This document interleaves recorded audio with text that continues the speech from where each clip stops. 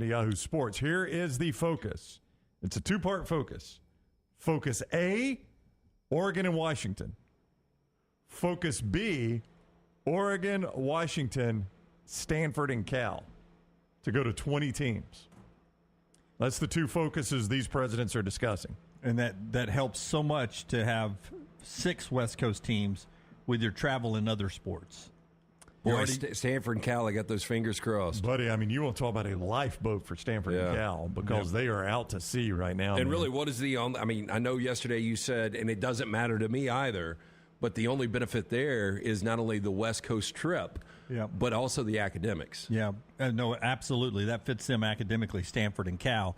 And just think about programming, though, for the Big Ten Network, to be able to not only put those markets in the Big Ten footprint, but for those late-night windows that is normal prime time in the West Coast, to be able to broadcast that on the Big Ten Network, those games, basketball games and football games. Baseball's about to get better, too. Yeah, but Pac-12 After Dark all of a sudden becomes a Big Ten Network property. Yeah, Big Ten Network, some FS1, some CBS Sports Network, some NBC Sports Network perhaps. And the ESPN footprint will not have that window available. Yep. Now, Bobby says they would be moronic to bring Stanford and Cal, split up all that money 2 more ways. Here's what they would do. Joel Klatt said earlier that Washington and Oregon would take a percentage. That percentage to go to the Big Ten would be the equivalent of what they would get in the Big 12. My question, if I'm Washington and Oregon, and I was going to ask him, why would I not take the same amount of money to stay in the Big Ten where I have an opportunity to win that every year? The Pac-12? Or I'm saying if you go to the Big 12 as opposed, because the money's going to be the same. If you get your full share in the Big 12 as your half share in the Big 10, I would just say they would tell Stanford and Cal, you're not getting all the money. The question would be then, is there a chance that one day maybe I'm a half share for 5 years, and then I become a full share at some point. On the next TV deal. Yeah, exactly. Yeah, you know what? I tell them, win a championship, you can have your full share. Did you do Hemp Hill yet? I have not. Okay, tell us about Hemp Hill. Hemp Hill Services offering 0% for 60 months for qualified customers, plus free 10-year labor warranty. When you mention the next round, call Adam, Chad, Andrew, the guys at Hemp Hill Services. Make sure that HVAC unit ready to keep up with the changing weather. Call now, 205-229-2090 or hemphillservices.com. Here is Steve Sarkisian on the mission that he gives. He uses a movie reference here for Texas this year. What are the themes that are starting to come to the surface that are coming from the players, and who are those players that are leading those themes? Well, I think one thing, and I've said it before, I think this team's on a mission. They've taken this mindset of being on a mission. They've kind of adopted the John Wick mentality. I know that Quinn has touched on and Jordan has touched on, and that they've really focused, and I think that's probably the thing. It's like, man, they want to go do this. They want to be focused on the task at hand. I think that they've kind of assumed this mentality of embrace the hate. Like, we get it. We're the University of Texas. We get it. This is our last year in the Big 12. Well, we can sit there and be a punching bag, or we can go attack the people that we're going to play. And I think that they've assumed that responsibility to say, hey, we're going to go after everybody else too. And so I think that's the right mentality to have. Okay, one quick reference, Rockstar, punch that back up real quick, Tyler. They apparently do not have a water sponsor. You can't see it behind our ticker there, but they pulled the label off of that water. The no-label water. Okay. By the way, it's our water that we drink. It's the Dasani bottle, but okay. So they obviously don't have a great deal with Coca-Cola like we do. That's right. Brown had the answer to LT that were top 10 teams listed last year that did not finish in the top 10. And this was amazing. I mean, when we looked at it last year, number 1 preseason, Alabama. Number 2, Ohio State. Number 3, Georgia. Number 4, Clemson, finished outside the top 10. Number 5, Notre Dame, finished outside the top 10. Number 6, Texas A&M, finished unranked. Utah was 7, Michigan was 8, Oklahoma was 9, finished unranked. Baylor was 10, finished unranked. 3 preseason top 10 teams finished unranked. 2 more finished outside the top 10. That's half your original top 10. We'll do it again in a couple weeks. We'll look at it and we'll say, I just can't see any of these teams finishing unranked. Happens every single year. Hey, congratulations to Framber Valdez of the Astros, a 93-pitch no-hitter last night against the Guardians. And to our friend Steven. It's like we're waving the flag at the end. Good night, Canada. And congratulations to our friend Stephen Pearl, hashtag Vizsla Nation there. He is promoted to assistant head coach of Auburn men's basketball. Not coach in waiting yet, but assistant head coach at Auburn. Shout out to Nelly. I am going to visit a female Vizsla later today, and so it might not be red. It might be a different one. I was going to suggest, if it's going to be red, that Friday after the show, you and I drive down to Tampa halfway, then go to Tampa, pick up red, spend one night in Tampa, and then drive back on Sunday. Well, I do the driving, fun. you do the riding. That sounds fun. I think y'all should do that. He doesn't want to do it. All right, we're back tomorrow. Until next time, God bless you. God bless America.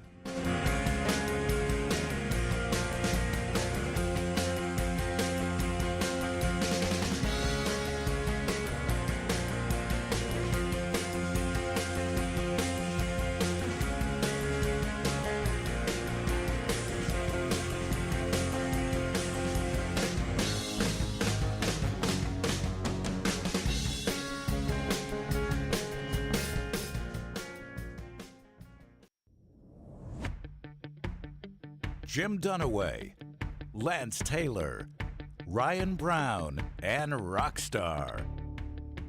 Live from the Birmingham Racecourse Casino Studios, the next round, presented by Bud Light, is on now.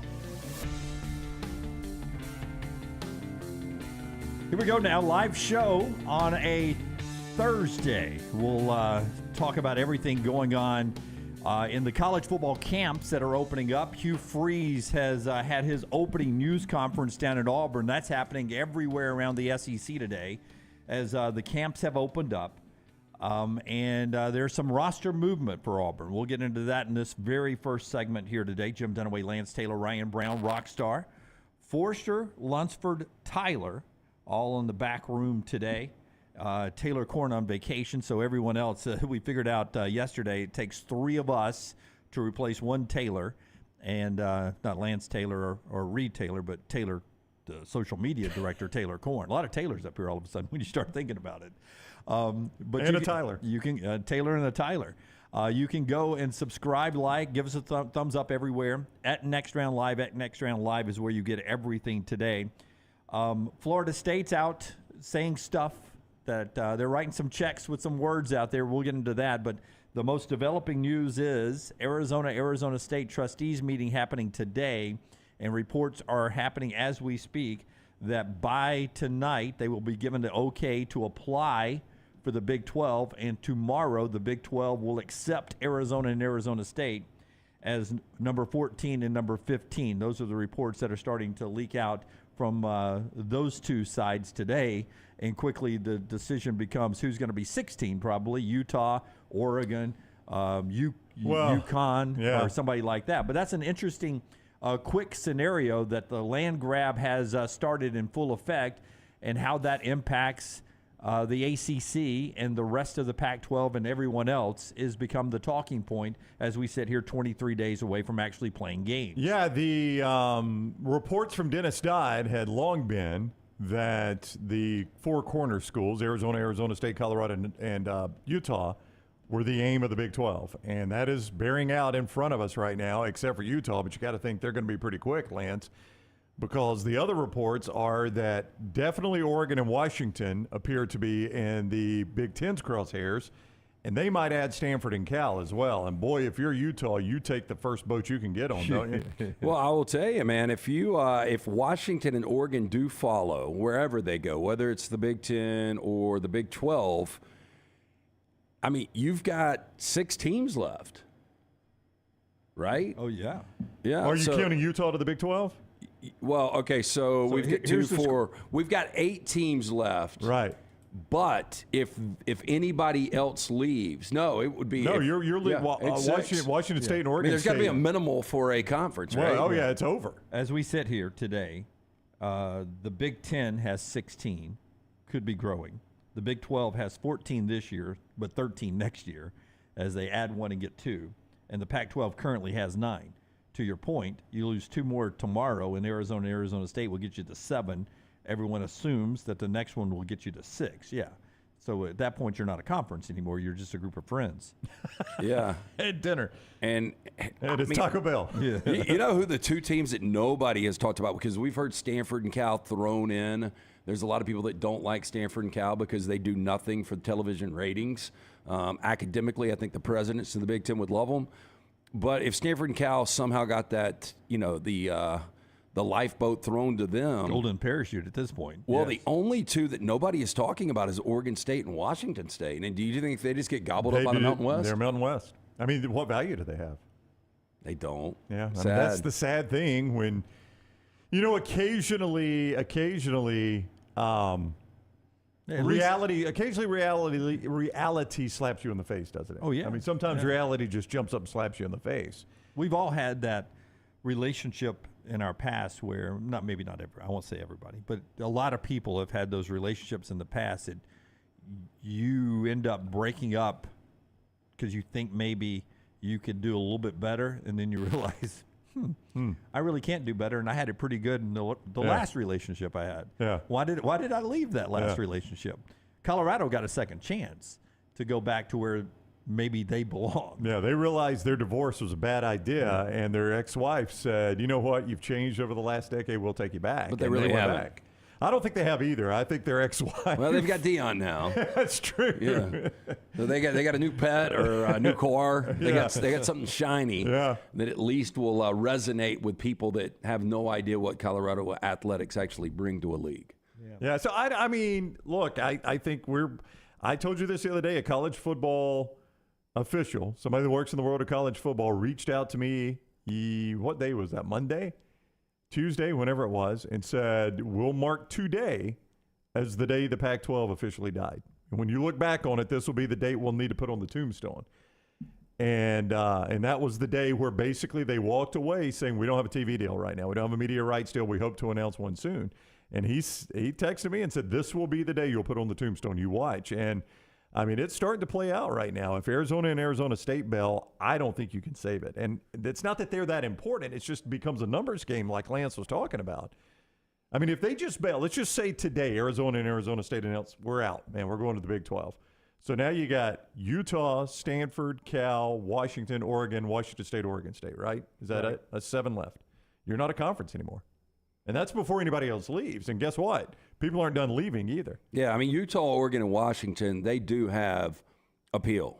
Outside of that, there's no appeal. There's not appeal with Stanford. There's not appeal with Stanford and Cal. I think Stanford and Cal for the Big Ten match their academic profile, and I think they believe it gives them the San Francisco, Oakland, San Jose television markets solidly. I've done away. We were out there. I don't know if you've ever been out there. I mean, I just spent a little time out there. They didn't even know the college football championship game was out there. I can't imagine how little attention they paid to Stanford and Cal. The first time we went to Newport Beach, 2009, Boise was playing TCU. It was I'll never forget this. Yeah, it was like 11-1 against 12-0. Yeah, it was the Fiesta Bowl, right? Yeah, and we're in a sports bar, and every TV turns to the Lakers game. That's right. Yeah, I mean, regular season. Yeah. Lakers pregame. Yeah. That's what I always reminded. It was the pregame show for the Lakers. It wasn't even the actual game. Yeah, and the point is these major, professional markets, especially on the West Coast, they just don't really care about college football. So I don't think you're getting those markets. You're not getting San Francisco, and you're not getting Oakland. Okay, so that's the Big 12. We'll talk about Florida State, the things they said yesterday, and we'll get into things that are going on the field today, again, because we actually start practicing in camps. So I agree with a lot of you in the Vulcan Tire and Automotive chat room over there. I'm going to give this 23 more days to talk realignment. You've got 23 days to get the future settled down if you want me engaged. Once we start football, we will only do actual movements, no conversations about who, what, if, when, all that. But it is a moving landscape.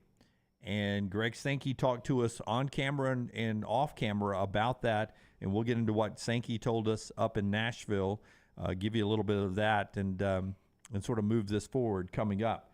But the show is being brought to you in part by our friends at Redmont Vodka, Redmont Distilling. Redmont will be a big part of the show tomorrow in the final hour, because tomorrow's the day I get my tattoo that I've always wanted. And Redmont's going to sort of ease us down that path tomorrow. Always wanted? Ease it down that path for a long, long time. Okay. Before we tell you about Redmont, everyone is reacting to just the changing landscape of our desk here. I am not anti-docking. I am test driving the tablet today. I've always been anti-tablet. Why have you been anti-tab? Because I got the original tablet back in the day, the first time. Jimmy Current. The first iPad. and I'm a big fan of TweetDeck, or as it's now called X Pro. Is that what it is? That's what it says on my screen. Yeah.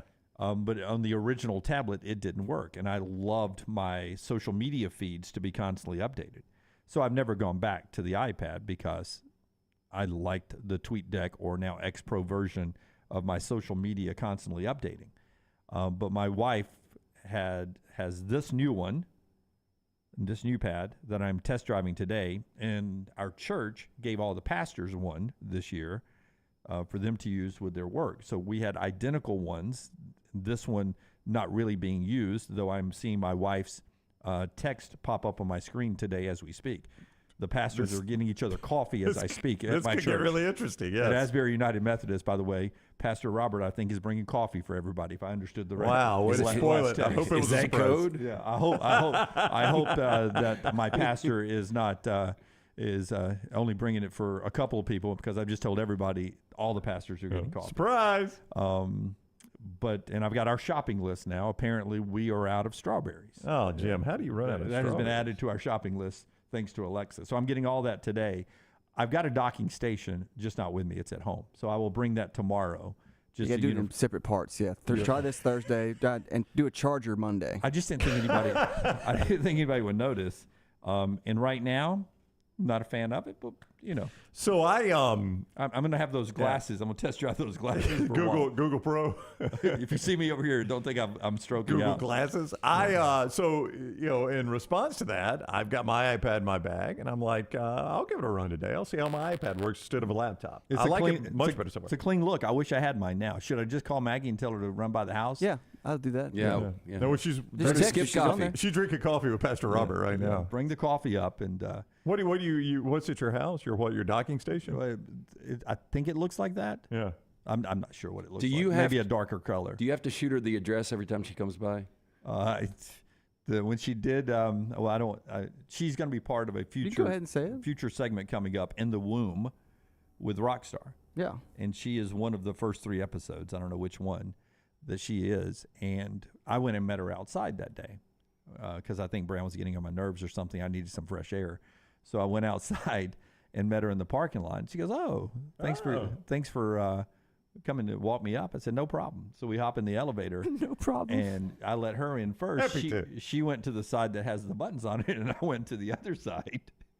And she went, is it the 4th floor? Wow. And I was like, you probably should come up a little bit more. If you don't even, most of our viewers and listeners know what floor we're on. The penthouse. That's right. You probably should stop by every now and then. All right. You think if you ever have to get put in one of those retirement homes, you think she's going to dread coming once a week? Do you think I like how she's not there. Yeah. Well, I mean, she is younger than She Dunaway. is 10 years younger than me. Yeah, there's a chance she has to make this decision. Do you think that she comes at all? I mean, once a week sounds. It depends on what your mental state is. Well, once a week sounds like a stretch. If it's, man, poor Jim, he doesn't remember anything. Oh, He he's should just be sitting in like, his chair doing this.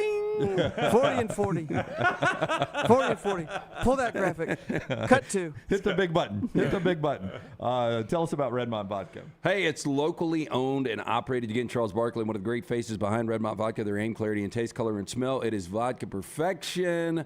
It is gluten-free. It also provides that smooth finish, which doesn't have an harsh aftertaste. 8 times distilled, available at your local package, including pink package in the beverage place. ABC stores, ask for it by name, available in 22 states. It is Redmont Vodka. In the Vulcan Tire and Automotive chat room, Nick says, I would stay away from the Surface. I know LT has one already, but if you have to get any work done on it by Microsoft, good luck with that. No, I'm an Apple guy. Well, I mean, I will say again, this has gone longer without issue than I ever imagined. He's not like filing reports and doing spreadsheets. Well, I know, but he wasn't on his other computer I know, either. It's like they're saying, well, you're not good luck getting work done. He's looking at internet. I mean, literally something happened with the virus, and it must have been one of the clickbait things. I have no idea, but there is a virus that is inside of it. This has been fine. That's right here, yeah. Again, I just go from copy points to Google. To shark attacks. Yeah, the shark attacks. I will tell you, I've got 62 things open. I don't know how to close any of them, but I'll learn as we move on. Oh, speaking of which, we might visit somebody live on the beach today. Uh-oh. And maybe we'll get a shark update. You think Little T has seen one Has already? Little T seen a shark, you think? Hell, everybody's seen one that's been down at the coast true. this year. It's been the running story from the Gulf, hasn't it? Hey, while we're just airing everything out here, Forster, since you're free right now, can you run me a shot sheet in here real quick? That was a shot at Forster. A little audio sheet. No, I mean he's training some new employees and doing some other things, and he's prepping for our NFL fantasy draft. We have an NFL fantasy. We got league? an NFL fantasy draft. I mean, I'm sure we do. We did it last year. I don't know. I mean, are we not doing it this year? It's the first I've heard of it, but I'm fine doing it. Who ended up winning? I don't remember. Me by a landslide. Thank you so much. If we are doing one this year, can I make a suggestion? We haven't figured out anything, but I've mentioned it multiple times. You mentioned it. No response. So. Whoa. You mentioned it where multiple times? The first I mentioned I've heard it in the of Monday meeting, hey, we're going to get the fantasy league back going. Oh. And I've asked everybody back here, and everybody said no. So. Well, I was in the Monday meeting. I don't remember that at all. Here is my suggestion. Okay. We should only do it if we are in leagues with listeners and viewers. I don't. We've already started a listener league, so. Why would we not do a league just us? Because I don't know. Do both. I just think we should, whatever we do, we should incorporate the listeners and the viewers. Well, the whole idea last year was we had a league among us that we could brag among each other and everything, and we did daily fantasy with everybody else. Yeah. Like we also have 2 leagues in daily fantasy. One that's just staff and one that's staff and everybody. Yeah, and that's the thing is we can only have a certain amount of people that can actually be included in a daily fantasy or fantasy for the season. Daily fantasy, anybody can jump in. Yeah, So that is season correct. you can only do 10 to 12 people, so we've already filled that up. I mean, if we did one with listeners, it'd have to be like you and all the listeners, me and all the listeners. Boy, if you were the defending champion, you'd be so different about this. Are you the defending champion? It wasn't a landslide, by the way. Yeah. I had Jalen Hurst and he got hurt at the end of the season. I don't know. The regular fantasy football, the way they used to do it, has been weakened by daily fantasy to me. The ability that if I have Baker Mayfield as my quarterback for 17 weeks, like I have in real life, that is not entertaining. You got to me. make trades. I like for us to be able to, we may all have Cooper Kupp going into a game. You have to spend your money. Yeah, I like that better too. Me too. I did the fantasy league just for the content on the video stream. I completely was uninterested in the actual games. Yeah. So This is what happens when you lose. Yeah. no, I've never. You know this. I've never played fantasy. It's got nothing to do with whether I win or lose. Weekly fantasy interests me zero. Scott, did you enjoy it? Our fantasy league? See, we were the top 3, so we all enjoyed it. I mean, I'm sure you did. And if I had won, I might have enjoyed it more. But I've never enjoyed it to begin with. It's a mischaracterization by Lance to say I just didn't enjoy it because I didn't win. I didn't enjoy it because I don't enjoy fantasy football. The great thing about technology is you can do both. I like daily fantasy. I mean, I like the Saturday college football fantasy the most. Yeah, people say we should do that. The problem with that is you get into, the one good thing about NFL fantasy is the starters play basically gun to gun, right? And in college football, you just don't get that. Like I remember one league I was in, and I had like some random Western Kentucky quarterback, and he had like 500 pass yards through the third quarter, and they benched him. They pulled him for the backup, and I'm like, yeah, but that should be enough, right? Well, I needed more. But you weigh that into doing the league. I would say let's open the college and NFL daily fantasy leagues earlier in the week, promoted on the show for our listeners and viewers as we do that through the upcoming football season. That would. We did that last year. Well, and I still think some of the leagues it felt like we were starting them on Saturday mornings. I think for content though, That's when you because remember if we make it a keeper league, this will be a little bit different. It's a different wrinkle to what we did last year. Right. And if you guys want to tap out, tap out. Yeah, I just. I'm out. Yeah, I'm more into the daily fantasy, and again, here we are talking a lot of fantasy stuff, where people always tell us nothing is more boring than listening to people talk about their fantasy. Oh, leagues. it is. It's the worst. Absolutely. Yeah, expansion's right up there with it. Yeah. So a pretty big story happening. We'll get back into that coming up. Fantasy's worse. Simpio brings us part of the show right here. Yes, the first call we made, Blake and the guys at Simpio, they're going to handle the 4 pillars in every single office. That is HR, compliance, payroll, and benefits, things we knew nothing about. Had a guy reach out a couple of weeks ago about Simpio. They're already loving the transition. Make the phone call that we made, 205-635-7467, Sympio.com. Again, when your company joins Sympio, you gain access to health care and employer benefits at prices only large organizations get. On average, Sympio is saving companies of all sizes and industries over 18% net of their fees. You can join Sympio any time of year, no annual contract. With that being said, Sympio has a 99% retention rate. Again, call 205-635-7467 or Sympio.com. What the hell is Florida State doing? Where could they end up? We'll talk about that. Hugh Freeze's comments this morning. That's in the next segment. Plus, we've got football tonight, American Tackle Football on our television network that you can see. All that, all in the first hour. Still to come right here on TNR. Call the next round now at 205-734-0923. It's time for back to school again. Hi, this is Wes McClooney, owner of the New Balance Birmingham store, and we have all the New Balance shoes and apparel your kids need to keep them at their best this fall. We have the largest selection of New Balance shoes in Birmingham, including all the newest styles, and our fit specialists are trained in measuring growing feet. So here at the New Balance store, they'll get the perfect fit every time. Get ready for back to school now by shopping with us at the New Balance Birmingham store, located on Highway 280 next to Chick-fil-A. Hey, Lance Taylor from the next round to tell you about one of our favorite places for breakfast, lunch, and dinner. That is Hamburger Heaven since 1982. Hamburger Heaven has been serving Birmingham's best hamburgers, cheeseburgers, French fries, hand-spun milkshakes, and sandwiches made fresh to order. All of their ingredients are fresh and prepared daily. This includes their beef, always fresh, never frozen, hand-pattied each and every day. For breakfast, lunch, or dinner, visit any of the 4 locations, Highway 280, Irondale, Gardendale, and Homewood. Hey, Lance Taylor from the next round. You've heard me for years talk about our friends at Bromberg's Jewelers, and we welcome you to stop by and see that great customer service at the Mountain Brook and Summit locations. But we'd also love for you to check out their new online shop. They've got plenty to choose from. Great gifts, big and small. Available online, they've got David Yurman, Tudor watches, select diamond and gemstone jewelry, William Henry, seasonal and favorite giftware items, and baby gifts as well. They've even got an online sale section. For more information, Brombergs.com. It's the spring sales event at Alfa Romeo of Birmingham. Now you can get $10,000 off, plus rates as low as 4.7% on new 2022 Alfa Romeo Stelvios and new 2022 Alfa Romeo Giulias. Come see the team at Alfa Romeo of Birmingham, exit 27 just off I-459 on Grants Mill Road, or visit them online at alfaromeousaofbirmingham.com. Hurry down before they're all gone. All incentives applied, in stock units only with approved credit. Alfa Romeo USA of Birmingham.com. Hey, Lance Taylor from the next round to tell you about my friends at Michelson Laser Vision, located conveniently UAB Highlands. Almost 20 years ago, I went in for the procedure. Only took 12 minutes for both eyes. When I went in, I had 2200 vision. I was legally blind. Now I have 20/15 vision, still 19 years later. Make the call today. Schedule a hassle-free consultation. 969-8100. Dr. Mark Michelson, Dr. Jen Michelson, Michelson Laser Vision. Make sure you tell them the next round sent you. 969-8100 or MichelsonLaserVision.com.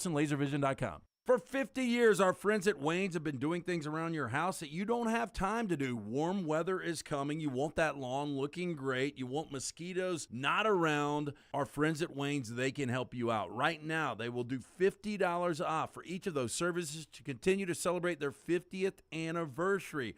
Again, our friends at Wayne's, they take care of all of us here on the next round. You don't want those mosquitoes. You want the lawn looking great. Call them today, 866-WAYNES1 or call Waynes.com.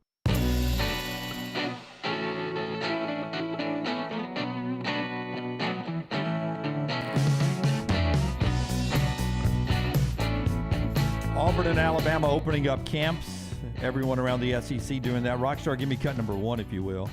Nick Saban and his wife Terry yesterday donating just over $600,000 in the Knicks kids donations this year, $600,000. They hosted that event to hand out those checks yesterday. And one football question gets asked to Nick Saban. He has an entire news conference and everything happening today, but he was asked yesterday about the team as they get ready for the camp to open up and they lead the way. Here is Nick Saban yesterday at the Knicks kids event. You know, talent is not good enough because at some point in time you're going to come across somebody else who has just as much talent as you. So having the right mindset to go with your talent is really, really important. you know, things happen play in and play out in games.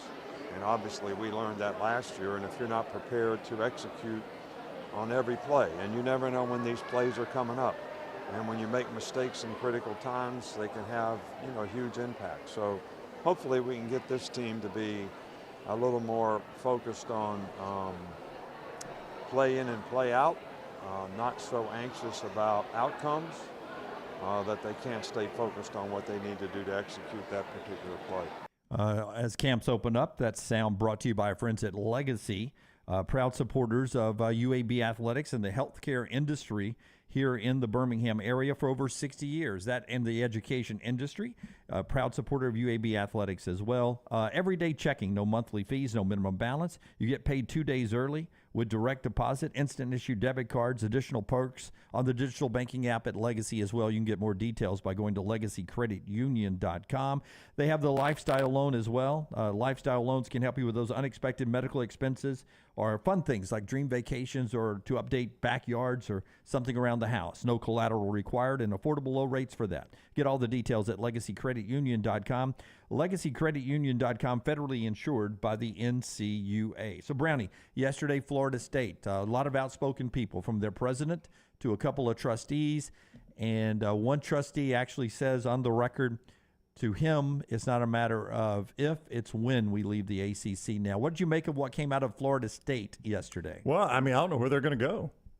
You could say it's a matter of if or when, not if, but where you going? Well, I mean, where would Florida State go? Where do you think Florida State would go? Big Ten.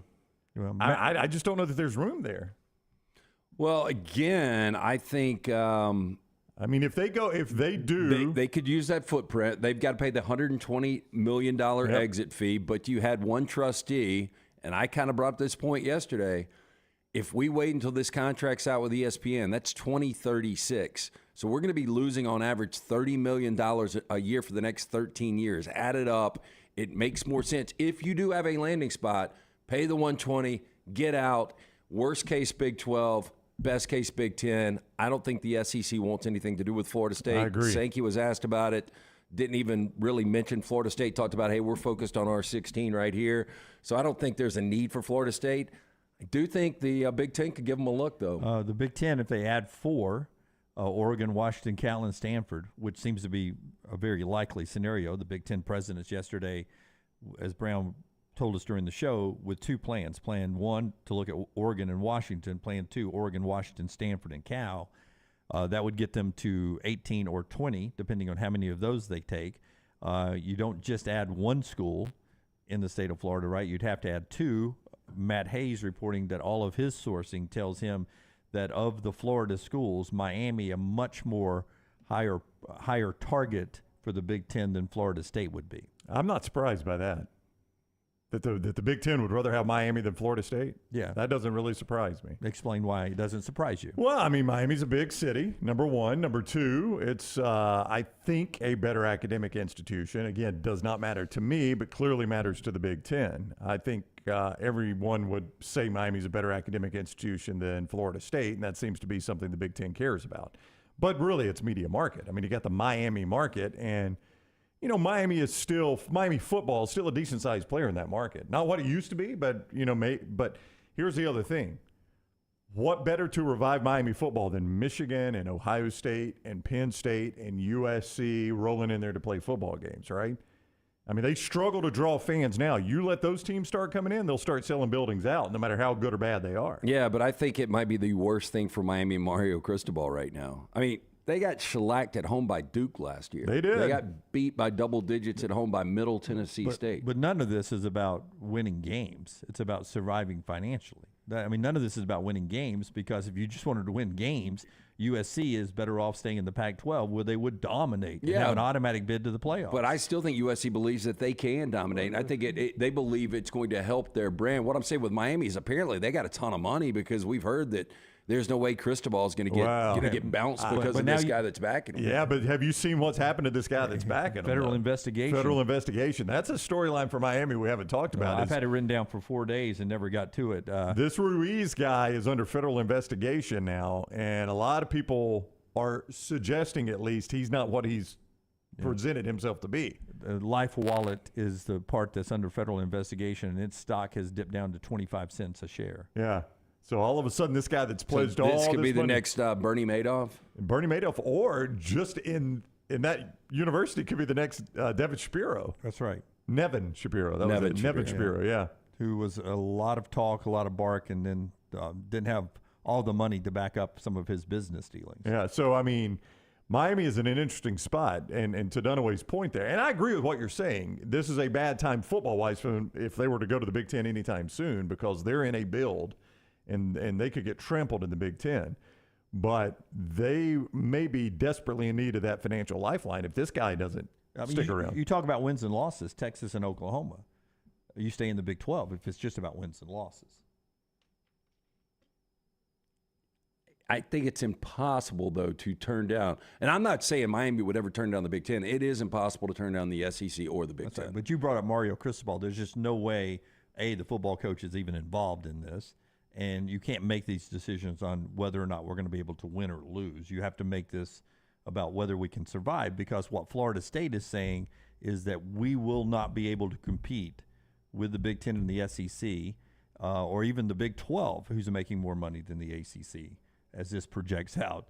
If we're falling behind $30 million less a year in what they're getting from their TV deal, we will not be able to compete I get on that, the level with them. But at the same time, Florida State, that's why they're screaming from the mountains right now, we deserve more, because on field, we do more than anybody else. We're the brand that bring it in. And this is the point I made when Klatt yesterday was talking about, they might just get a part of the pie. When he was talking about Washington and Oregon coming to the Big Ten, my thought was, well, if you're going to make just the same amount that you would make going to the Big 12, why not go to the Big 12 and try to dominate the Big 12 instead of going to the Big 10 if the money is the same? Okay, Rockstar, give me cut 5. This is Greg Sankey with us up at SEC Media Days. Hats off to Scott, because he went back through 130 minutes of our interview with Greg Sankey and found the part I asked him to find when he was talking about this. It's about expansion and where he was and where the conference was as the changing landscape. And I believe 2 weeks ago when this conversation happened that Greg Sankey knew everything that was going to happen. These guys sort of have a good feeling of what that TV deal was going to be. The Pac-12, he probably had a good feeling that Colorado was going to bolt when they saw that. Arizona State's going to bolt when they see this. Here's Greg Sankey in the conversation about where the SEC sits in this changing landscape. In the headline numerous times, Commissioner Sankey says SEC will stop at 16 teams. Is that a fair headline? Because I didn't click on it to read the story. I know. I never said that. Well, I've seen that headline this week. Yeah, well, I saw a headline, like I got asked about bowls being populated 1 through 82. Right. And I said, sure, I'll do that, because I know my teams will be in the top. Yeah, of course you'll do that. Here's the insight. Yeah. I don't even know what that means. Right. Like, I know 82 is one less than 83. And Right. We'll stop there. No, I said we're focused on adding 15 and 16, the expansion between next year. I'm not a recruiter, not out there looking for schools. I'm not the one going to a microphone. I did say this to message that we want to grow to this number or we want to go in this direction. I think it would be irresponsible for me to say those things. And I've shared this with colleagues. So I guess that's interpreted as we're stopping at 16.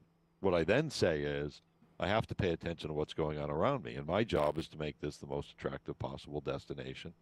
But we're not in this marketplace like others have been communicating. So he did say at a different time as well, Brownie, that if the landscape changes, he sort of indicated they have a plan. If ever they need to go 18, they probably have 2 targets. If they need to go 20, they probably have 4. If they need to go 22, they probably have 6. I don't know where we're headed. The projection has long been, right, that we would have maybe 2 32-team conferences, and that be it. I don't know where we're headed. Well, if you were Florida State today and you read this quote from Greg Sankey, tell me how you feel. I have been clear and this is to Heather Dinich of ESPN, I have been clear we are focused on our growth to 16 as we transition Oklahoma and Texas into the conference. Further expansion has not been a central topic in the SEC. Other than regularly updating our campus leaders on national developments, we are proud of the stability the SEC provides our membership and incredibly excited about our future. Yeah. Well, I mean, that's when he's point blank asked about Florida State. That's says right. that. Yeah, that's I mean, what do he you feel says. good about that? And if that's you're why I Florida asked State? Scott I don't to get either. this. That's basically what he was Yeah. saying. We're focused on 15 and 16. Yeah. But the Big Ten commissioner said the same. Said the same thing. We're focused on USC and UCLA coming in, and then word comes out yesterday. There's a group of presidents who are now exploring what Washington and Oregon could bring to the conference, or Washington, Oregon, Cal, and Stanford. Do you feel, here's the question, do you feel like if they add, they being the Big Ten, if they add 4, that the SEC will match 4? I do not. Because it does look like when the SEC first added Texas and Oklahoma, the Big Ten felt like they needed to add 2. And Yeah, they the went and only got reason USC, UCLA. I think it's a possibility because if it does go to 2 super conferences and that's all you've got, then you've got to continue to match, and you want to get the best available out there.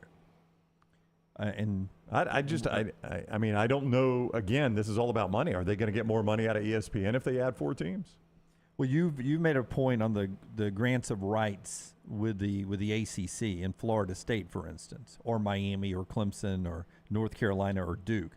The easiest transition for them is to the SEC because of the ESPN SEC, has ESPN. both rights. Yeah, that's right. Yeah, it makes sense. Yeah. But again, that's just part of it. The other part, like the whole thing I've said about Oregon, Washington, Cal, and Stanford, if all 4 of those come to the Big Ten, and the Big Ten's trying to get $80 million per school, I went to Jacksonville State, but I can do that math. They're going to have to be worth $320 million collectively to the television networks. I don't think they are, but I don't run a television network either. I mean, do Oregon, Washington, Stanford, and Cal sound like $320 million worth per year of teams to you? No, not to me either. But to me, if I'm NBC and CBS, and you've done this a couple of times already this offseason, you've called out some of the games that are going to be on NBC and CBS prime time, and they suck. Yeah. Okay, so now if I'm replacing my sucky games with games that will draw eyeballs, i.e. Oregon versus Michigan, i.e. Washington versus Ohio State, i.e. USC versus Oregon as a Big Ten game that's now on NBC, well, then I'm willing, I think, to pay more money to have better. I'm already into a certain amount for crap. Why not pay a little bit more for something good? Yeah, $320 million is a lot more, though. But You said a little bit more. That's a lot more. What if I only have to pay 160 and CBS only has to pay 160? Only 160. That's more than CBS was paying for the entire SEC schedule. Yeah, which is why the SEC is where they are now, because CBS was getting it on the cheap. I don't see and the it, world but changed. I don't run television networks either. Me either. Okay, a family announcement coming up after LT tells us about Odie's. Odie's Tavern last night. The question was, what came first, Bryant-Denny Stadium or Willie Nelson? Are you going with the actual stadium or when they changed it to the name Bryant? Yep. Okay. Well, that became such a hot topic last night. Oh, yeah. Had some argument from people. Oh, I Googled it. I'm like, when they laid a damn brick. I mean, come on. I mean, really. I'm going to say. Because if I would have said Denny Stadium, do you think anybody would have known what I was talking Yeah, about? well, it probably wasn't even Denny Stadium when they first threw it out there, right? I think it was Denny I Stadium. think from the day they laid the first I think brick. it was. Wasn't just. I'm going to say Denny Stadium 1926. Willie Nelson 1934. 100 years. So you're going of Bryant-Denny football, first. 69. Yeah, I go Bryant-Denny first. I'm going to go. Willie Nelson is what, 90-ish? Seems like we've played 100 years of football in Denny Stadium. I'm going to say Denny Stadium came first. Not quite. Big anniversary coming up in 3 years. So, in 6 years. 1929. Oh, I was so close. For Bryant-Denny. 1933. Willie's 90 this year. Yeah. So Willie's just 90 this year. Yeah. Seems older. Just 90. Just 90. Seems older. I mean, he seems older. Yeah. Well, But I mean, what were the chances Willie was going to make it till 90? Well, because he's looked old since 1982. Yeah, Willie came out of the womb looking old. Yeah, but let's be honest. 90's the new 80. Does Willie look better like you as he ages? He does not. He Who does looks not better, know. Clint Eastwood or Willie? Ooh. Have you seen Gene Hackman? Damn, I think Gene Willie. Hackman retired from I being know. on pictures. Same with Jack Nicholson. I think Willie might be in better shape than Clint Eastwood. Could be. Clint think you'd started ever- smoking that weed. Would you ever think you'd said that? Oh, 40 years ago? No. No. He lived a hard life. Where does that stop, by the way? Because you always hear, 30 is the new 20, 40 is the new 30, 50 is the new 40, 60 is the new 50. I mean, at some point, 90 is the new 80. Does that even? I don't think it matters even at help that you? point. I don't No. think anybody below believes that. I think it's somebody that is 50 that is like, hey, 50 is the new 40. Oh, exactly. But Yeah. that's been a very popular saying for over a decade now. But my point is, once you're 90, does it really matter if 90 is the new 80? 80 No, 80, it's 80's just, still old. Hey, you're alive. Yeah. That's right. I mean, 90 is the new 60 may get you into that maybe quality of life's different there, but 90 is the new 80 doesn't do much for me. I heard something last night at Odie's Team Trivia I never thought I would hear before. It was Rockstar playing Papa Roach. The dude got it too. No, did he really? He's an older gentleman. And he got it. He's a Papa Roach, and he just walked off. These are the things you get at Odie's Team Trivia. We do it every Wednesday. You get some Rockstar music. You never know what he's going to throw out there. You get some trivia, some little factoids that you probably didn't know about. But, hey, outside of that, live music on Fridays and Saturdays, ice-cold beer buckets full of the Bud Light, great food all of the time. It's a Birmingham institution. Get in and see Will Haver and that great staff. It's Odie's Tavern, Crestline Village. David writes in, says, LT's point, you just want to add the best team so you can make your conference the most appealing for future TV contracts. You must think forward, even if you have to divide a little more revenue right now. I would tell you this, though. Florida State's a good brand. Miami's a good brand.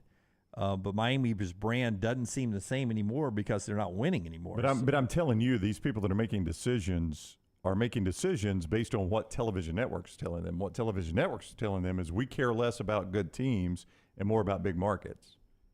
That's who's funding it. Up to a certain point, though, right? It doesn't make any sense, though. I mean, again, because if you look at Stanford and Cal, really, I mean, the San Francisco market doesn't care anything about those deals. Not one bit. But so if I go get Clemson's really good right now. Dabo's going to retire at some point. Yeah. Are they going to be good after that? Well, I mean, but just a San theory of Francisco's large, going to have a lot of people. Just the theory of large number. If all your brands in both the Big Ten and the SEC are playing each other, those teams are going to lose a certain number of games because they're all playing each other. Yeah, so see, your brand gets diminished a little bit because they're tarnished. To me, it's never about market. I know Birmingham's a different market when it comes to watching college football.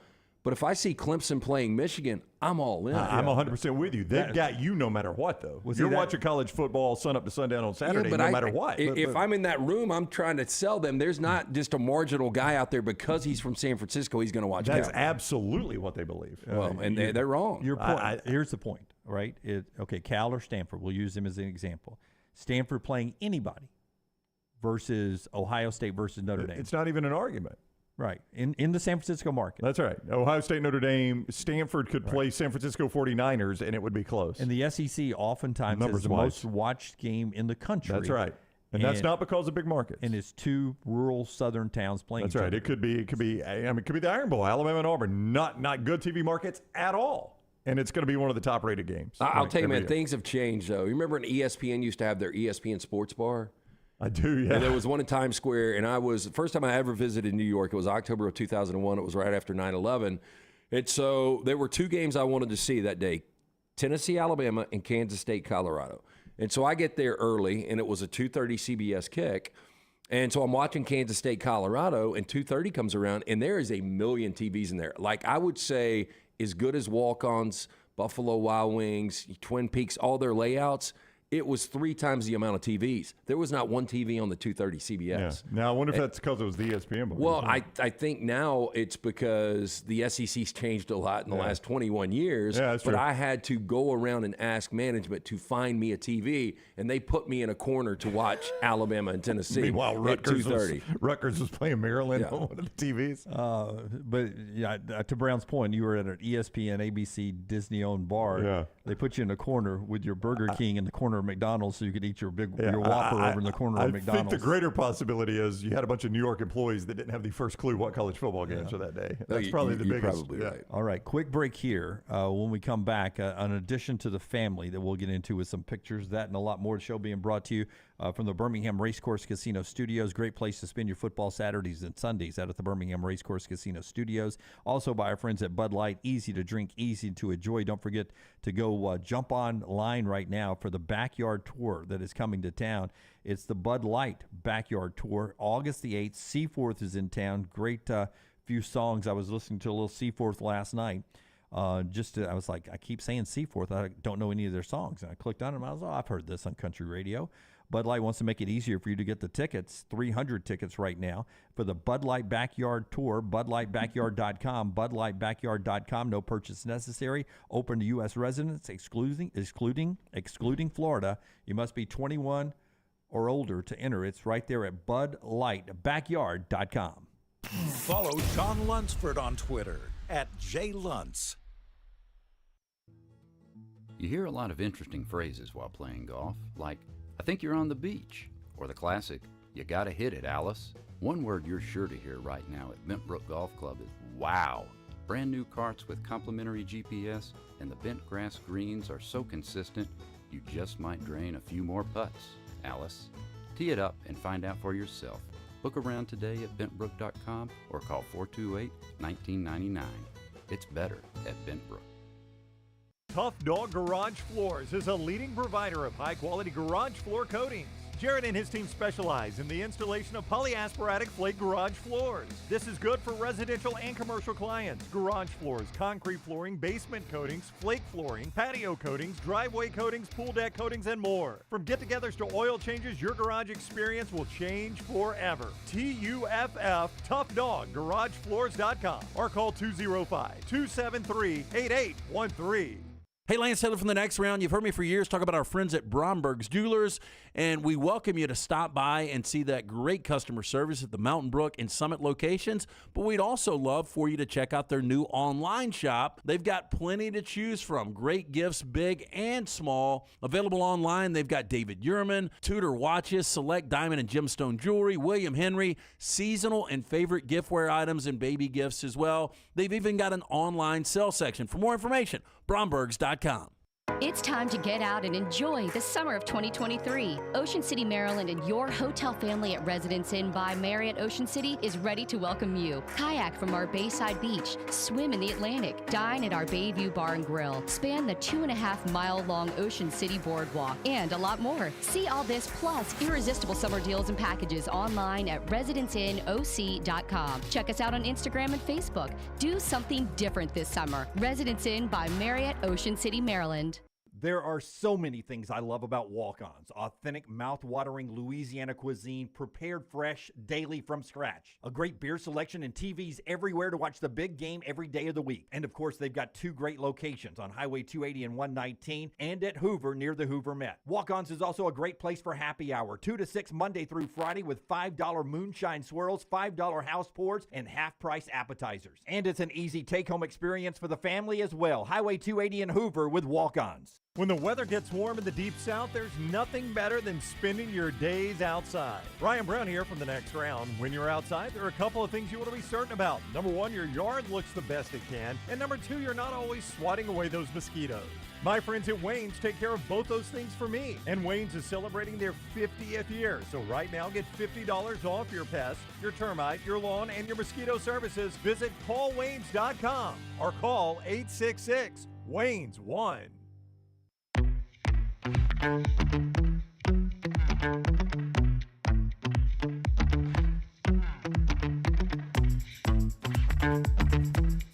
Back with you on The Next Round. By the way, if you're watching the Women's World Cup, something changed yesterday, which is why I'm glad. Channel? What did they win? Which is why I'm glad I did not. Did they play yesterday? Take that state bet. No, but the betting odds changed. Uh-oh.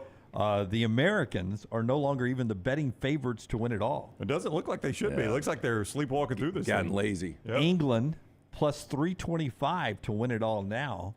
The U.S. and Spain tied at plus 425. And Sweden and the USA, when they play in the knockout round, I was reading on The Athletic, they had 6 of the experts on The Athletic. All 6 of them picked Sweden to knock out the Americans in the next round. So you don't want to play a stake on this? No. I'm just saying that I could have easily walked into a stake, or I don't know. Were you about to take the Americans? No. I was going to take the other You were going side. to take the field. Okay, I couldn't remember if you were going to. I'm not afraid to pull against the American women. Yeah, so plus 325 for England. They are now the favorites to win that, which would be a shocking upset from where it all began. Dr. B got shocking results for LT's hair. He was losing it all, and now it is shaggy. Just falling right out. Yeah, I don't know if it's shaggy, but it has doubled in thickness since the first time I went to see Dr. Beckenstein. Again, I asked around if you're starting to thin out. Be preemptive on this. T3hair.net or 205-319-0316. For more than 20 years, women and men have turned to Dr. Beckenstein for a range of cosmetic and reconstructive procedures. He will use that experience, his advanced training, genetic testing to help his patients fully understand the procedures they are considering. I'm going out to see Dr. B. Not next week, but the week after. Looking forward to that. We're going to get that Sensus Transdermal Infuser going. Again, I do the non-invasive treatment 3 times a week on the couch for 30 minutes. That's all it is. Again, T3hair.net for more information or call. Schedule the consultation, 205-319-0316. All right, so we have an addition to the family here. I'll turn it over to Lance to introduce the new member of our inner circle. You know, I've been looking for the last few months at getting a Vizsla. I wanted to rescue. I don't have time for the puppy stage. And so I found a rescue in Fort Myers. We talked about Red, a 5.5-year-old male that has to be rehomed. And I talked to the family. I gave them a commitment that I would take on Red. But logistically, we were having a hard time finding a way to get down there. We're really packed this month of August. It's a 12-hour drive down. It's a 12-hour drive back. They can't transport the dog via airplane right now because of the temperatures are too high.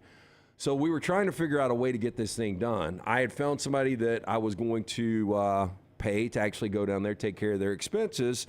Well, then it pops up, VizWiz, which is a Vizsla relocator. They had a 19-month-old female in the state of Alabama. So we started to talk. This girl, Nikki, from the UK, lives in Austin, Texas now. She said, do you know where Wilsonville is? And I was like, yeah, I'm like right down the street. So she put me in touch with the lady that owned the Vizsla. We talked. She was on the right on the border of Chelsea and Wilsonville. She said, why don't you come out and meet Polly, the 19-month-old? So I went to meet Polly yesterday, knowing that we've got trips coming up to Ocean City. We've got trips coming up to Floribama. I just wanted to meet Polly, see what she was like, see what her temperament was like. 5 minutes after meeting her, she had both paws around my neck and she was on the car. And now she's at the house. And that was this morning up at the church parking lot. That's young Polly. That was me wearing her out this morning because she ran around the pool when I was swimming, and then we went for the long walk. So that is Polly, my newest addition. Now, is Polly a permanent name? No, I hate the name Polly. Wow.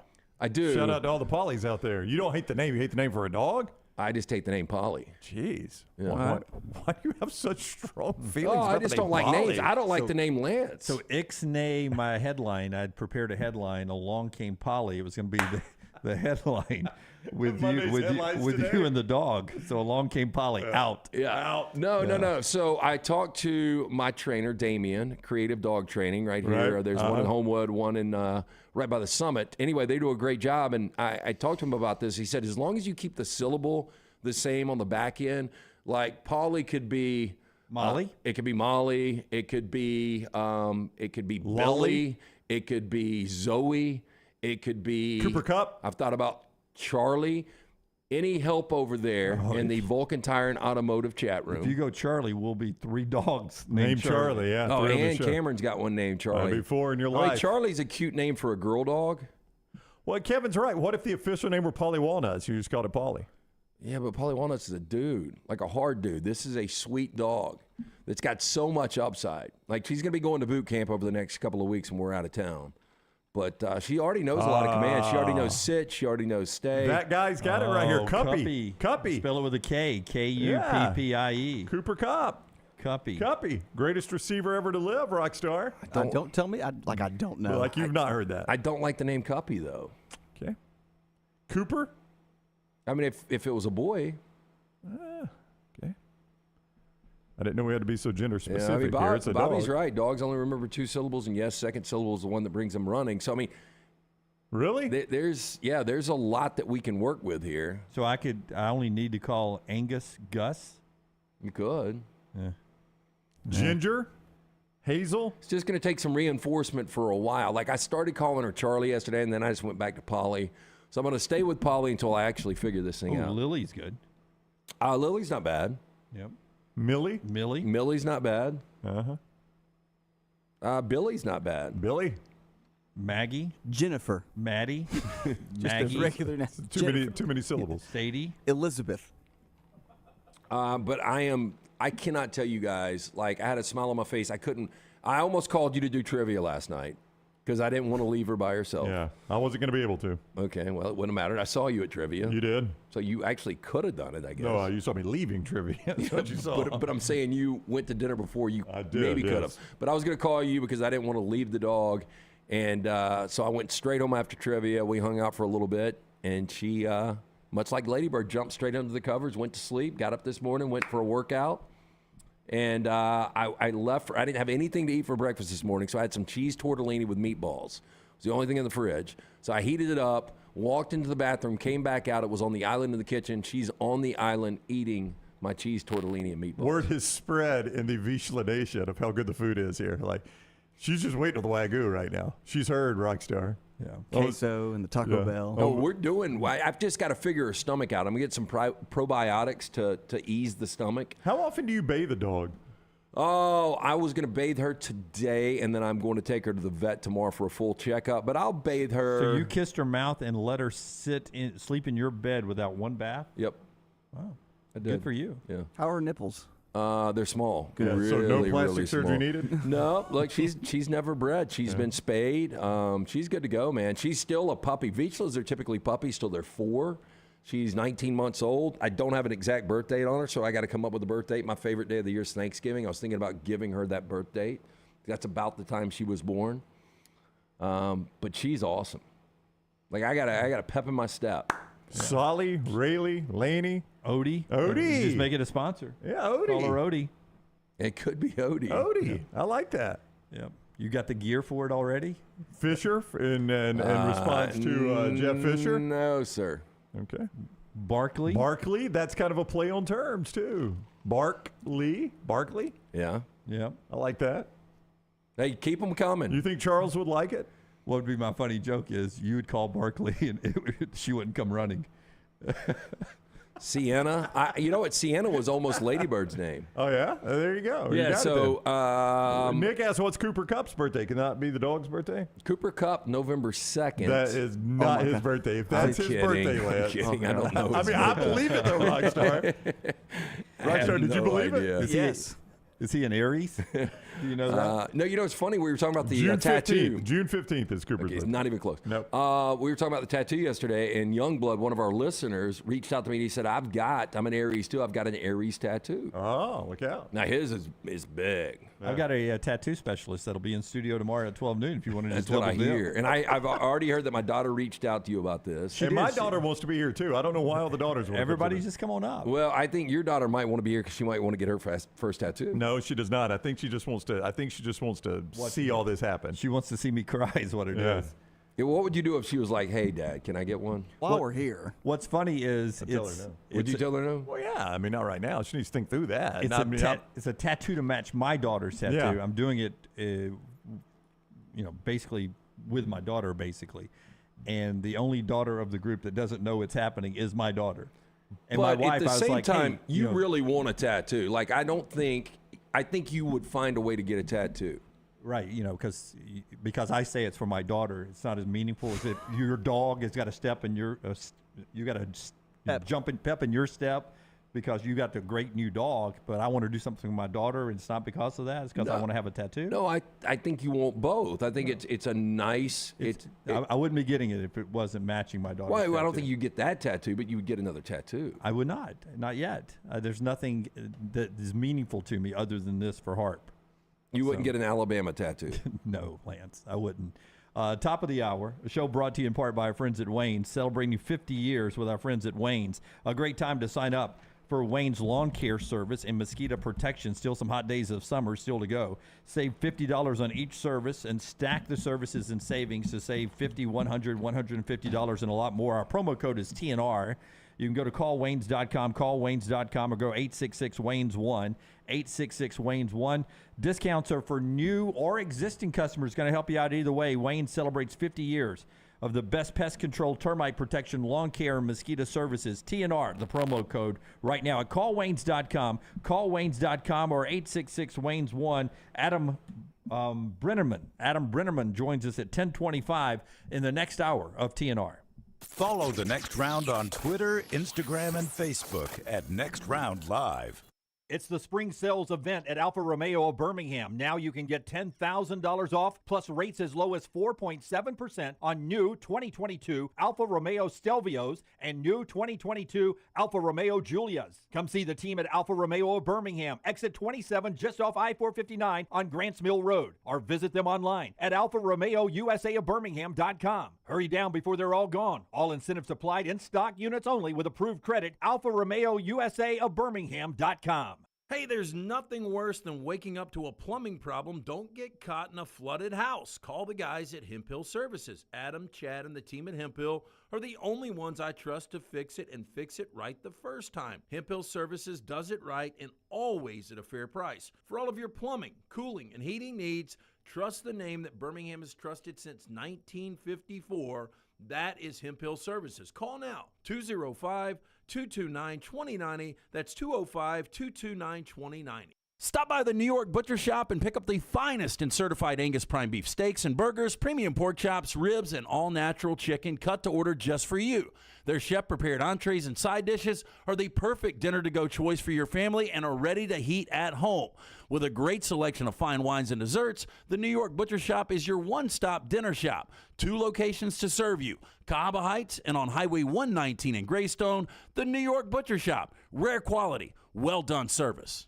Hey, let me tell you about our friends at Urology Centers of Alabama. Compassionate and comprehensive urological care with 35 physicians, 17 locations across Alabama. Their patient-centered approach to all of your urological needs. Remember, they've got that new men's health center. It is beautiful, helping men with a wide range of sensitive male issues in a comfortable environment. You can always go online, visit urologycentersalabama.com, schedule an appointment with one of their many urologists today. Storm season is here. Make sure you have a plan of action in place right now. Greg from Pell City and Storm Restoration Roofing should be your first call when storms hit. Insurance companies love working with Storm Restoration Roofing because of Greg Nelson's name and reputation in the industry. When storms hit, call Greg Nelson. He's local, 205-542-3531. He's the home of the free no-cost roof inspection. Greg from Pell City on Facebook, 205-542-3531. It's Storm Restoration Roofing. Things fall apart. There's even a book about it, but that doesn't mean you have to break the bank to fix them. Ryan Brown here for the Next Round. Our friends at Mortgage Right have a new renovation option that will make repairs and other home improvements easy. If you've recently purchased a home and find yourself short on cash, or you're looking to buy a fixer-upper, Mortgage Right's renovation loan program can help you spruce up your space. Repairs can be made to your roof, plumbing, flooring, and more with the help of top-notch mortgage professionals. So get your fix by visiting mortgageright.com/TNR. And MLS 2239, Equal Housing Lender. Jim Dunaway, Lance Taylor, Ryan Brown, and Rockstar. Live from the Birmingham Racecourse Casino Studios, the Next Round, presented by Bud Light, is on now. Rockstar, I'll make a case later this segment that today is the worst day in music history. Is this the day the music died? It is. I don't know that to be. I do not know if that's today. Okay. But there's another reason why I think today is the worst day in music history. Okay. Coming up in 10 minutes. 10? Okay. 10 minutes. You got to wait to 10:12 today. Will you agree or disagree with me? Will you give me you and LT are really good historians of music. Will you guys give me a full-throated debate on this, right? Full-throated. Really think about this and see if you agree with me. The worst day in music history. I'm racking my brain. Early August. What are we, August 3rd? Yep. I'll tell you more coming up. Show being brought to you in part by our friends at JohnstonRVCenter.com, JohnstonRVCenter.com. You know what's never a bad day, Dunaway? What? A day in a Johnston RV. Johnston RV Center wants you to make it a sweet southern summer with a new or used RV from Johnston RV Center. travel trailers start at just $139 a month. If you do the math on that now, that's going to be less than $5 a day. Is $5 a day worth it to you to go see America? I mean, that sounds like a great deal to me. 2023 fifth wheels, just $439 a month. They've got a military discount for all the active retired military personnel. So we thank you for your service. We're so appreciative of all you've done for our country. They do the exact same thing. If you're active duty or retired military, great discount for you. Lifetime warranty on everything you buy there that is new or under 2 years used right there at Johnston RV Center. I-65 exit 304 in Coleman, 334 in Decatur, and always online, johnstonrvcenter.com. SEC teams out practicing across the landscape today, including Auburn and Alabama. Some news from Auburn. Randy, what do you have for us? Well, Gus Malzahn, geez, that's 2 coaches ago. Hugh Freeze at SEC Media Days and again today has been asked about Jarquez Hunter. I think you guys would agree with me that Jarquez Hunter is a pretty important tool for this offense. All SEC running back. Yeah, I mean, when we talked about Auburn's best player, I mean, that's kind of the consensus right now, at least going into the season. And he continues to say he can't really comment on it. He doesn't comment on discipline issues at SEC Media Days. He said basically, hey, this is a school discipline issue. I can't really comment on it. Today he said this is all handled internally. I just can't have any comment on it. I guess is he on the field or is he not on the field? Good news for Auburn fans is he's on the roster. Okay. We won't know about the field till they're on the field. He is on the roster, so this is not a situation where Jarquez Hunter's name does not show up on the roster. But Hugh Freeze continues to keep distance between, he's absolutely going to play, and I don't really know. I mean, there just continues to be some doubt as to whether or not he plays, and that's a big loss for Auburn if Jarquez Hunter's not on the field for the full season. 100%. He is their best playmaker going into the season, but I think Brian Batty's going to be good. Yeah, they've changed the roster a little bit. So Alston, he praised Alston after that and his leadership and how he stepped into the role, but I think everybody that got to see Jarquez Hunter. Now, Scott is telling me Hunter was not at practice today, so I had not seen that report yet. So Jarquez Hunter not on the field. So he's on the roster. Coach can't really answer questions about him, and he's not on the field. Now, it's a long way until Auburn kicks things off, and it's a long way until Auburn plays a meaningful, losable game. But you want that guy on the field. Yeah, I mean, being suspended for a game or 3 games that or really 5 games, you'd still be out practicing to start with, right? So right now it seems like for him not being on the practice field today, day 1 of practice, there's some hesitation on when he will be back with the team, barring any injury that we don't know about. So that is something to keep an eye on. But yes, with Auburn out on the field this morning, Hugh talked in the 8 o'clock hour. They took the field about 36 minutes ago, and Jarquez not out on the field today. Did you see the room he was most excited about? Hugh Freeze at Auburn? Yeah, no. Which one? The offensive line. The completely remade offensive line. Yeah, he said that's the room he's the most excited about. Well, that's good news for Auburn because that has been a position that hasn't been recruited well for about 4 or 5 years now. Yeah, and the thing is, Peyton Thorne, I think we all assume, I know it's going to be an open competition, but we all assume Peyton Thorne, based on experience, is going to be that guy. But, boy, how tough is life going to be on him if he doesn't have time in the SEC? Yeah, I mean, when I was on the Zone, I thought Spiegel asked a good question on the Zone the other night. Now, I think Peyton Thorne's your starter either way, but he's like, I mean, how much does the way the offensive line play into that? Like, if they can't pass block very well, there's no doubt that Ashford is the better of the 2 runners. I think it's Peyton Thorne either way. I think no matter how your offensive line blocks for the pass or the run, Peyton Thorne's going to be your starter. But I did see another Hugh comment was, Peyton makes sure that we have conversations all the time. I still haven't seen him play, though.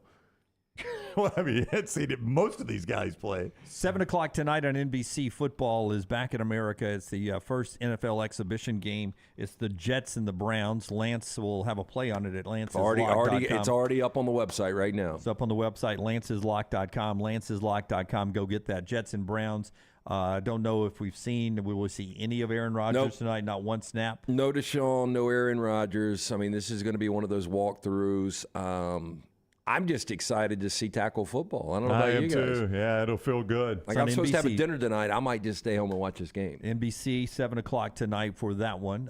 From the same place USFL just a few weeks ago played their championship game up there at the Hall of Fame Stadium, Tom Benson Stadium, up there in Canton, Ohio. This kicks off the long exhibition season. That's not as long as it used to be. Fewer games, but it still seems like it goes on forever.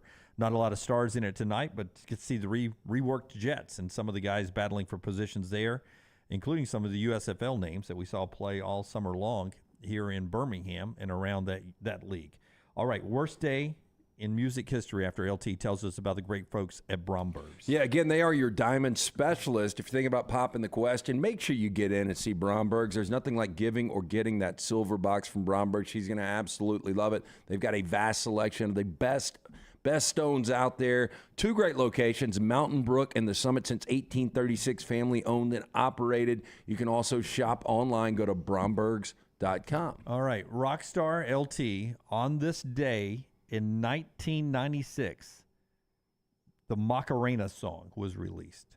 60 weeks atop the Billboard top list. It has to be one of the worst songs of all time. Ended about 2-1 in some chick. Yes, it's about a guy going to war or something like that, and his wife cheating on him with his best friend or something like that. Yeah. Well, it's got a snappy dance with it, Yeah. though. I mean, that should be Dance pointed is the out. best But I'll never forget, I was in L.A. when that song came out, and it was huge out there. Any club you went to, everybody was singing and dancing it. 60 weeks atop the Billboard Hot 100. But it's made a little bit of a comeback. My little one knows it and knows the dance. And I've pulled up at school, and her buddies are out there doing the dance. I don't know if I consider it music. I know this sounds weird. It's more like parody, a social. What am I looking for? Some kind of social ritual. I don't. Yeah. It's like a trend. It's like a trendy thing. I mean, it's the same song. Oh, I don't know. Well, let me ask you this: do you think anybody back then? Yes, because it was on the charts for 60 weeks. Do you think anybody now goes to iTunes or Spotify and they download that song unless they're downloading it for a party? Only to do the dance. Yeah, to be funny. Yeah. Only to do the dance. But nobody's driving around their car listening to that. Ooh, turn that off. So I saw this, but I cannot remember what the name of the movie is. It's a really good movie with Willem Dafoe. The Lighthouse. No, he's a robber. I think it's Inside. He's a robber that gets stuck in a loft that locks himself in. So the heat comes on, and the heat's like 108 degrees, and he's taking all his clothes off, and the only thing that has cool is he opens the freezer to put his face in. But if you leave the freezer open for too long, the alarm is it's the song, so he has to shut it because it's full blast. So every time he tries to get cool, he has to open the freezer and just listen to that damn song.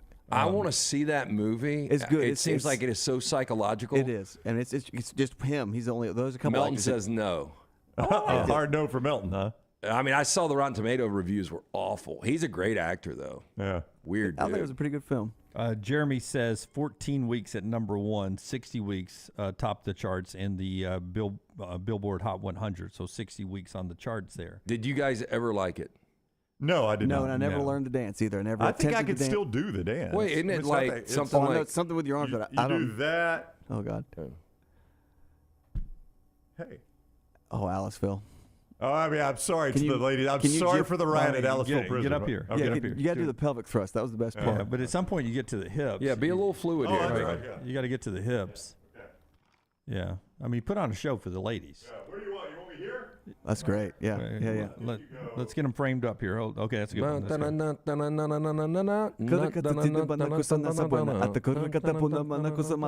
Oh, my God. There we go. Yeah. Don't you turn around one time and then do it for the ladies? I can't stand up right now. Yeah. There you go. You do a flip.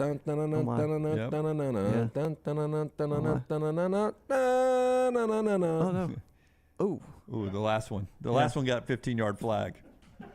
That was the upside down horns there at the end. God, that was how many years ago? 27? 96. 1996. Man. Of course, that was the Summer Olympics in Atlanta that I completely missed. Did you guys go over for that? I did. I watched the game here in Birmingham. I watched the one soccer game. Or a couple soccer games game here in Birmingham. That was right when Maggie and I started dating. So that was one of our early dates was to go over to was that Atlanta your wedding for the song? Olympics. Honest, did y'all ever dance to the Macarena? I can't remember one time we've danced other than at our wedding. What was the song y'all danced to? Is she not a dancer?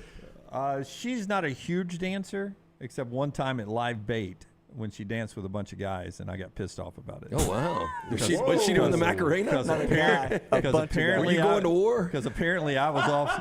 Apparently I was off talking to a bunch of girls. And I'll show him. That was not in our group.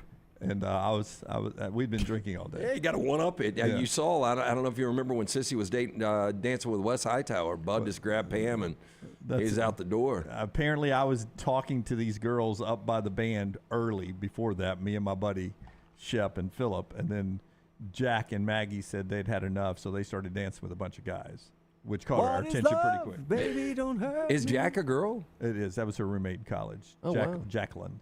Oh, okay. Yeah, we called her Jack. Jack and Phil. They listen and live down in the Fairhope area now. Down there, very successful. Good guys, good folks. So did that end? That was actually the trip back when she hit me with a coat hanger.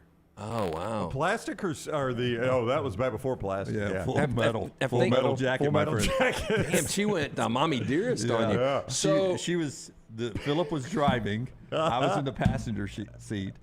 Jacqueline was behind me, so Maggie was in good striking distance behind the driver's side, and so I said something, passive aggressive or smart ass after we basically broke up because of that fight at Live Bait, and we're in the car on the way back. That great 4-hour post weekend drunk drive back, hungover, not drunk, and I said something mean, I suppose, and Jacqueline reacted.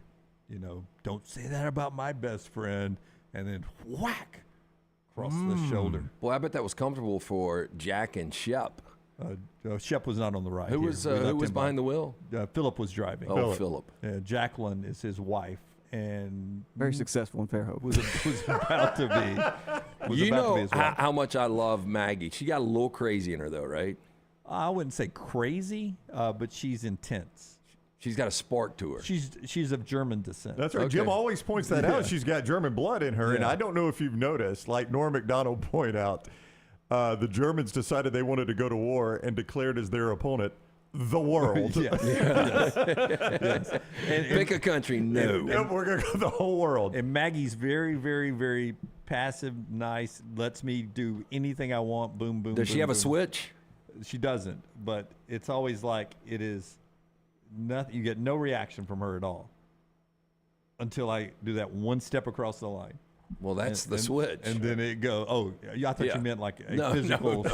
I didn't think she beat you. I thought you meant like a switch. Get your ass in here. I heard what you said on the air today. Yeah. Come take you beating. Yeah, pull those pants down. Go out and pick your own switch. Remember when your grandma used to make you do that? Go get your own switch. No, but you've got those people that are very passive until they hit a point, and boy, you don't want to get them to that point. Yeah. Which is probably why I meet her at the door. Like when I cleaned, when I put up the dishes out of the dishwasher last night and she came home. I had just gotten home from playing golf. She came home from working at the church. And I was quickly at the door waiting. She comes walking in. I give her a big hug. And I was leading her to the dishwasher. And she's like, let me guess. After I loaded the dishwasher, unloading it yesterday, let me guess. You pulled the dishes out of the dishwasher before she even opened it. I was like, yeah. Can I get a treat?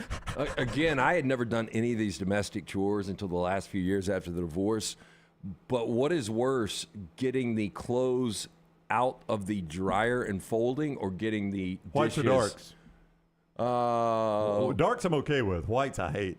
Why is that? It's because it's a bunch of little socks and underwear and all that crap. The darks you can tear right through. I don't own a pair of white socks. Oh, I got a lot of white socks, and everybody in my family does. No do I. I've got no white socks. I got gray and black. I mean, it's not like some sort of social construct, guys. I'm just saying white socks are gray and black. And knee highs. But you would rather do dishes than laundry? I'd rather fold darks than do dishes. Well, I hate folding whites because keep in mind, too, now. But you don't do your own laundry. I mean, I help fold it sometimes, except Jennifer likes it folded a specific way. And you refuse to learn that way. So I don't refuse to learn that way. When I'm do just you a man. fold? Like if she's had a procedure and she's procedure. No, Lance. Again, I don't live in the 1950s like you. I will help out with the chores. on Valentine's and holidays, right? I mean, if the clothes are there and they need folding, I fold them. Now, I hate doing white, so I'll try to ignore that until she does it. But we play a game in our house. I bet you do.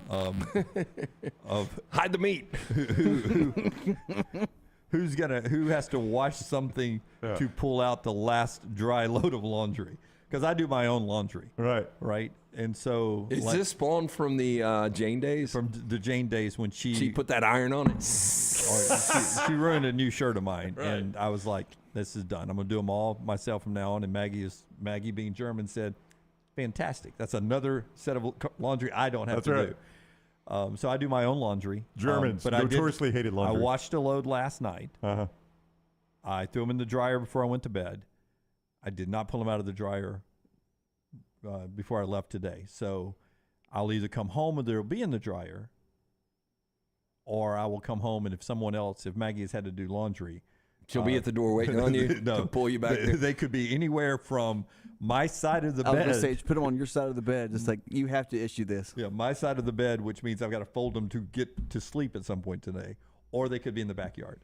Because I've been requested many, many times not to leave my laundry in the dryer. That's a bad habit of mine. Now I'll tell you what I did today. I went and pulled these shorts, this pair of underwear, and these socks out of the dryer and did not pull the rest of it out. I just picked and chose out of the dryer and came to work and left them all sitting there. No, I've done that. Yeah. You embrace being passive aggressive, right? I don't embrace it. I'm just good at it. So you are good. World champion. One of the worst things, and again, it's one of the biggest mysteries in the history of the world, is where that sock goes.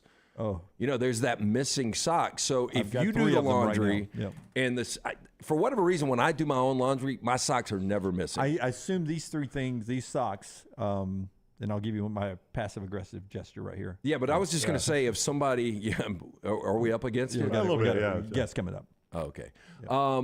But if one of the socks is missing and you hadn't done the laundry and it's your sock, are you like, Maggie, where's my sock? No, I never say anything else. I'll try to chase it down. I just assume the three that I don't have matches for right now are in my winter clothing somewhere, or my fat clothes. Yeah. No, I know how Dunaway does it. He walks through the house wearing only the one sock. He never says a word. He just wears that one sock. He always putting his feet up, though. Yeah. Why do you have one sock on? I don't know. Funny you ask. A little Big Ten football with Adam Brenemen. All the college football, not just Big Ten. Not just the Big Ten. All the college football. It's our first time to talk to Adam.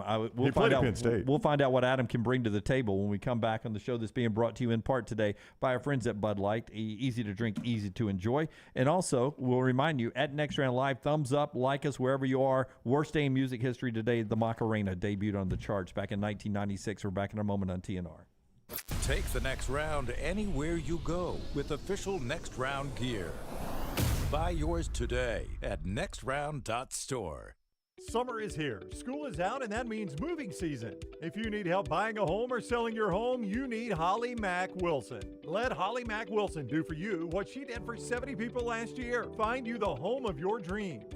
She is a professional who helps you with every step of the buying and selling process. Holly Mack Wilson will help you find a home, negotiate the best price, and help you get your home ready to sell. She helps you get the most out of the house you are selling and helps you get into the home of your dreams at the best possible price. Holly Mack Wilson can help you find a home anywhere in Alabama, from Huntsville to Mobile. So call Holly Mack Wilson today, 205-901-9446, or check her out online at hollymackhomes.com. Then sit back and enjoy your summer. Who knows, she may even help you plan your summer vacation. That's Holly Mack Wilson at 205-901-9446 or hollymackhomes.com. Holly Mack Wilson, your trusted and professional travel planner and Keller Williams agent. Hey, coffee lovers, the Next Round blend is available right now. Our specialty coffee roasted on demand with 100% Arabica beans, available in light, medium, and dark roast. Order today at nextround.store, nextround.store. No one does happy hour like Twin Peaks. Whatever your preference, we have everything from tequila cocktails and an extensive bourbon category to local craft beers and handcrafted whiskey cocktails. And don't forget about that 29-degree man-sized drafts. It's Twin Peaks at the Patton Creek Shopping Centers. You have all heard of Red Wing Shoes, but what is Red Wing Shoes? It's the place where men buy boots, plain and simple. Who are Red Wing's customers? They are construction workers, warehouse employees, college students, the guy that fixes your AC, the guy at the end of the bar, the IT guy. Red Wing is a father, Red Wing is a son, Red Wing is a cult following shared by all men. A classic, comfortable pair of cool boots with a story to tell. What's your Red Wing story? Red Wing Shoe Stores, located in Pelham and Trussville. Tough Dog Garage Floors is a leading provider of high-quality garage floor coatings. Jared and his team specialize in the installation of polyasparatic flake garage floors. This is good for residential and commercial clients. Garage floors, concrete flooring, basement coatings, flake flooring, patio coatings, driveway coatings, pool deck coatings, and more. From get-togethers to oil changes, your garage experience will change forever. TUFF, Tough Dog, GarageFloors.com, or call 205-273-8813. Hey, let me tell you about our friends at Urology Centers of Alabama. Compassionate and comprehensive urological care with 35 physicians, 17 locations across Alabama. Their patient-centered approach to all of your urological needs. Remember, they've got that new men's health center. It is beautiful, helping men with a wide range of sensitive male issues in a comfortable environment. You can always go online, visit urologycentersalabama.com, schedule an appointment with one of their many urologists today.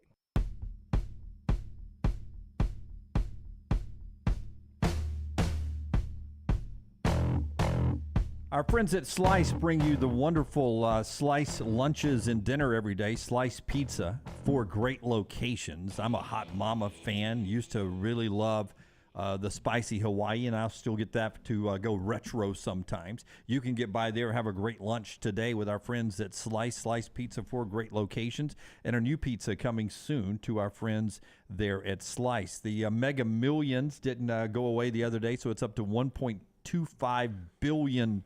When's the next drawing? I think I'm in on one more ticket for that from one I bought on my trip to Cherokee, North Carolina. Yeah, I don't really know. It could be tonight. So if you got the $500-600 million lump sum, do you really think you'd take care of us? I would give you guys a million at apiece? least $1 million, more than $1 million. I've planned this out in my head already. Every employee up here now, 12 strong. Whoever I would, John Parker Wilson will use. I'll let him be my financial guy. Okay.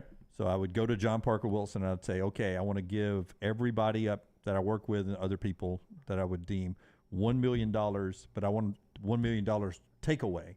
So let's give them enough to where it would cover their taxes. Right. So they've got $1 million post-tax. So when post-tax, you would all have $1 million. Okay. Yeah. 100%. I would do that. That'd be incredible. Yeah. Well, I hope you win it, Jim. I do too, man. Pay off the entire debt at our church. No offense. Oh, would you? Yep. No offense. You probably would win it, lose the ticket. I may have already won it and lost the ticket. That could be the case, yes. Adam Brenemen is with us now. You can go follow Adam on Twitter and all social media at Adam Brenemen81. He's doing great work. The former Penn State tight end, doing a bunch of college football videos. Go follow this guy and get in on the ground floor. He is with us now on the JohnstonRVCenter.com hotline. What is up, Adam? How are you? What's up, guys? Appreciate having me on. How we doing? Yeah, we're doing awesome, man. We appreciate you coming on. You played in the Big Ten, but we're going to talk all college football now. We want to start with Penn State because you're old school. You recently had to sit down with James Franklin. They feel like a fascinating school to watch this year. It's been difficult to get over that Ohio State-Michigan hump. Those two teams aren't going anywhere.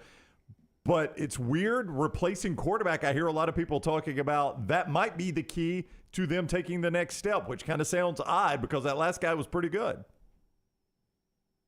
Yeah, I mean, I think if you've been following Penn State for a while, like I have, you know that the roster's in as good a shape as it's ever been. I mean, there's depth.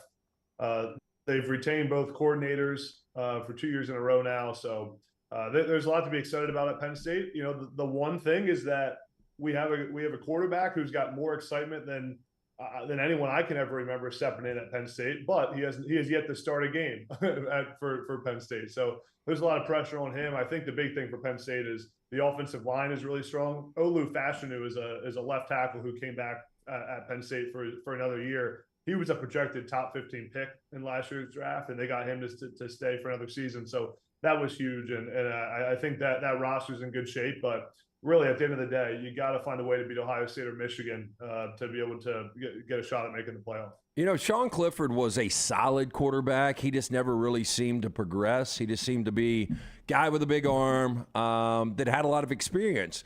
Drew Aller is the guy that's coming in now. We haven't really seen elite quarterback play since Trace McSorley. How do you compare Drew's game to some of the former quarterbacks at Penn State? Drew has as much talent as anyone that's come through the Penn State quarterback room. I mean, maybe since Christian Hackenberg got there in 2013. As far as pure arm talent, as far as the ability to throw the ball in tight windows, as far as athleticism, the thing that Drew has, having a big arm is only good if you're accurate, right? Like, there's no point in having a big arm if you're not an accurate passer. Drew's ability to be accurate with great arm strength is what makes him special. He can throw receivers open. Again, ball placement can be the difference between breaking a big play for a receiver and falling and catching the ball. He's so accurate with the ball, and that's what allows him to be so good. Now he has to go do it on Saturdays consistently, which he hasn't had the chance to do yet. But the other thing Drew does is college defenses always give you the field flat. I mean, that's what happens. I call games every single time. The field flat, opposite of the hash that the ball is on, is always wide open because most college quarterbacks can't throw it there. They don't want to. They're afraid to throw it there because what always happens when you throw to the field flat? Pick six, right? It happens all the time.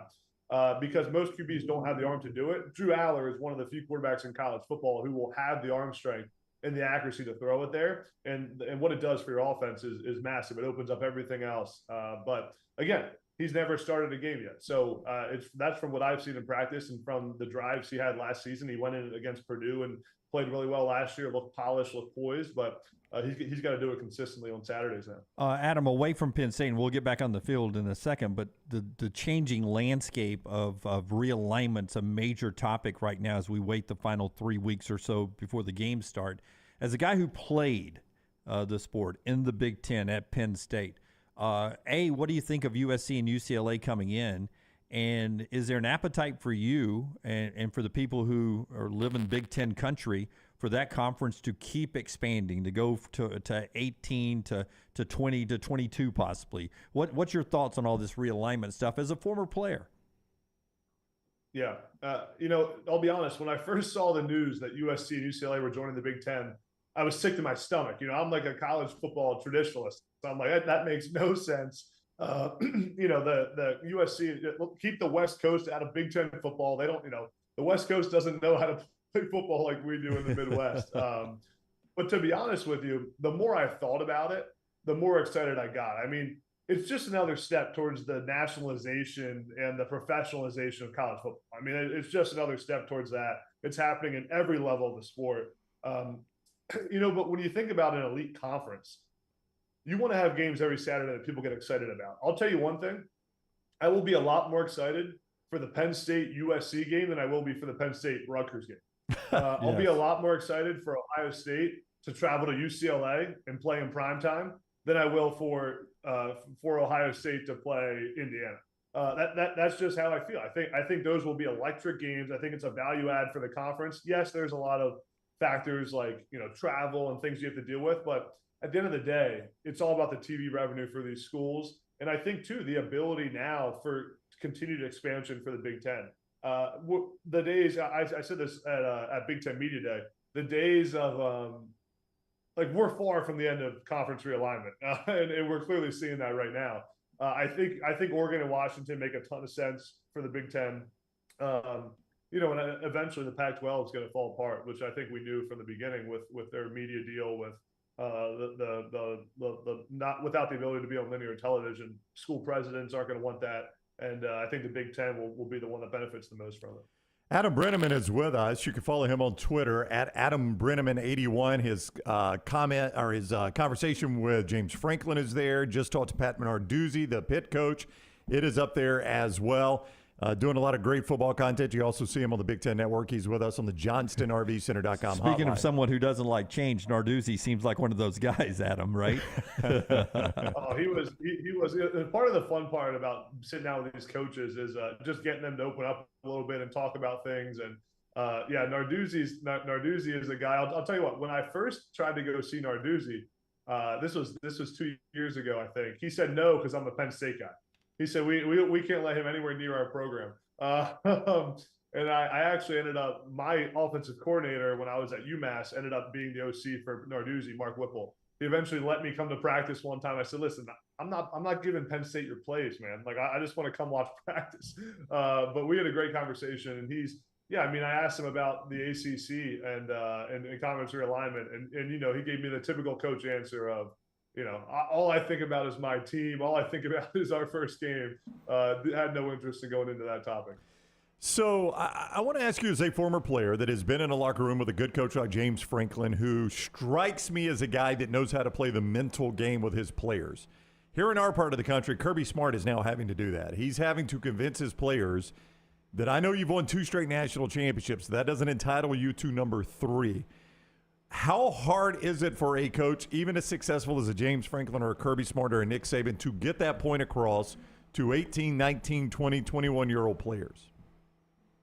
Yeah, it's a great question. I think it is difficult, right? You have all the hype. You have everyone talking about a three-peat. You got more excitement around the program than there's ever been if you're Kirby Smart in Georgia. I think the message to the players is that it's a clean slate. No one cares what you did last year. It's a new roster. We have a new quarterback. Everything's brand new. And that every single week you got to go out and prove it. And really that starts with a mentality in practice. I know that those elite programs, like when I was at Penn State, every single position battle restarts in training camp, right? There's no returning starters. There's guys who you think will be the starter, but it increases the level of competition. No one cares what you did last year. You're only as good as your most recent play, your most recent snap. I was at Duke the other day, sat down with Riley Leonard, their quarterback who's returning, going to be a drafted guy and playing the NFL for a while. I was talking to him about last season, and he said the reality is he had a great year last year. If I don't go out week 1 and perform well, everyone will stop talking about me immediately, and no one will have me on any Heisman sleeper list anymore. And it's a what have you done for me lately? Win now game of college football. And if you're Kirby Smart, if you're a head coach who's had success, that's the message you gotta relay every single year to your team. The problem is you're dealing with 18 to 21-year-old kids who like to read their own press clippings. So it's definitely a challenge and definitely a balance. I like J.J. McCarthy. I think there's a lot of upside for McCarthy. I've said this before. Could be the best quarterback that Jim Harbaugh has had since he was at Michigan. We talked about Penn State's quarterback situation. Still an unknown because we haven't seen him start a game. Same with Kyle McCord at Ohio State. I don't think Wisconsin has had the best quarterback in this league since Russell Wilson. You might be able to correct me if I'm wrong on that.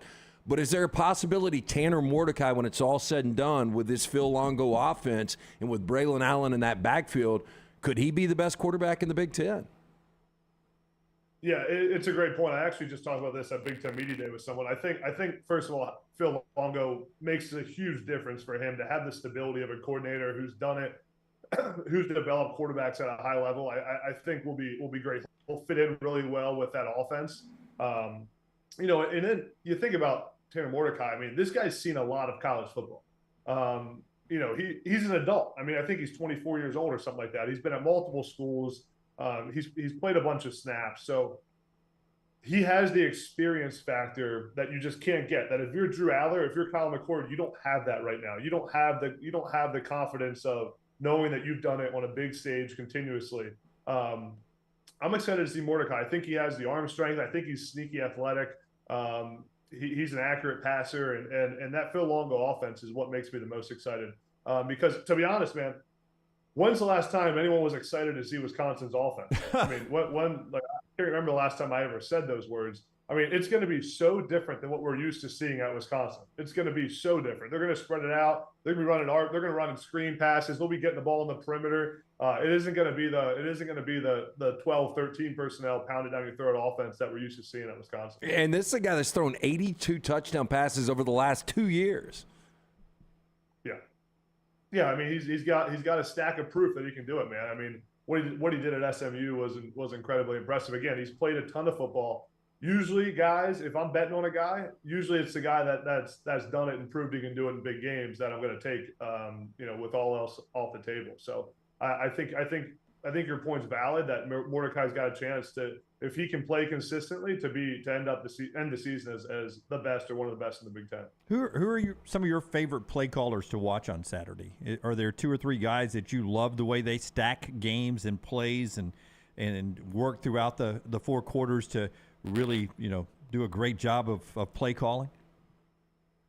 Yeah, it's a good question. I think the one guy that's impressed me the most of anyone I've seen, and I got to see a lot of it because last year I called a bunch of MAC games for ESPN, is Joe Moorhead at Akron, who was the OC at Penn State. I never was there with him, but his ability to manipulate the defense is extremely impressive, and how he's able to put his guys in great positions. Graham Harrell's a guy who I really liked, who was at West Virginia last year. I called a couple of his games. He's the OC at Purdue now. Guy was a quarterback, threw for a ton of yards in the air raid system at Texas Tech. I talked to Graham Harrell about his offense one time, and he said, I love this quote from him. He said, "Our offense is simple with the illusion of complexity." And I think that's really what it comes down to when you're a play caller, when you're an offense, when you're building your call sheet. Is it needs to be simple for your players, and it allows them to play fast, but it needs to look complex to the people watching it at home. It needs to look complex to the defense. And Harrell said another great thing when I was talking about his offense. He said, if my system doesn't allow guys to play fast, then we're doing those kids a disservice. If we're have so much stuff on their plate that they can't go out there and just fly around, then we're not doing our job. So I think Graham Harrell is a guy who will be continue rising the ranks. He'll be a head coach soon in college football, and I think he'll do a really good job at Purdue. Another play caller I'm excited to see is Bobby Petrino, if he's allowed to call the plays at Texas A&M. I think Petrino is going to give that offense a jolt of energy that it desperately needs at A&M. This is a good question, man. I could give play callers for days. I'm excited. I'm excited to see. But I think there's so many good guys in college football. And nowadays in the offenses nowadays in college football, the need for an elite play caller that can, number one, stack concepts on a team. You see these play callers are using the same concepts in different ways in different formations. So they're all running the same plays when you look at it. They're all running 4 verticals. They're running inside zone. It's the ability to use shifts and motions and pace of play to manipulate the defense, and that's what the great play callers do. You sound like Jimbo Fisher there. Jimbo keeps telling us we're all running the same plays, guys. Why does it matter who calls plays? We're all running the same plays. Well, Jimbo was running them wrong. Hey, Adam, are Penn State uniforms? I love the all whites. I'm sure you're a little biased. It's one of those love-hate kind of things. To me, the best uniform in football is USC's road with the white jersey, the yellow pant. But Penn State's is definitely a top 5 all white. What do you think? Yeah, I think the all whites. I'm going to be biased on this answer, man. I think Penn State's clean all white. The clean helmet is one of the best combos in college football. It's just clean and basic and stands for what Penn State stands for. If we're going with like best uniforms, I think I like UNC a lot. I'm a big Carolina blue guy. I think that their black and blue uniforms are up there with some of the best. It was going so well until Adam included North Carolina football in a great football discussion. I thought he knew football being in the Big Ten. Basketball, Adam. It's basketball. Yeah. All right, go follow Adam on Twitter. He's doing some really, really good work at Adam Brenemen81. At Adam Brenemen81. We tweeted it out from our Twitter handle there at Next Round Live, and you can see him on the Big Ten Network as well. Great catching up with you, Adam. We greatly appreciate the time. Appreciate it, guys. Good talking to you. All right, buddy. Take care. See Adam with us on the JohnstonRVCenter.com hotline. When we come back, something Braves fans know, but a couple of points that if you're not a Braves fan, that you may not know is going on in Atlanta. Buster Olney joins us on the show coming up at 12 noon today, starting the final hour. 12 noon Central still to come. Show being brought to you by our friends at Michelson. 969-8100. That's the number that I called more than 2 decades ago. Michelson Laser Vision used to be up here at the Summit locations. That's where I got my LASIK procedure done back in 2003. Now at UAB Highlands, conveniently located there. Call 205-969-8100. Ask for Amy. She's going to hook you up with a hassle-free consultation. You've got zero to lose to find out if LASIK is right for you. Dr. Mark Michelson, Dr. Jen Michelson, best in the business. I'm speaking from experience. I had the 20/200 vision. I was legally blind without the aid of contacts. After the procedure, 2015 vision better than 2020. Make that phone call, 205-969-8100 or michelsonlaservision.com. Call the next round now at 205-734-0923. The extra hours of sunshine are back on the clock, and that means it's time for golf at Timberline, a short drive from Birmingham or Montgomery. Go to timberlinegc.com, timberlinegc.com to book your tee times, schedule a lesson, or just drop by and use the TrackMan technology on the driving range. The course is always fun, in great shape, and you can even become a member. Get all the details at timberlinegc.com. It's time to get your golf on with our friends at Timberline.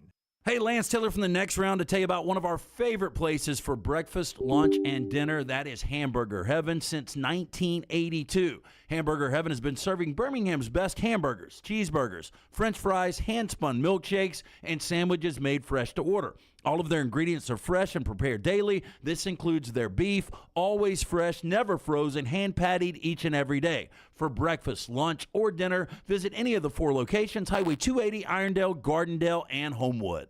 Maybe you're like me. You bought a house where you didn't like either the kitchen or the master bath, but you put off the renovation. Ryan Brown here from the next round. We decided to finally pull the trigger on that. My wife found Brad Bell, A-plus tile home remodeling. I am so glad we did. His crew came out and did tremendous work in a clean and timely fashion, and we absolutely love the results. Call Brad Bell now, anywhere in Alabama, 205-422-1758. That's Brad Bell with A-plus tile home remodeling, 205-422-1758.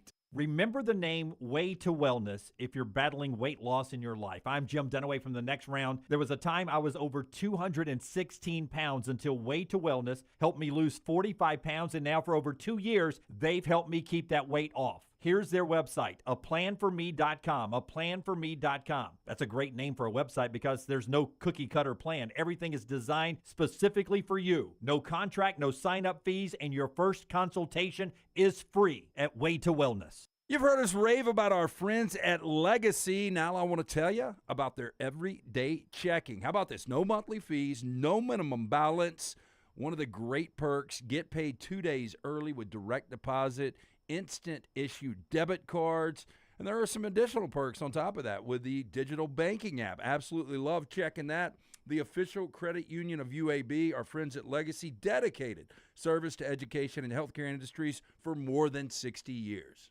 When the weather gets warm in the Deep South, there's nothing better than spending your days outside. Ryan Brown here from the next round. When you're outside, there are a couple of things you want to be certain about. Number 1, your yard looks the best it can. And number 2, you're not always swatting away those mosquitoes. My friends at Wayne's take care of both those things for me. And Wayne's is celebrating their 50th year. So right now, get $50 off your pest, your termite, your lawn, and your mosquito services. Visit callwaynes.com or call 866-WAYNES-1.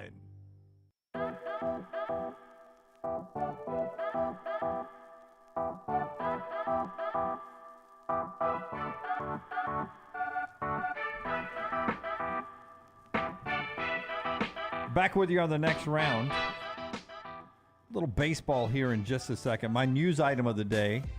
1440 or The Hustle, the two newsletters I get every day. Katie Couric hasn't been putting much stuff out. I hadn't heard her mentioned in a while. You know, I just don't. I get her as well, but I read the other two and I just never click on it right now. Yeah. Just to give us a little pat on the back, being free in America.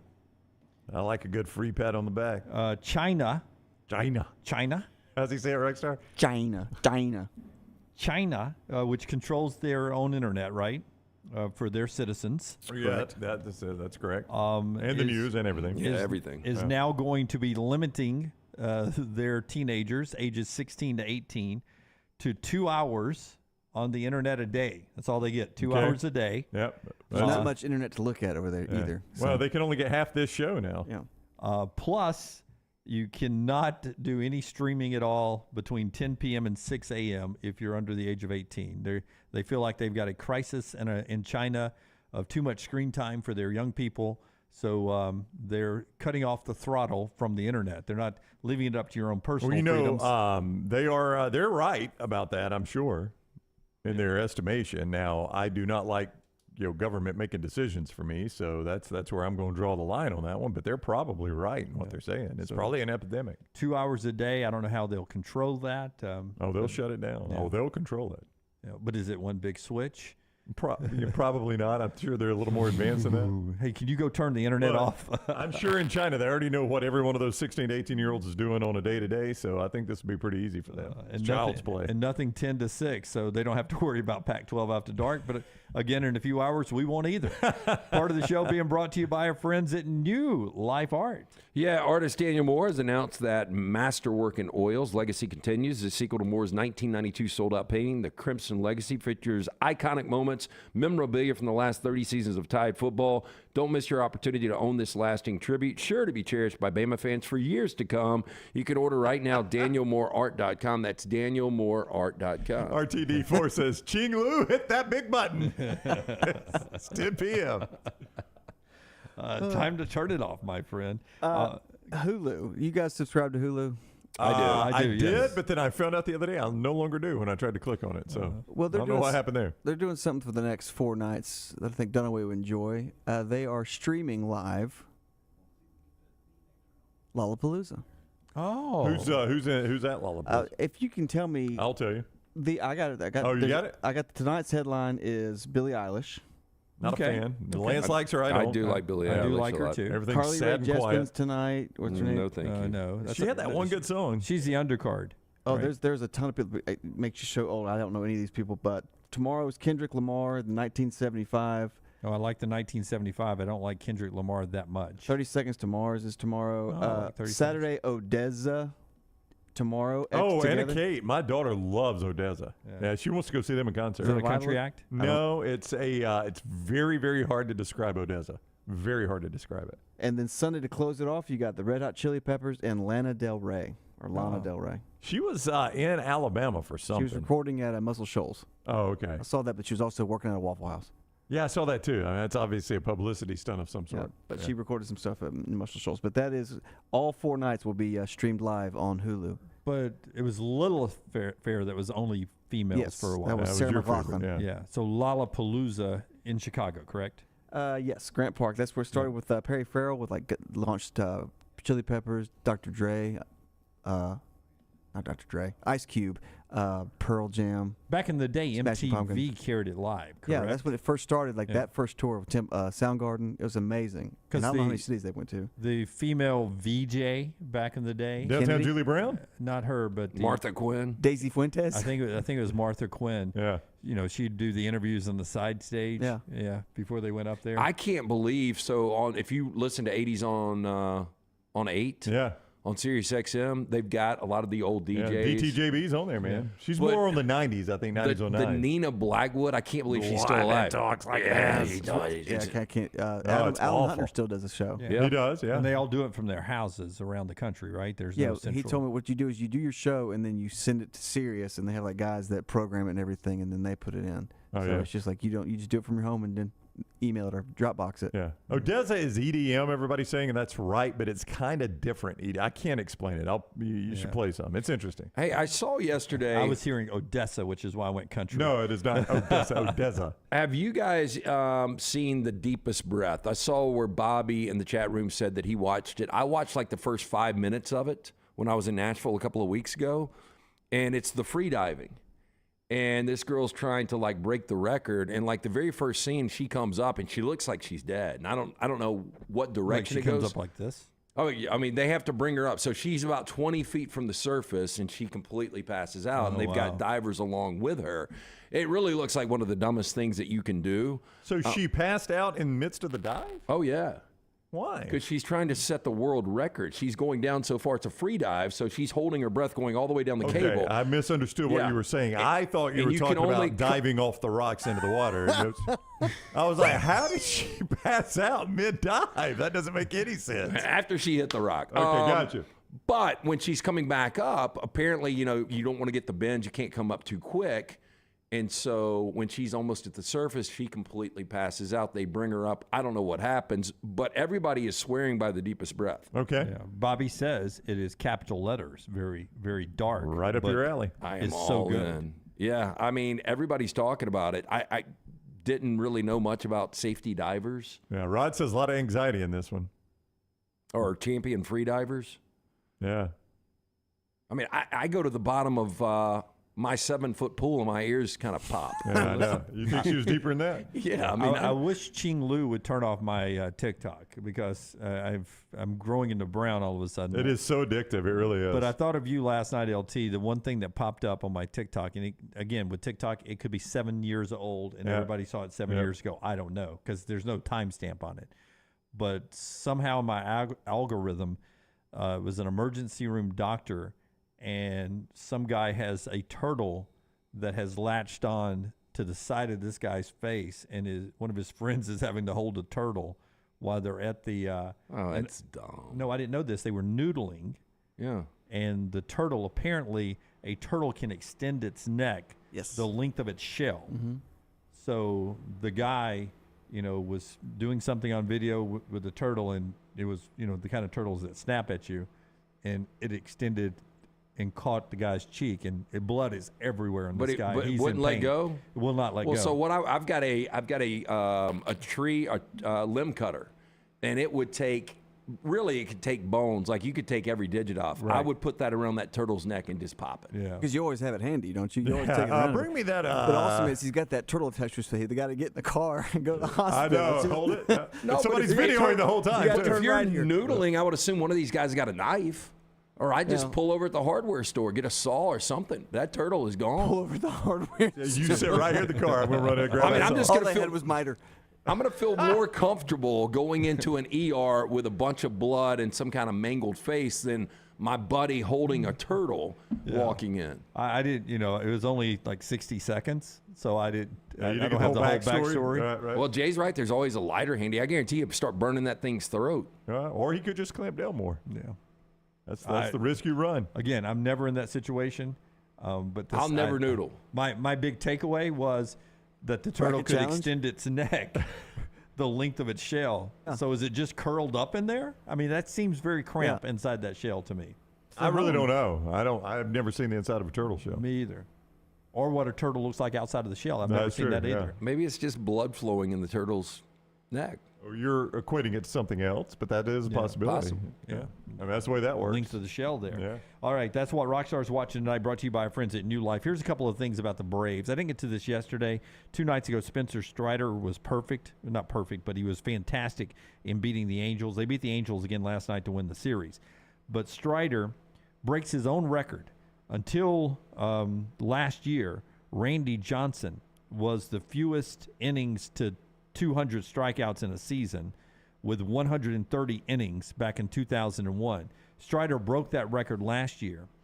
And then this year, he breaks his own record. It took him just 123 and a third innings to get to 200 strikeouts, fastest in Major League Baseball history, breaking his own record from last year. Yeah, and that's crazy. I mean, obviously he's been a dominant guy, but when you start talking about the likes of Randy Johnson, I mean, that's all he was known for. That's right. And here we go. He becomes only the fourth Brave to have multiple 200 strikeout years. So Strider has already on the board with only the fourth Brave to do that.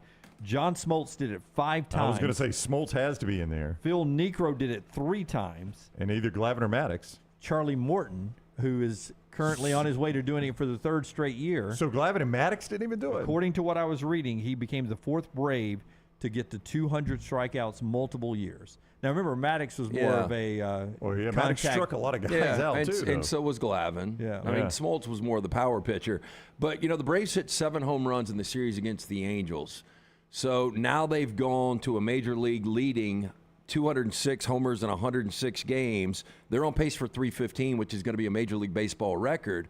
But I was going to ask you guys, Acuna goes deep again. Matt Olson, nobody's talking about – Acuna is going to be your MVP, but I wonder if Matt Olson's going to be your runner-up. Yeah, Austin Riley homered as well, too. But Olson, people worried about Freeman leaving, and they haven't missed a beat. They're not in that position. They improved. Yeah. Yeah, I brought up. Well, look, I mean, and Freeman's been still good. Oh yeah, Freeman is I think third right now in batting average in the National League. But and I mentioned this, Olsen coming over from the A's. A lot of people watched him, but the guy was super productive for the A's. But he's leading the National League in home runs. He's leading Major League Baseball in RBIs. But nobody's talking about Matt Olsen. And just to your point, the three different people with home runs last night. 9 hitters on the Braves roster have 10 or more home runs. So they've got 9 guys who are double digits in home runs.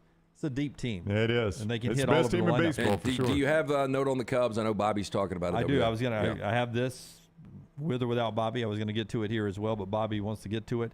The Cubs break something they haven't done since 1897 when they were not even the Cubs back then. 36 runs in 2 games.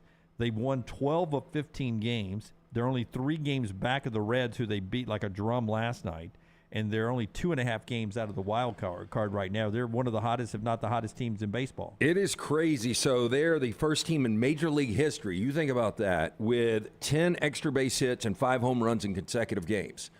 The Cubs' offense is popping. And one of the reasons they decided not to deal Cody Bellinger at the trade deadline, because they feel like they've got a outstanding opportunity of making a run right now with this offense. If Marcus Stroman and Drew Smyly can get back to form, and they've had some rough outings lately, but if those guys can get back dialed in, this Cubs team is extremely dangerous. Hey, and those 36 runs in 2 games, it's not like they were playing, somebody who's given up. It was against division-leading Cincinnati. Yeah, but you made this point a couple of weeks ago. As good as Cincinnati is, and watching them pound my Dodgers 9-0 this past weekend, you wonder about the pitching. Yeah, and the Cubs' good hitting showed off bad Reds pitching there. Good win for them. Atlanta wins last night. Astros and Yankees start a series tonight, 6 o'clock on Fox. Yankees with a win last night over Tampa Bay to avoid the sweep there.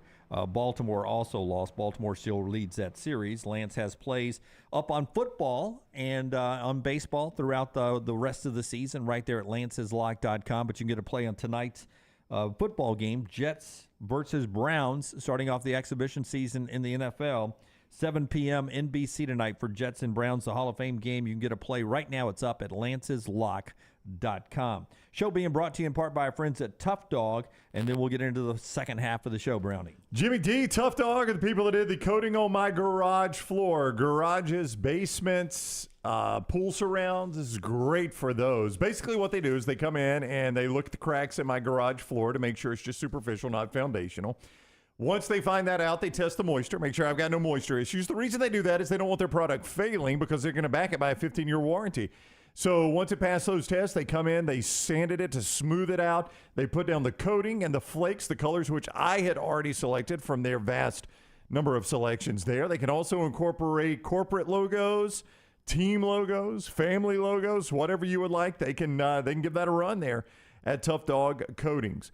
Basically, here's what it does. It makes your garage easier to clean. It makes it look better. It makes it cleaner. It feels better under your feet. It exceeds OSHA ratings for anti-slip. It will not wear out like epoxy does. It will not yellow in the sunlight. And it is backed by that 15-year warranty. You can see more online, ToughDogGarageFloors.com.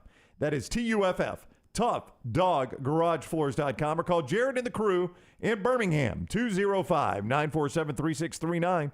That is 205-947-3639, or ToughDogGarageFloors.com. Everything Next Round is on demand now in the podcast section at nextroundlive.com. You can win a Chevy Trail Boss pickup or your share of $25,000 in free play and cash at Birmingham Racecourse Casino. The more you visit, the more chances you have to win. Play the latest, most exciting games around with fun bonuses and big jackpots. You can be a winner too. Come win your share during the Trail Boss and $25,000 giveaway at Birmingham Racecourse Casino. Drawings August 25th and 26th. Located off I-459, exit 31, Derby Parkway. Must be 21 or older. Must be present to win.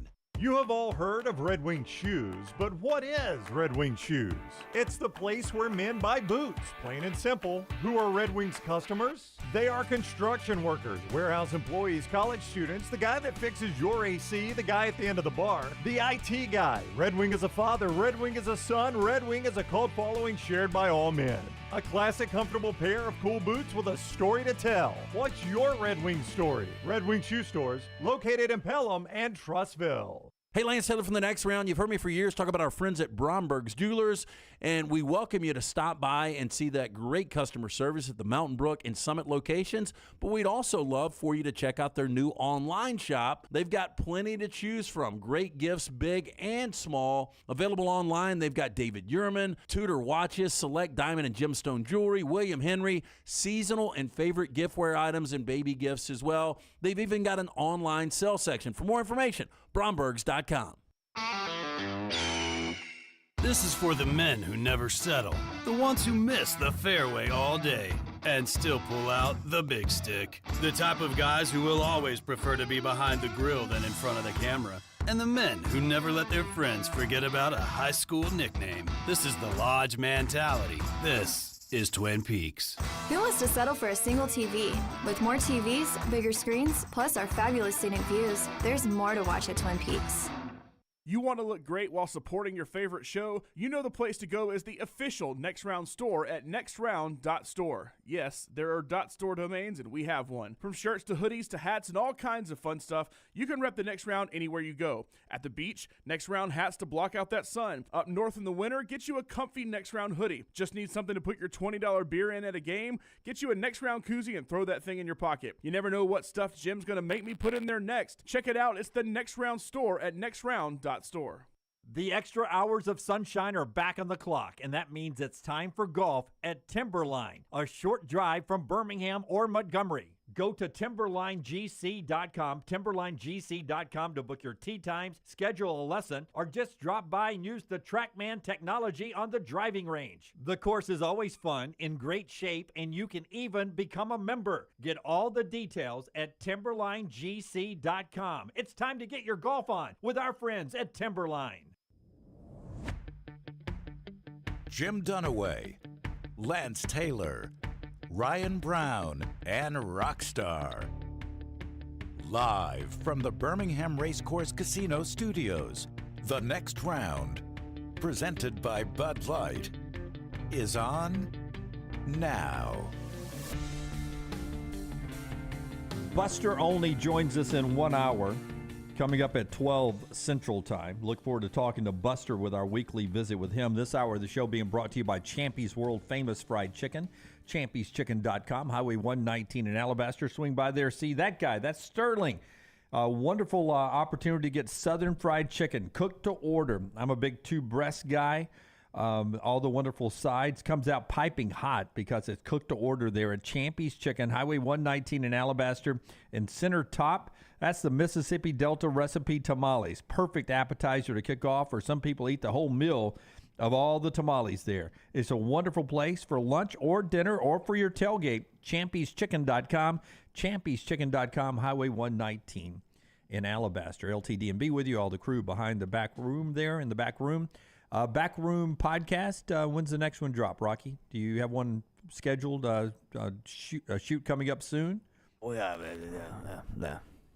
I don't know. We have to have a meeting about that. We have to talk about stuff. Got to have a meeting. Yeah, we've got to focus about what we're going to talk about. Yeah. New season coming up for the back room. I don't know. They always say that in the industry when there's a gap. New season. New season. We finished sweeps. We got a casting change. Oh, casting change. Yeah. So it's just we're trying to think of scripts right now. Writer strikes really impacting you guys. It's clear. And we don't want to. Yeah, we don't want to be looked at as scabs. So they're not going to cross the line. No.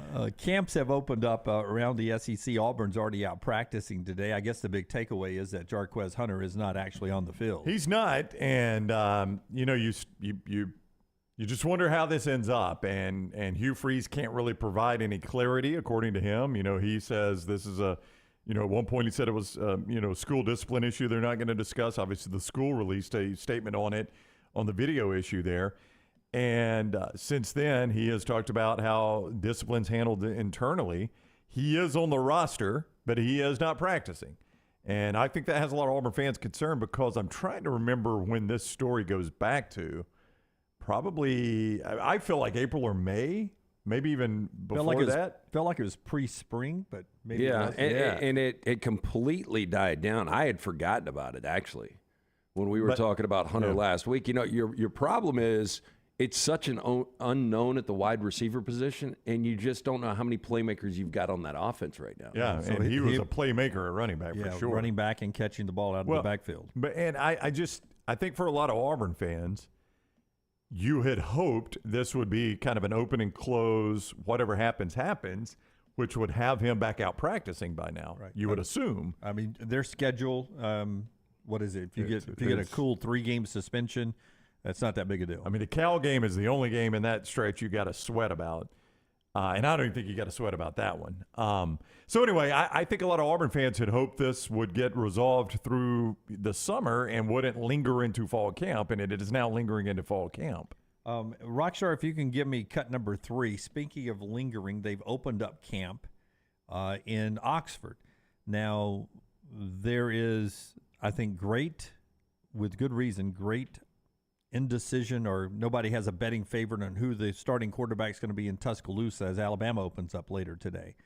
Interesting enough, too, is Ole Miss, because I feel like you get some people who are, very confident it's Jackson Dart, and then other people that are very confident it's Spencer Sanders, which is confusing to me. But here's Lane Kiffin on if he is comfortable with where his quarterback race is going into camp. Obviously, you guys had a battle last year with Luke and Jackson. Are you comfortable with it going into the season this year as it did last year? I would prefer for it not to. I've always said that. I always think it's better to have your guy. But you don't want to risk choosing the wrong one. And so there are times, at least 2 I can remember, where we've gone into a season not knowing for sure. So we've used some games, our first game, to help gather the information to make the decision, because it is obviously don't have preseason games, so it is hard to judge, and people make the wrong decisions all the time, even with preseason games at the next level. So I just try to be really careful of saying, okay, well, that's the guy, and then you haven't seen him even play in the game, with you. Ideally, no, we would not go into that. But if it doesn't show itself, then I feel like you have to. Now you do a lot of conversations with Mississippi media people. You're on with Neil a lot. You're on with Richard Cross a lot. Yep. Matt Wyatt some. What are you hearing? I mean, they all feel like it's Jackson Dart. I think they're a little bit surprised at this national narrative that has come out. But there again, I mean, Lane Kiffin didn't necessarily do anything to put that fire out. I would ask you guys, they're obviously good enough to let this sort itself out against Mercer, right? Ole Miss can let this sort itself out against Mercer and beat Mercer. Do you believe Ole Miss is good enough to continue to let it sort itself out at Tulane and win that game? Probably, yes. Okay. Yeah, probably so. Yeah. And I would say this. I think we've seen the best of Spencer Sanders. It's not bad. No. Spencer Sanders could start for multiple teams in the SEC. Was it Oklahoma State's all-time leading passer or something like that? Wouldn't surprise me. Yeah, but we've seen better quarterbacks. Oh, we have. Brandon Weeden was a much better quarterback. Yes. But he's good enough to win games even in the SEC. Jackson Dart, I don't think we've seen his best yet. Yeah. And I think he will continue to grow as a quarterback. I'm going to be really surprised if Jackson Dart isn't the starter. Let me finish this train of thought then. They are good enough, I think, to let it sort itself out if it lingers into game 3 against Georgia Tech and win that game. Not the problem, but the reality is after that, it can't linger anymore. I mean, this has to be sewn up by game 3 because your next 3 are at Alabama, hosting LSU, and hosting Arkansas. Unless you become one of those teams that are comfortable playing 2 guys throughout the course of the season. And Lane doesn't seem to like that. Now, again, Lane Kiffin was the guy, the driving force behind pulling Jake Coker and going to Cooper Bateman. Which worked fantastically. Ironically, against Ole Miss, and that was a failure. So Lane himself has messed this up before. Yeah, so that's fun to watch. I use this to jump off, and we're just going to do this off the top of our head, but I'll use this one first. More pressure to win this year on Kiffin or Arnett? Zach Arnett at Mississippi State. I think it's on Kiffin. Arnett inherited, the circumstances were awful. And I don't think anybody was ready to say he was ready to be a head coach. He was a head coach in making. We heard Matt Wyatt right when this tragedy went down saying that Zach Arnett has everything you want in a head coach. But the expectations the last couple of years have been more for Ole Miss. Lane Kiffin's making a lot more money than Zach Arnett. And Lane Kiffin is also the guy that had a flirtation with Auburn. Whether or not that was going to go down or not, it looks like Lane Kiffin was focused on getting that job. And after a 7-1 start, the bottom completely fell out. He needs to flip that around quickly. He has another 7-5 with the money he's making. I think Ole Miss fans are going to be really upset. Yeah, that's the thing. I think Arnett gets the grace period of you're taking over a situation like we've really never seen. Maybe we've had a sitting SEC head coach pass away. I don't remember it.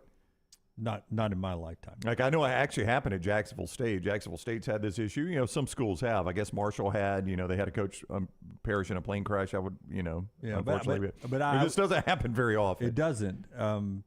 But I do think some people look at Zach Arnett almost as if he's the interim coach, even though he was named the permanent head coach, and the plan is for him to be a long time. Yeah. The coach at Mississippi State, but in a transition year almost. But I think a realistic fan at Mississippi State, and maybe talking about realistic fans is the downfall here, has to look at this and say, all right, look, he wasn't going to be comfortable just continuing to run the air raid. If he's going to be my head coach, I've hired him now.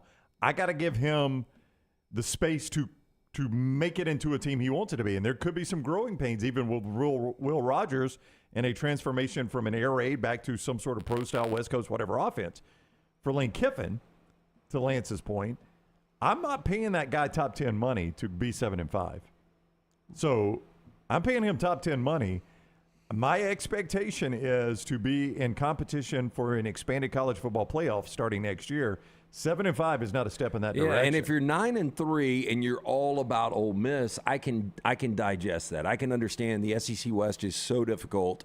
You give me a good product, you're competitive in each and every game. You beat LSU or Alabama every other year. I can handle that. What I can't handle is the flirtation with another job that Ole Miss fans would view as an equal job. Well, and I think potentially you've ended that now by paying him what you've paid him. It will make it far less likely that he can leverage. If he's flirting with another job, it's going to be to take that job. He can't leverage it for more money anymore.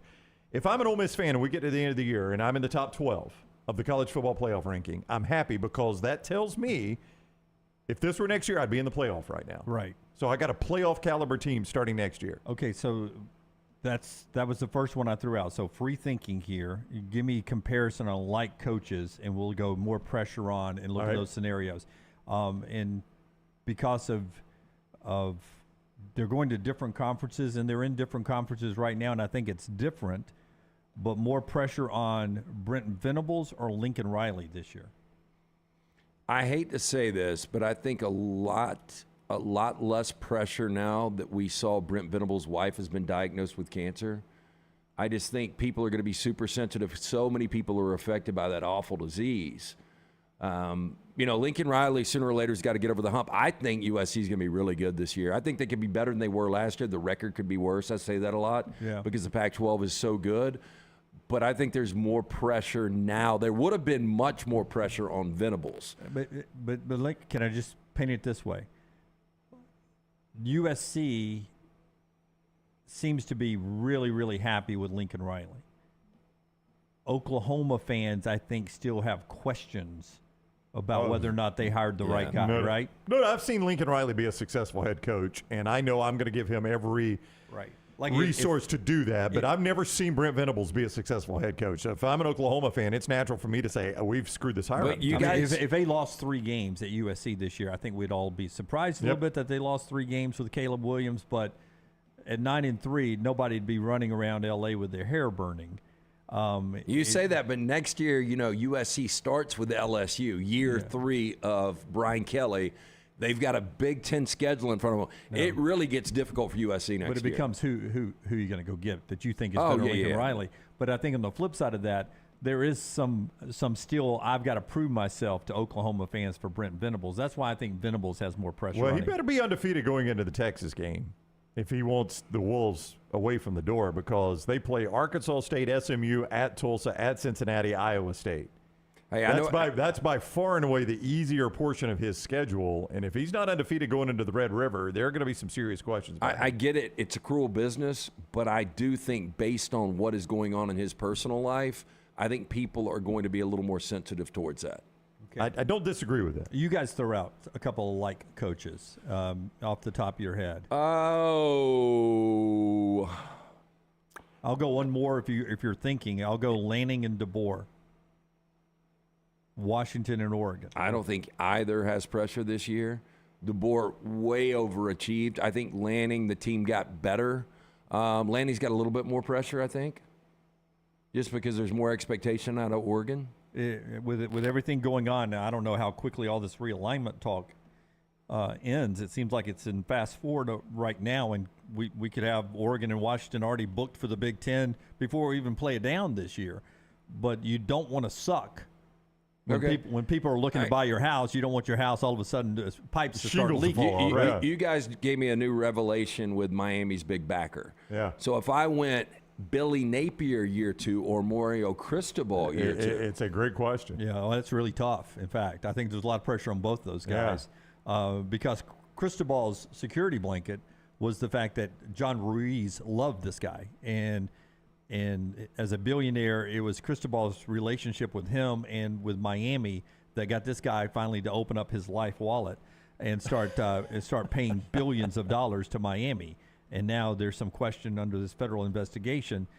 Everywhere I read says it's not going to impact his giving to Miami and that Miami's okay. But, you know, if life starts going into the shitter somewhere else, that very easily could change. Well, look, and I think Cristobal, there's something, you know, him being a Miami guy gives him a little bit longer of a leash. I mean, Billy Napier, you know, people are saying, hey, this fan base has got to be patient with him. You don't want to continue this cycle of getting rid of coaches. But the AD is the one that I think, Scott Strickland, is going to be more patient with him because I don't think Scott Strickland has another, oops, we made the wrong call in him without getting some blowback himself because he hired Dan Mullen and that was a quick exit. And he hired Mike White. I mean, I could see a scenario where if Florida goes out there with an unknown Graham Mertz and what he's going to be able to do in the SEC, this roster doesn't look as stacked as most rosters in the SEC.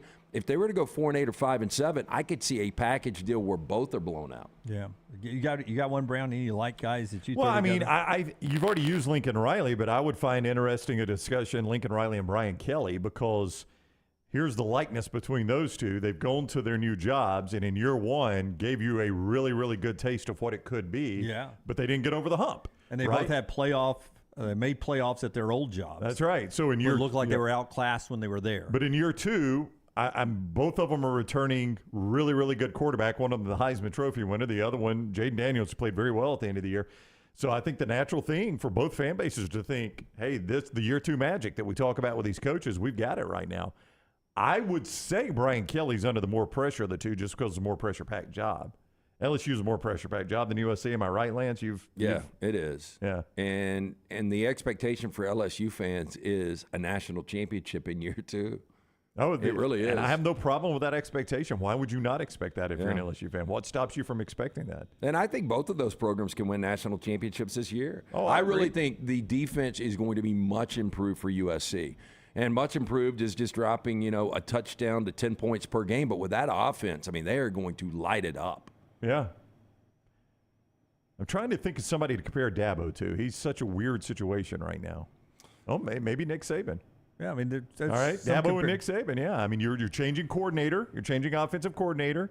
You've been to the mountaintop, and now people are saying you're on your way back down the mountain. I would go more Dabo and Ryan Day. Well, I mean, the pressure, the word pressure is misused when we get to this level, right? Nick and Dabo and Ryan Day, right? Yeah. Because they're not going to get fired. They're not going to get fired, but who has more urgency to prove that they have not lost their fastball? Is a good way to put it. Okay, right? Dabo or Saban? It's Dabo. I mean, again, you heard Klatt yesterday when I was talking about the mini dynasties. He's like, look, Alabama's totally different. This has been a 15-year thing. Well, where they've been in the conversation for the national championship every year for 15 years. I'll tell you one thing, though, that, and this is a small thing, but it's a little bit of a difference. If Saban can't win it this year, he is going to run into more and more of this guy's retiring talk on the recruiting trail. I don't think anybody's going to do that with Dabo. Paul does. Vulcan Tire and Automotive chat room. Dabo will be out of college football in less than 4 years. Maybe people will. I don't know. I'm just saying he's young enough that it's a little bit of a harder sell. And that's something he's not going to have to battle as much on the recruiting trail. Saban already battles it. He already battles it right now. That'd be a personal choice. Yeah. I mean, I still don't think Dabo can do any worse than 9 wins a season at Clemson. I've said this once before, and I'll say it again. The Dabo time at Clemson, if it continues to be just like conference championship or just 10 wins, not in the playoffs this year, will start to resemble more end of Spurrier time at Florida than a guy getting fired. They'll become like Dabo at some point will be like, I mean, my goodness, guys, do you guys remember what we were before I got here? Before I turned this around, do you remember what we were? Well, I agree, and fans don't. And no, they do not. No, they don't. Yeah. And that's what Spurrier encountered at Florida, right? There's like, guys, y'all remember? Y'all were upset about going to the Orange Bowl? You remember when you guys couldn't go to the Gator Bowl? You remember those days? Yeah. And he got tired and he left. He went to the NFL. And I Dabo's name comes up in the NFL every now and then. Every now and then. Now, I had a huge Alabama fan call me yesterday. This is not anybody that's connected. He's just a big Alabama fan. And he said, did you see where Nick Saban, this guy's a big golfer, so he knows what Jupiter, Florida is all about. And he said, do you see where Saban bought that big house in Jupiter, Florida? And I said, I did. He goes, this guy's retiring. He goes, you don't buy an $18 million house in Jupiter, Florida to not retire. And I'm like, I think you're probably reading too much into this. But again, I mean, that's all the talk that's around Nick Saban. And it's on the recruiting trail. Right. He's constantly having it's about it. It's going to happen one day. It is. Yep. Might as well play golf at Jupiter, Florida, right? There's some pretty good courses there. Yeah. Most of the PGA Tour lives there. That's why. Does Justin Thomas live there? He's got a place there, yeah. I mean, they all do. That's where Tiger has a place, Justin Thomas. If Justin misses the cut this week, can he still afford that place? I think Justin's still doing all right. He is doing okay. Justin Thomas, all of a sudden the Wyndham tournament, which starts today, is important for Justin Thomas. He needs a top 10 finish to make the FedEx Cup. If not, that'll cost him a few million. For the first of the year, he probably wondered if he was, I'm not going to play in the Wyndham. That's right. I'll get ready for the Fed Cup. Now he's FedEx. Scrambling. Now he needs a top 10 finish. He's missed cuts in 5 of his last 7 outings. There. All right, trash is coming up on the other side. The show is being brought to you today by our friends at New York Butcher Shop. If you missed it earlier today, LT has a new dog, and there's only a matter of time before the new dog, temporarily named Polly, ends up getting a little wagyu from our friends at New York Butcher Shop. Yeah, again, I've just got to figure out the stomach situation, how sensitive the stomach is. But look, it might be as soon as tomorrow night. I would save the wagyu for when she gets back from boot camp. Yeah. As a reward. Yeah. I might just go prime tomorrow night for her. Yeah. But stop by the New York Butcher Shop. Pick up the finest and certified Angus prime beef steaks, burgers, premium pork chops, ribs, all natural chicken cut to order just for you. Look, everybody would laugh about this, but I'll go in there and I'll tell Jim, hey, look, give me an 8-ounce cut. Let's get Polly a 4-ounce cut. And they can specialize this. He's going to say, you want to dust it up? Yep. I love it seasoned exactly how the New York Butcher Shop does it. Not for the dog, though, right? You season the dogs? No, not for the dog. Yeah. A little olive oil on it, a little butter in the iron skillet, then broil it. I know Brown disagrees with that. It's fantastic. They've also got huge deli sandwiches, catering options for your next business lunch with a great selection of fine wines and desserts. New York Butcher Shop, one-stop dinner shop, 2 locations, Cava Heights and Highway 119 in Greystone. The New York Butcher Shop, rare quality, well-done service. Follow Rockstar on Twitter @RockstarBHM. Hey, for all of your IT and printing needs, reach out to our friends at Xerox Business Solutions. Look, I'm still one of those old school guys. I print my notes every single day for the show. If you watch the show here on the next round, you see all the notes in front of me. From day one, Xerox Business Solutions, they've been with us here at the next round. Local for over 45 years. For all of your IT and printing needs, visit XeroxBusinessSolutions.com or call 205-969-3000. That's 205-969-3000. It's the spring sales event at Alfa Romeo of Birmingham. Now you can get $10,000 off, plus rates as low as 4.7% on new 2022 Alfa Romeo Stelvios and new 2022 Alfa Romeo Giulias. Come see the team at Alfa Romeo of Birmingham, exit 27 just off I-459 on Grants Mill Road, or visit them online at alfaromeousaofbirmingham.com. Hurry down before they're all gone. All incentives applied, in stock units only with approved credit. alfaromeousaofbirmingham.com. Summer is here, school is out, and that means moving season. If you need help buying a home or selling your home, you need Holly Mack Wilson. Let Holly Mack Wilson do for you what she did for 70 people last year. Find you the home of your dreams. She is a professional who helps you with every step of the buying and selling process. Holly Mack Wilson will help you find a home, negotiate the best price, and help you get your home ready to sell. She helps you get the most out of the house you are selling and helps you get into the home of your dreams at the best possible price. Holly Mack Wilson can help you find a home anywhere in Alabama, from Huntsville to Mobile. So call Holly Mack Wilson today, 205-901-9446, or check her out online at hollymackhomes.com. Then sit back and enjoy your summer. Who knows, she may even help you plan your summer vacation. That's Holly Mack Wilson at 205-901-9446 or hollymackhomes.com. Holly Mack Wilson, your trusted and professional travel planner and Keller Williams agent. Stop by the New York Butcher Shop and pick up the finest in certified Angus prime beef steaks and burgers, premium pork chops, ribs, and all-natural chicken cut to order just for you. Their chef-prepared entrees and side dishes are the perfect dinner-to-go choice for your family and are ready to heat at home. With a great selection of fine wines and desserts, the New York Butcher Shop is your one-stop dinner shop. 2 locations to serve you, Cahaba Heights and on Highway 119 in Greystone. The New York Butcher Shop, rare quality, well-done service. The Next Round is so much more than the show you get from 9 to 1 each day. So make sure to head to our official YouTube channel at Next Round Live and subscribe to get all of our latest content. We, of course, have plenty of specialty content and shorts based all around the sports in the heart of the SEC. But we also talk pro sports, gambling, lifestyle and entertainment, and so much more. It's the Next Round YouTube channel where you never know what you're going to find next. Subscribe now to see the latest content and get notifications when we go live. That's at Next Round Live on YouTube.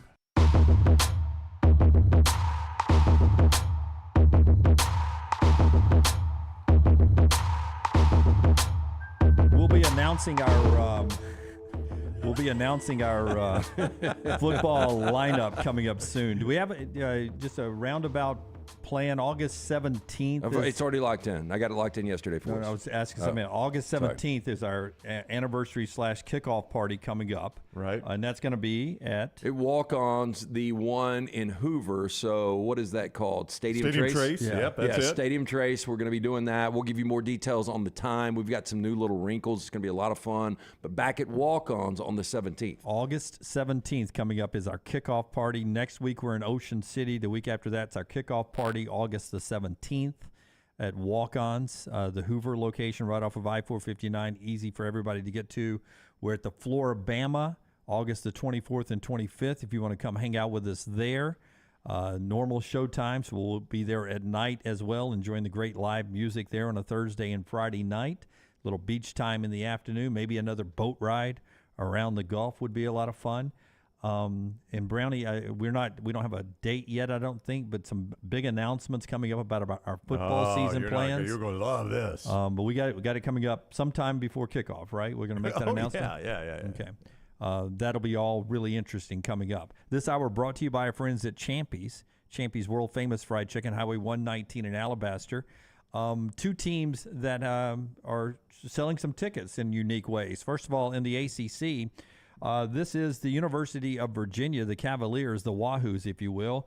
You can go by and pick up a little 2-ticket package right there at your local Costco. Virginia selling single-game tickets at the local Costco.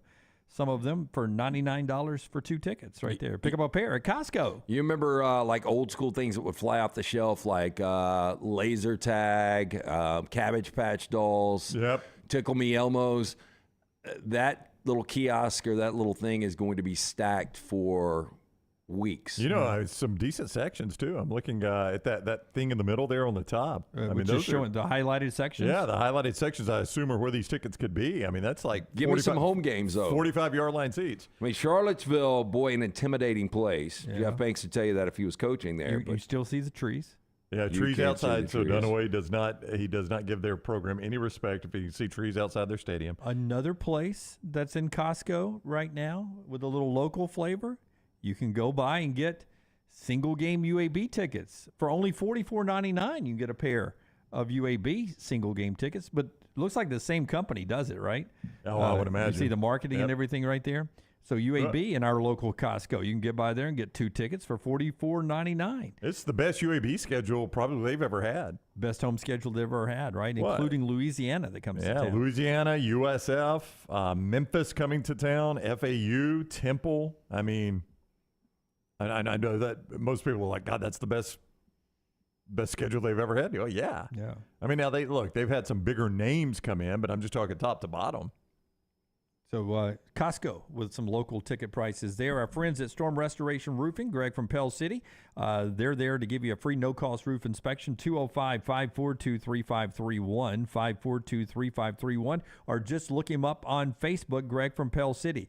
Listen, a free no-cost roof inspection. It can be as simple as a loose shingle or a bent shingle that can allow water to start seeping into your attic or your roof space, and that's going to cause some major problems down the road. Why not get a free no-cost roof inspection with our buddy Greg from Pell City, 205-542-3531, A-plus rated with the Better Business Bureau. Insurance companies trust him. That's going to help you out. In business for a long, long time. Greg's actually the guy that'll get up on the roof right there. 205-542-3531, 542-3531. It's Storm Restoration Roofing, Greg from Pell City. Breaking news, Brown. Breaking news, maybe a little before we get to trash. Just leaking to the media, a specially called Board of Regents meeting at the University of Washington today. Oh, I mean, anytime one of these pops up out of the blue, right now, people are going to start trying to connect dots. Well, I mean, if it's this quick on Washington, I mean, is the Big Ten willing to move that fast? I don't know. I think so. I think what you're going to see is Washington's going to take a cut. They're not going to get the full membership, and then once this television contract runs out, then Washington will be one of the members. Joel Klatt said it on our show yesterday. Dan Wetzel reporting today that his sources tell him that still the reduced cut for Oregon and Washington, if they take it, is $50 to $60 million a year. They'll never get that again. Which is double what the ACC, I think, is getting. Oh, yeah. The ACC, I think, is at 30. Yeah. Yeah, they would never get that in any sort of new Pac-12 deal ever. Yeah. Or in the Big 12. Or in the Big 12, yeah. So you take that and run. So if that's what you, even if you're taking a reduced thing, 50 to 60. Take it and run. So the question becomes, is the SEC, it's been one for all even cuts. If we are moving down that road, do you ever have some people taking reduced, like Florida State? Well, if somebody comes in, I could see it maybe. Yeah, something to keep an eye on. Washington and Oregon going to have to take a reduced cut because they have no leverage and they don't need a secure spot from Bobby over in the Vulcan Tire and Automotive chat room. You heard Joel Klatt say it yesterday. If it happens, that's what he thinks will happen. And if you're Stanford and Cal, do you say, hey, we'll tag along for even a reduced even cut? We'll take half of the half. We'll take the Costco cut. Yeah, why would you not? Yeah, why not? It's almost like, what are you really getting out of the Pac-12 right now to begin with? It doesn't look like the Pac-12 is going to exist by the weekend. Yeah. Yeah, like sad. By the way, it really is sad. Say what you want. I know a lot of SEC fans, completely. they laugh about the Pac-12. The Pac-12 keeps us up at night. The Pac-12 has had a lot of history, not recently. Those games are still going to go, but I like the variety. I like having variety, like Pac-12's chocolate and SEC's, strawberry. And I love my NFL, but we shouldn't be having NFL model. We shouldn't have 2 super conferences. Yeah, a thought on that after we do trash. We'll do that in the next segment. Buster at the top, but right now, let's hit the big button. I'm here with the winner, Derek Lewis. Derek, why'd you take your pants off? My balls was hot. I understand. LT's Trash is presented by Mortgage Right. Mortgages done the right way. Hey, let the experts at Mortgage Right help get your financial house in order. Their team of experts can make sure you're prepared for anything 2023 may bring, including freeing up cash for the things you need to get done. Take control today. Visit Mortgage Right at their locations, Highway 280 in Birmingham, Parkway Drive in Leeds. You can apply, mortgageright.com/TNR. Call 205-815-9200. NMLS 2239, equal housing lender. Before we get started, I saw an article on actors and celebrities that no longer are in the spotlight. And it had what they're doing now and what their net worth is. And John Gosling, John dad plus 8. Yeah, he popped up. You guys are never going to believe what he's doing. What do you think his net worth is? $250,000. A divorce with 8 kids. I'm going to say it's under $100,000.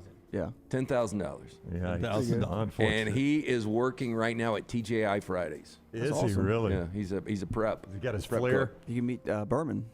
Just thought that was fascinating. Yeah. Okay, you guys know that I take a lot of pride in being what I would consider a really good, almost elite Uno player.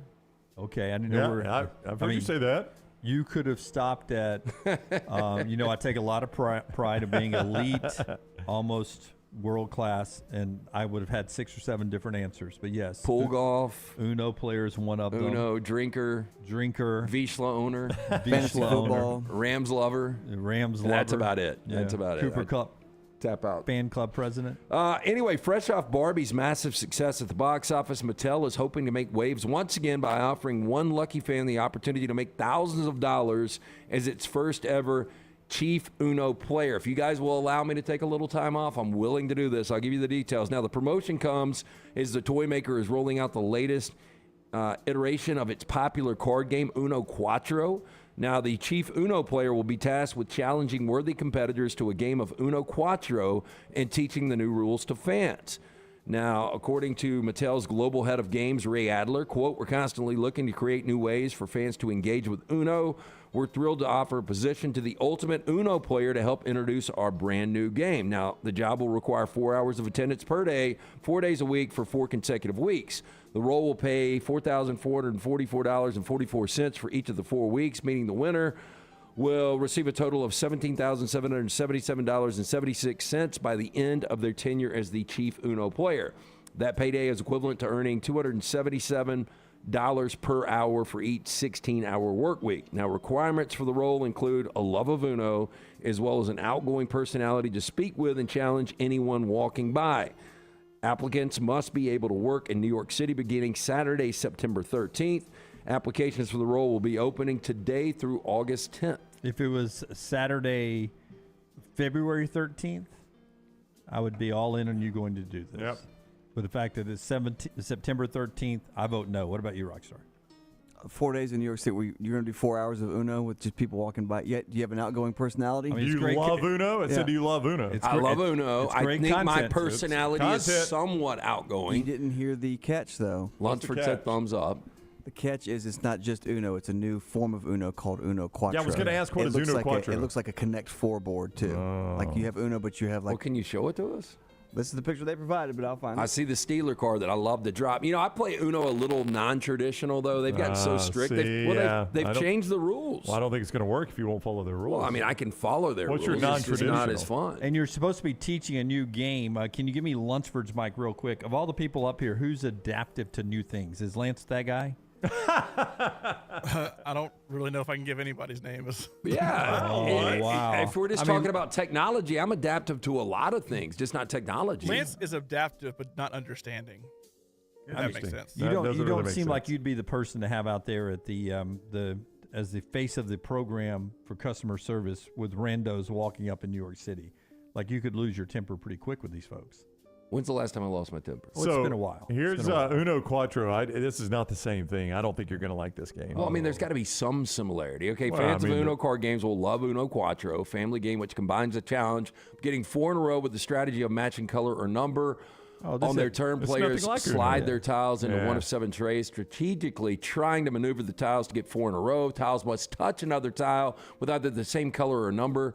Special action tiles change the game. But yeah, this is a lot of stuff. You're not going to want to But do I think this. I'd be good at this. Memory stuff and color combos. They're having fun. Yeah, look, everybody's smiling. Dad looks a little tipsy. Hey, what are you going to do? Is that a draw four? He's on an edible, man. So anyway, not going to happen. Japanese native has transformed himself into a canine after forking out more than $14,000 for a custom-made collie costume. Now, the private citizen who only goes by Toko says the unusual garment has helped actualize his dream of, quote, that's becoming an unusual garment right there. an animal. Footage shared to Toko's YouTube channel, where he boasts more than 32,000 subscribers. Not bad, Toko. Shows him clad in the costume as he frolics on the lawn, rolls on a floor, and plays fetch. Toko has even uploaded a video of himself venturing out into the public as a dog for the very first time. I mean, I would instantly see a that. fat-ass dog. I'd see that right then. I'd be like, boy, we need to put this dog in some kind of regiment. Yeah. Yep. Yeah.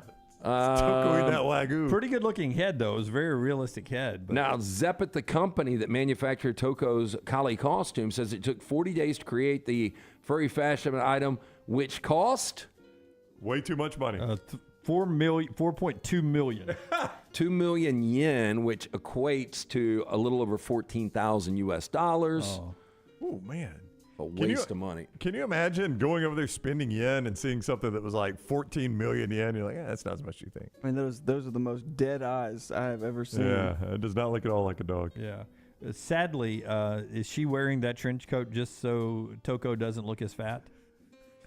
Hey, that trench coat for her is like they could put two of her in that trench coat. What size do you want? Too big, please. Okay. Yeah, this is one of the translation of, different currency to dollars is always difficult. I was watching We're the Millers the other day, and you remember when Luis Gonzalez comes up, the cop, after they just pulled out of the drug dealers, and he's shaking them down.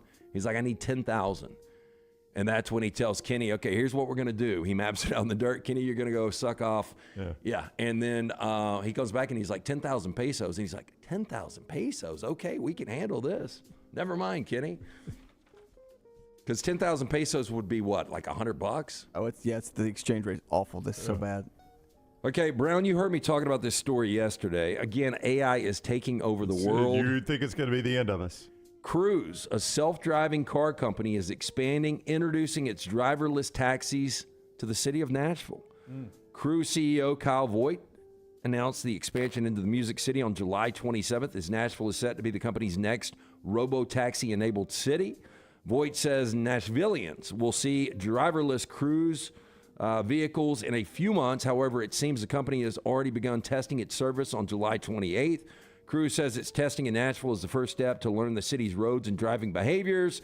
They went on to say over the coming weeks, we'll focus our fine-tuning on generalizing AI technology to understand these nuances and unique elements before going driverless. Yeah, I will tell you this, though. There's a story. It's a real news story because Uber was testing their driverless format, and the lady who was supposed to be monitoring the driverless Uber from a remote location, watching the monitor driving. I don't know if she's controlling it remote control or if she's just making sure it's not going crazy and is off its path or something, was watching TV when it struck and either killed or severely injured a pedestrian. And she has now been charged with manslaughter because she was watching television instead of watching the monitor. You know what would have been a better setup for her to control the vehicle? It would be in the car. Yeah, right behind the wheel. Yeah. So I'm against, driverless anythings out on the street. Yeah, it's bad enough with humans driving it.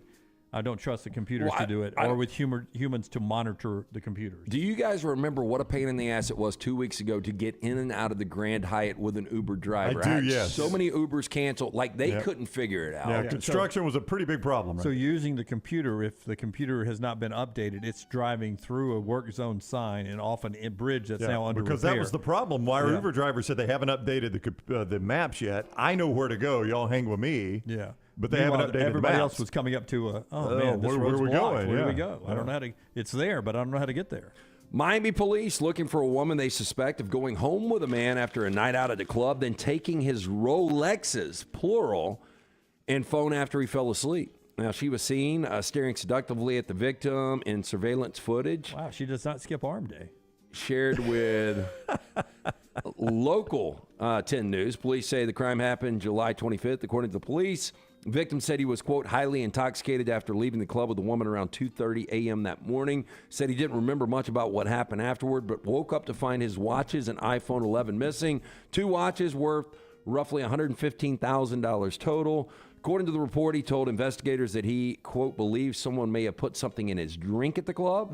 It's similar to a May 8th case where a woman is suspected of meeting a victim at a bar, going home with him, then taking $600,000 in Rolexes and other jewelry after he fell asleep. Island-worthy here. Oof. Oh, because it's Rolexes? No, just because get a job. Do OnlyFans if you're going to be that dirty.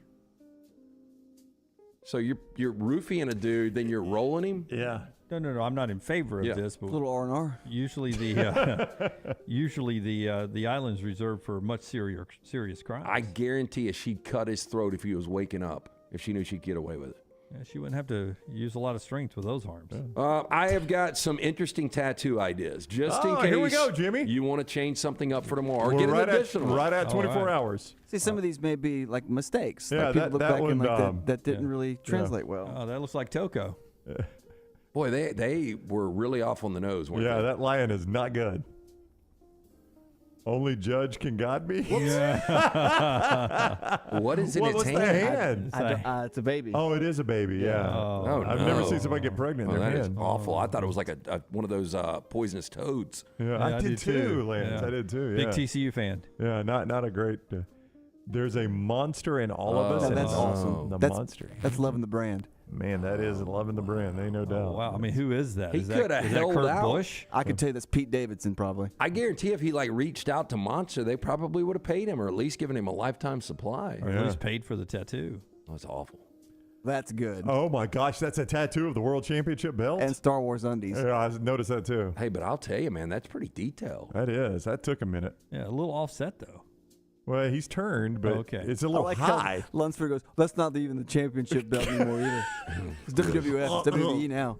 Hey, at least it somewhat hides his gut. Well, he's got an aggressive belly button, it appears. I don't know if that's because of the tattoo. That's a black hole is what that is. Hello. No. That on his man likes him foot. some Chuck Taylors. Does he have shoes on? No, he doesn't. You know how bad that would hurt? Oh, that is a all terrible that tattoo. bone. What a terrible tattoo that is. It's Rocky Dennis. It's Rocky Dennis. It is. Oh my gosh. Man's a big fan. What did he get it on? I can't tell No, what it's like part his of the body arm. that It's is. I think it's a shaved leg. Yes, either his The arm or the calf. back of his leg, yeah. Oh man. Gosh. Oh, that's good. Oh, that's awful. no. The Jordan logo on a mole? Oh God, that's creative. That is creative. I'll give the guy credit. It's Is My Life, Yeah, John. it's John Is Bovey. My John life. Bovey, and it looks like that guy did that one himself. Yeah, I was about to say. I mean, for doing it yourself, that's not Yeah, awful. that's a prison tat. That's what you get at Outside of the Ellisville. grammatical train wreck. John Bovey. Now, that's a good one. He's so small. Oh, wait, he's not. He's He big. paid for that. What a weird tattoo. Oh my God, is he in a fire pit? No, he's driving some kind of vehicle. Yeah. And the final one is just a message for all of us that we need to abide by. Right. Scooby-Doo taught us that the real monsters were always human. The moment I will stop loving Scooby-Doo will be the moment I will stop breathing. I got to tell you this. Scooby It's looks an majestic. awful tattoo, but it is great work. It is great work. Like the graveyard and the haunted mansion up there are pretty remarkable. And even the likeness of the shadowed characters. And the Mystery The Machine. Mystery Machine looks good, and Scooby-Doo has never looked better. Almost Vizsla-esque. No, that's a regal looking Great Dane right there. Boy, I can't. Where are his nipples? Oh, there they are. They're below. I see now. Oh, Yeah. I thought it was on his back. Yeah. Damn, he looks like one of the Unsullied, like somebody took one of his nipples. I mean, the left one's not there. I mean, that man loves him some Scooby-Doo. Yeah. Well, the right one's a little lower than the left. Yeah. Somebody took one of his nipples, and I'd gotten away with it if it wasn't for those. I mean, how much, Rockstar, you've gotten these done before. I mean, I think Dunaway's tattoo tomorrow, I'm estimating, will take about 45 minutes. Oh, Yeah, it should be easy. It's 8 letters. Well, yeah, but still, they gotta ink it first. They'll trace it on, and then like they'll put like an ink on it to make a rough draft of it. Then they'll trace over that. But if it's only that many letters, it's not going to take long. Yeah, 30 to 45 minutes. Yeah. But that, I mean, that's like days and Yeah, that's days and multiple days. visits. That is Trash Today, brought to you by friends at Mortgage Right. Yeah, again, our friends at Mortgage Right, they are there for you. They know that buying a home, major milestone in life. Getting it right comes down to the right advice at the right time. That's why we're proud to partner with our friends at Mortgage Right. They do mortgages the right way, locally owned and operated. Mortgage Right standing by to help you today. Visit their locations, Highway 280 in Birmingham, Parkway Drive in Leeds. You can apply. MortgageRight.com/TNR. Call 205-815-9200. NMLS 2239, Equal Housing Lender. Why Hall of Fames can be dumb and Buster Olney. Next 2 segments. Stay with us. Follow Scott Forrester on Twitter at ScottForresterTV. It's the spring sales event at Alfa Romeo of Birmingham. Now you can get $10,000 off, plus rates as low as 4.7% on new 2022 Alfa Romeo Stelvios and new 2022 Alfa Romeo Giulias. Come see the team at Alfa Romeo of Birmingham, exit 27 just off I-459 on Grants Mill Road, or visit them online at alfaromeo.usa.birmingham.com. Hurry down before they're all gone. All incentives applied, in stock units only with approved credit. Alfa Romeo USA of Birmingham.com. Hey, Lance Taylor from The Next Round. You've heard me for years talk about our friends at Bromberg's Jewelers, and we welcome you to stop by and see that great customer service at the Mountain Brook and Summit locations. But we'd also love for you to check out their new online shop. They've got plenty to choose from. Great gifts, big and small. Available online, they've got David Yurman, Tudor watches, select diamond and gemstone jewelry, William Henry, seasonal and favorite giftware items, and baby gifts as well. They've even got an online sale section. For more information, Brombergs.com.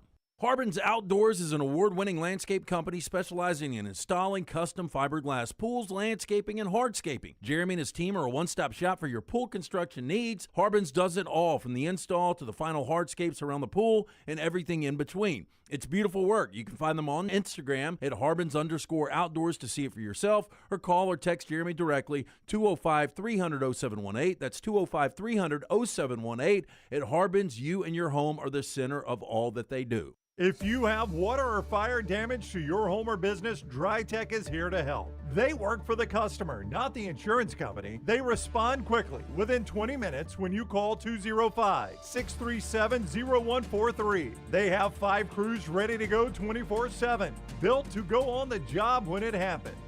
DryTech has 65-star Google reviews, so call DryTech, not the insurance company, at mydrytech.com.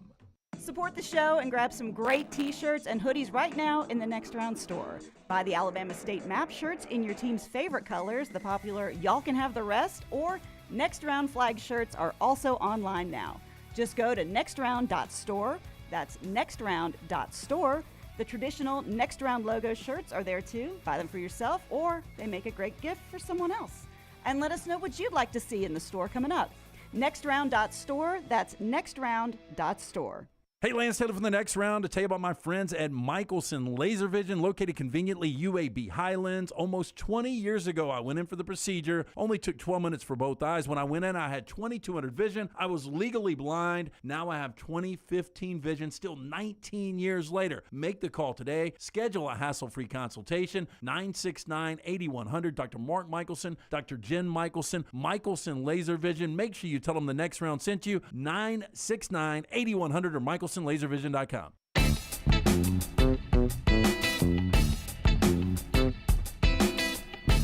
A little long on trash today, so a little touch and go before we get to Buster Olney coming up at the top of the hour, being brought to you by our friends at Hemp Hill. One bad Hall of Fame vote and a little reaction to what is going on down at Auburn. But first, tell us about Hemp Hill Services. Yeah, our friends at Hemp Hill Services offering that 0% for 60 months for qualified customers, plus free 10-year warranty, labor warranty. When you mention The Next Round, call Adam, Chad, Andrew, the guys at Hemp Hill Services. Make sure that HVAC unit ready to keep up with the changing weather. Hemp Hill Services, locally owned and operated independent train dealer. Their team can service all makes and models. Call today, 205-229-2090 or hemphillservices.com. Hugh Freeze earlier today on Jarquez Hunter, who was not at practice when Auburn took the field today. Camp opening up. This was pre-practice. Here is Auburn's head football coach. Coach, is Jarquez Hunter back at practice, and are you expecting him to be available for game one? You know, I'll say this again. I think, and this is, I understand the question, but matters related to team rules and procedures, they're handled internally and it will not be discussed publicly. Yep, that's all Hugh said about that. Jarquez not on the field today, but still on the roster. We'll have more coming up on that after we talk to Buster Olney in the next hour. The bad Hall of Fame vote, and Brown, who's not the biggest NASCAR fan on the show, I am, brought this up to me. It involved a guy with the nickname Old Seven Time. Why did Jimmy Johnson get the nickname Seven Time? Seven-time Cup champion, much like a guy named Richard Petty. Yeah, so the NASCAR Hall of Fame vote came out, and Jimmy Johnson got 93% of the vote, which meant of the 57 voters, 4 did not vote him into the Hall of Fame. And it's got a lot of people saying, we need to know who those 4 are, and they need to lose their vote. Yeah, but I mean, is this like the old crusty baseball writers where we just don't want a unanimous guy, which is the dumbest thing in the world? Agree but I think Buster used to be a baseball Hall of Fame voter, and I think he gave it up because some people were idiots. Yeah. Right? Well, it really started with the PEDs, and if you're not going to let in guys like Roger Clemens and Barry Bonds, I want nothing to do with it. But Jimmy Johnson, who is a 7-time champion, however you decide championships, tied for the most, doesn't get a unanimous vote in the Hall of Fame. Who's going to get one? Yeah, and I'll tell you, I'm like the least NASCAR guy here, but, I've been to a bunch of races, and to me, he's the best I've ever seen. So consistent. And the only thing he was guilty of was being boring. Yeah, I mean, that was it. I mean, more wins than Earnhardt, as many championships as anybody, but not unanimous. Buster standing by. We'll talk to Buster Olney when we come back right here on the next round. Take the next round anywhere you go with official Next Round gear. Buy yours today at nextround.store. Summer is here, school is out, and that means moving season. If you need help buying a home or selling your home, you need Holly Mack Wilson. Let Holly Mack Wilson do for you what she did for 70 people last year. Find you the home of your dreams. She is a professional who helps you with every step of the buying and selling process. Holly Mack Wilson will help you find a home, negotiate the best price, and help you get your home ready to sell. She helps you get the most out of the house you are selling and helps you get into the home of your dreams at the best possible price. Holly Mack Wilson can help you find a home anywhere in Alabama, from Huntsville to Mobile. So call Holly Mack Wilson today, 205-901-9446, or check her out online at hollymackhomes.com. Then sit back and enjoy your summer. Who knows? She may even help you plan your summer vacation. That's Holly Mack Wilson at 205-901-9446 or hollymackhomes.com. Holly Mack Wilson, your trusted and professional travel planner and Keller Williams agent. IV therapy, B12 injections, cryotherapy, and compression therapy all under one roof. It's our friends at HydroLive. Mention Next Round at checkout. Save 20% off any service. HydroLive's got 3 locations, Homewood, Tuscaloosa, and coming soon to Greystone. Want more of the show? Download the app or visit nextroundlive.com for the latest podcast, The Mystery Fifth Hour, our Not For All Ages podcast, The Last Call, and the entire Double Down Media podcast family. All at nextroundlive.com and on the Next Round app. Are you faced with unexpected medical expenses? You want to update your backyard? Or you just want that dream vacation? Ryan Brown here from the Next Round. Legacy Credit Union can help with lifestyle loans. Legacy Lifestyle Loans do not require collateral, and they have affordable low rates. See more about Legacy Lifestyle Loans online at legacycreditunion.com or simply stop by one of the 9 branches in the greater Birmingham area. Legacy, the official credit union of UAB. Hey, let me tell you about our friends at Urology Centers of Alabama. Compassionate and comprehensive urological care with 35 physicians, 17 locations across Alabama. Their patient-centered approach to all of your urological needs. Remember, they've got that new men's health center. It is beautiful, helping men with a wide range of sensitive male issues in a comfortable environment. You can always go online, visit urologycentersalabama.com, schedule an appointment with one of their many urologists today. Want more of the Next Round? Download the app or visit nextroundlive.com for the latest podcast, The Mystery Fifth Hour, our Not For All Ages podcast, The Last Call, and the entire Double Down Media podcast family. All at nextroundlive.com and on the Next Round app. Start your day online with our website, nextroundlive.com, for the latest videos, podcasts, and college football stories. It's also a great way to stream the show or shop in the Next Round store. Stay connected by visiting nextroundlive.com. Jim Dunaway, Lance Taylor, Ryan Brown, and Rockstar. Live from the Birmingham Racecourse Casino Studios, The next round, presented by Bud Light, is on now. Braves are interesting to talk about right now, but how about the Cubs? What the Cubs have done the last 2 days, where they are in that National League Central race. So many good storylines. Baseball post the trade deadline. Let's talk to one of our favorite guys, Buster Olney, Brownie. He's presented each week by MyBookie.ag, code next round. When you sign up there at MyBookie.ag, code next round. Buster with us now from ESPN on the JohnstonRVCenter.com hotline. What is up, Buster? How are you today? I'm doing great, guys. What's happening? Not a whole lot. We haven't had you since the expiration of the trade deadline, obviously. So who would you say are winners and losers there? Well, the Astros, to me, are the clear winners. They're trying to become the first team since the 1998 to 2000 Yankees to go back-to-back. I was around that team a couple weeks ago. You could tell there's so much confidence that they're going to figure it out. And that was before they got Justin Verlander. And now they get Verlander. Someone who, since he changed his release point in his delivery about 2 months ago, or a month ago, 6 weeks, he's been so much better. He's back to what he was last year with the Astros. And now you drop him into the front of their rotation. Man, that is a dangerous team coming through the American League. I think the safe money now probably would be on a repeat of the Braves and the Astros in the World Series from 2 years ago. That's how good the Astros are to me.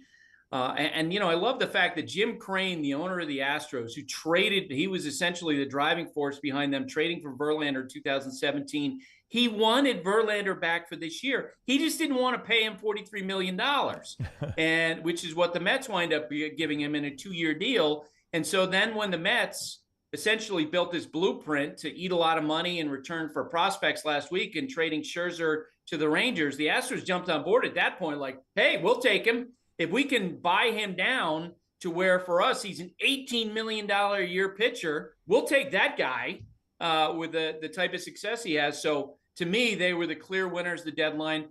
Other teams I thought incrementally got better. I like what the Blue Jays did. I like what the Brewers did at the deadline. The Dodgers got somewhat better, although Eduardo Rodriguez, didn't accept a trade to them. I tell you this, the Northeast quarter are a lot of unhappy fans because the Red Sox, Yankees, Mets, and decisions that they made. Well, you talk about the Dodgers, and going back, last week you told us Scherzer and Verlander, it's going to be complicated to get them out of those contracts. You mentioned the Mets absorb a lot of this. I think it was $35 million for Verlander. Yeah. Why would the Dodgers not be in the mix, or were they in the mix and Verlander just felt comfortable going back to his team? Because getting Lance Lynn, I know he got the win the other night, but gives up 3 more solo home runs. He just hasn't been good this year, Buster.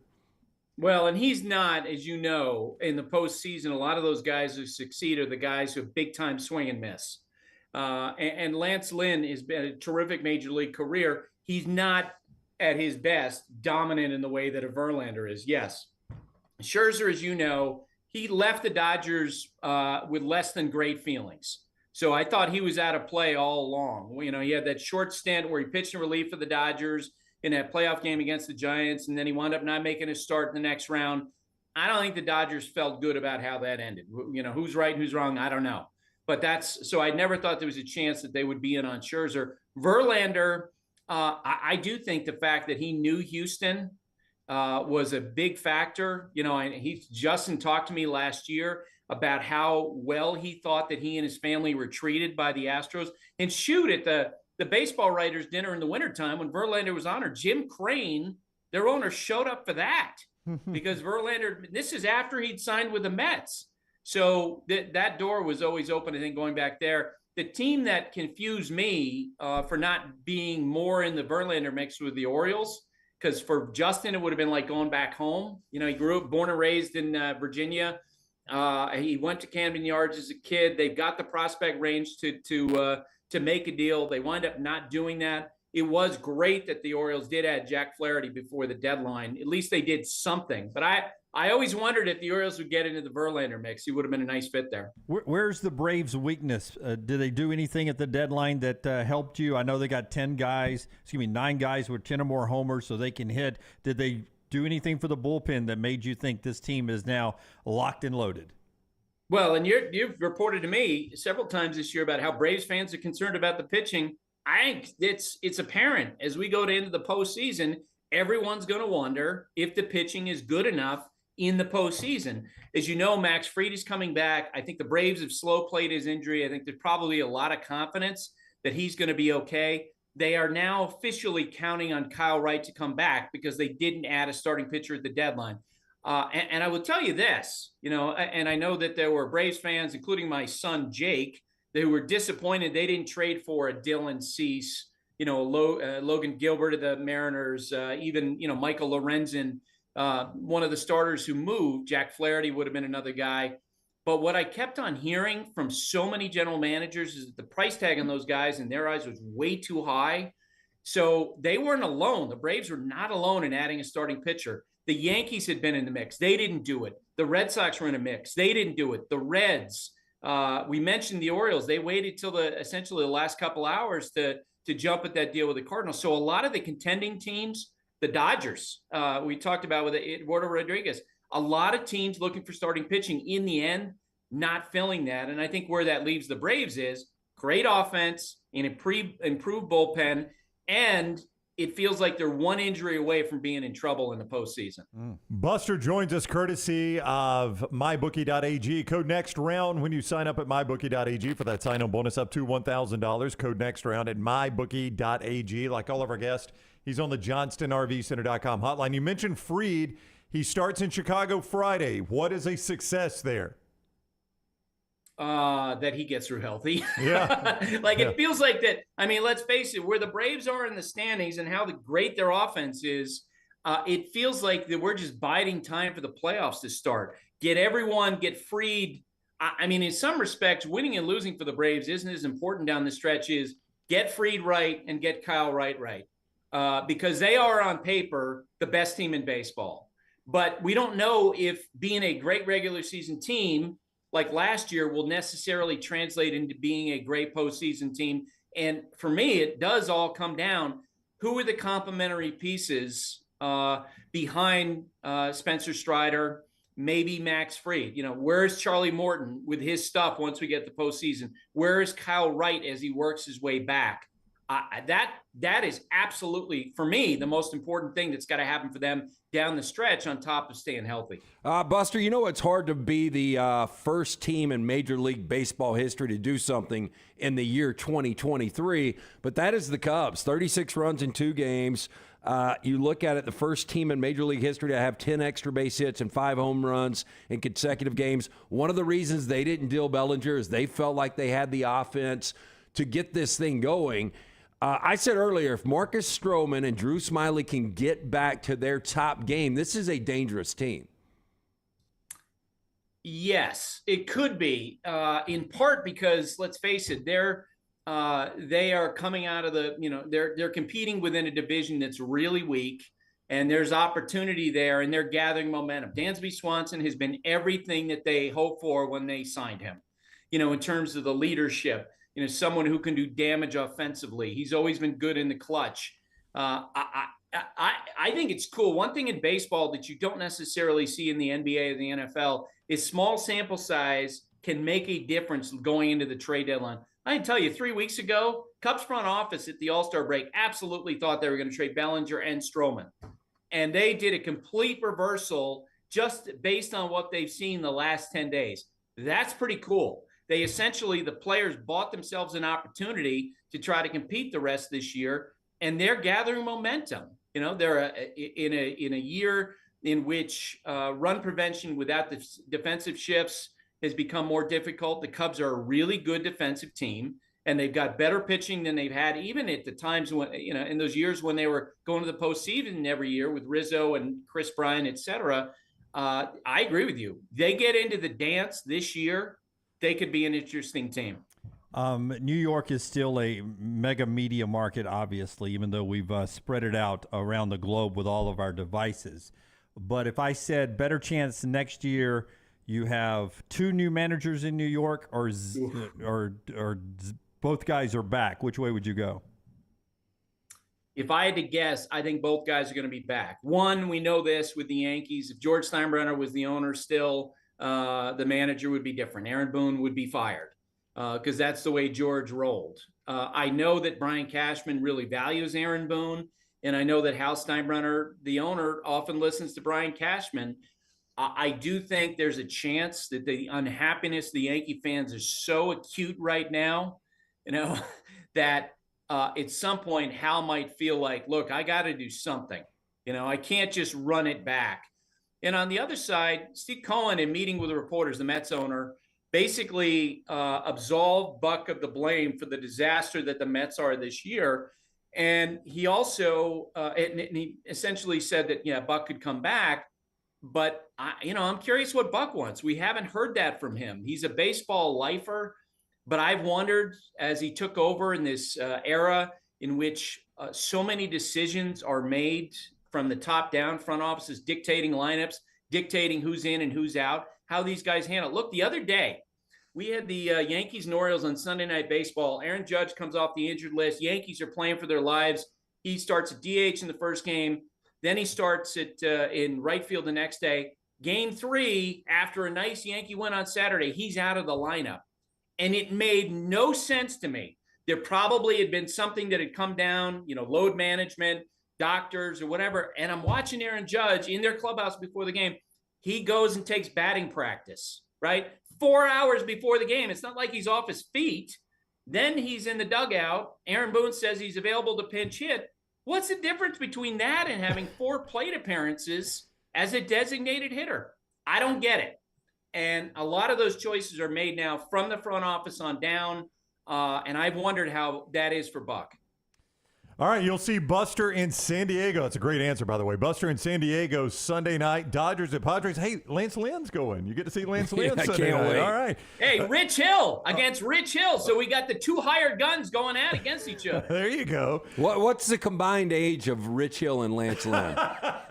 Well, if you start with Rich Hill, it's 1 billion years plus whatever, whatever is on top of that. Lance Lynn, Rich Hill, Dodgers, Padres, Sunday night, 6 o'clock, ESPN. Buster, enjoy San Diego. We greatly appreciate the time. It'll be fun. Thanks, guys. All right, buddy. See you next week. Buster with us each week, courtesy of MyBookie.ag.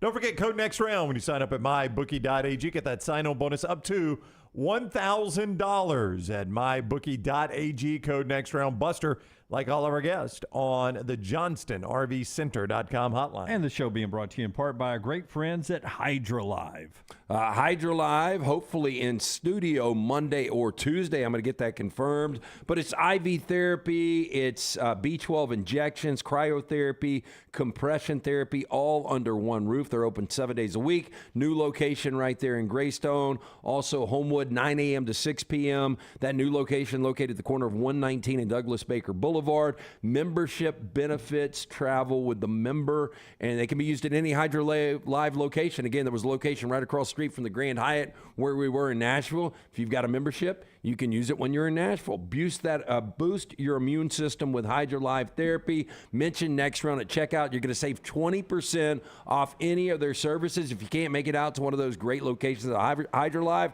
a nurse can actually come to you. Follow on Facebook and Instagram at Hydra Live Therapy or HydraLiveTherapy.com. More from Hugh Freeze coming up later on this hour. But in our next segment, we're going to do something that I was against because mentally I'm jealous and I would rather be there than here doing the show.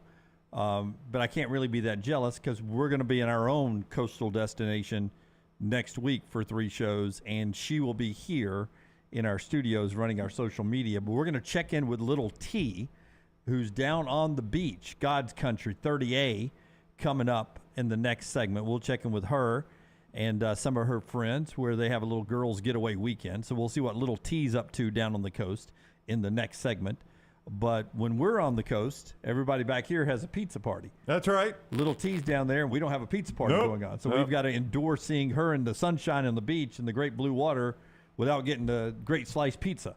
So we get the bad end of this deal today, because next week, I promise you, when we're in Ocean City, Maryland, big pizza party up they here. will be eating pizza and lobster. Lunsford will make sure of it. Is this my cue to talk about our friends at Slice? It is not. It is not. This is a conversation we fill time between the next sponsor you're going to read, which is Harbin's. Okay. Outdoors. Well, no, it's just funny because I try to. They don't have Harbin's parties when we're here. I was just getting to that. During the break, I walked the halls a little bit, and I walked towards the First Bank guys on the last break, and there was a girl that came out in front of me, and her coworker was like, "What are you doing for lunch?" She was like, "I'm running to Slice to pick up a pizza."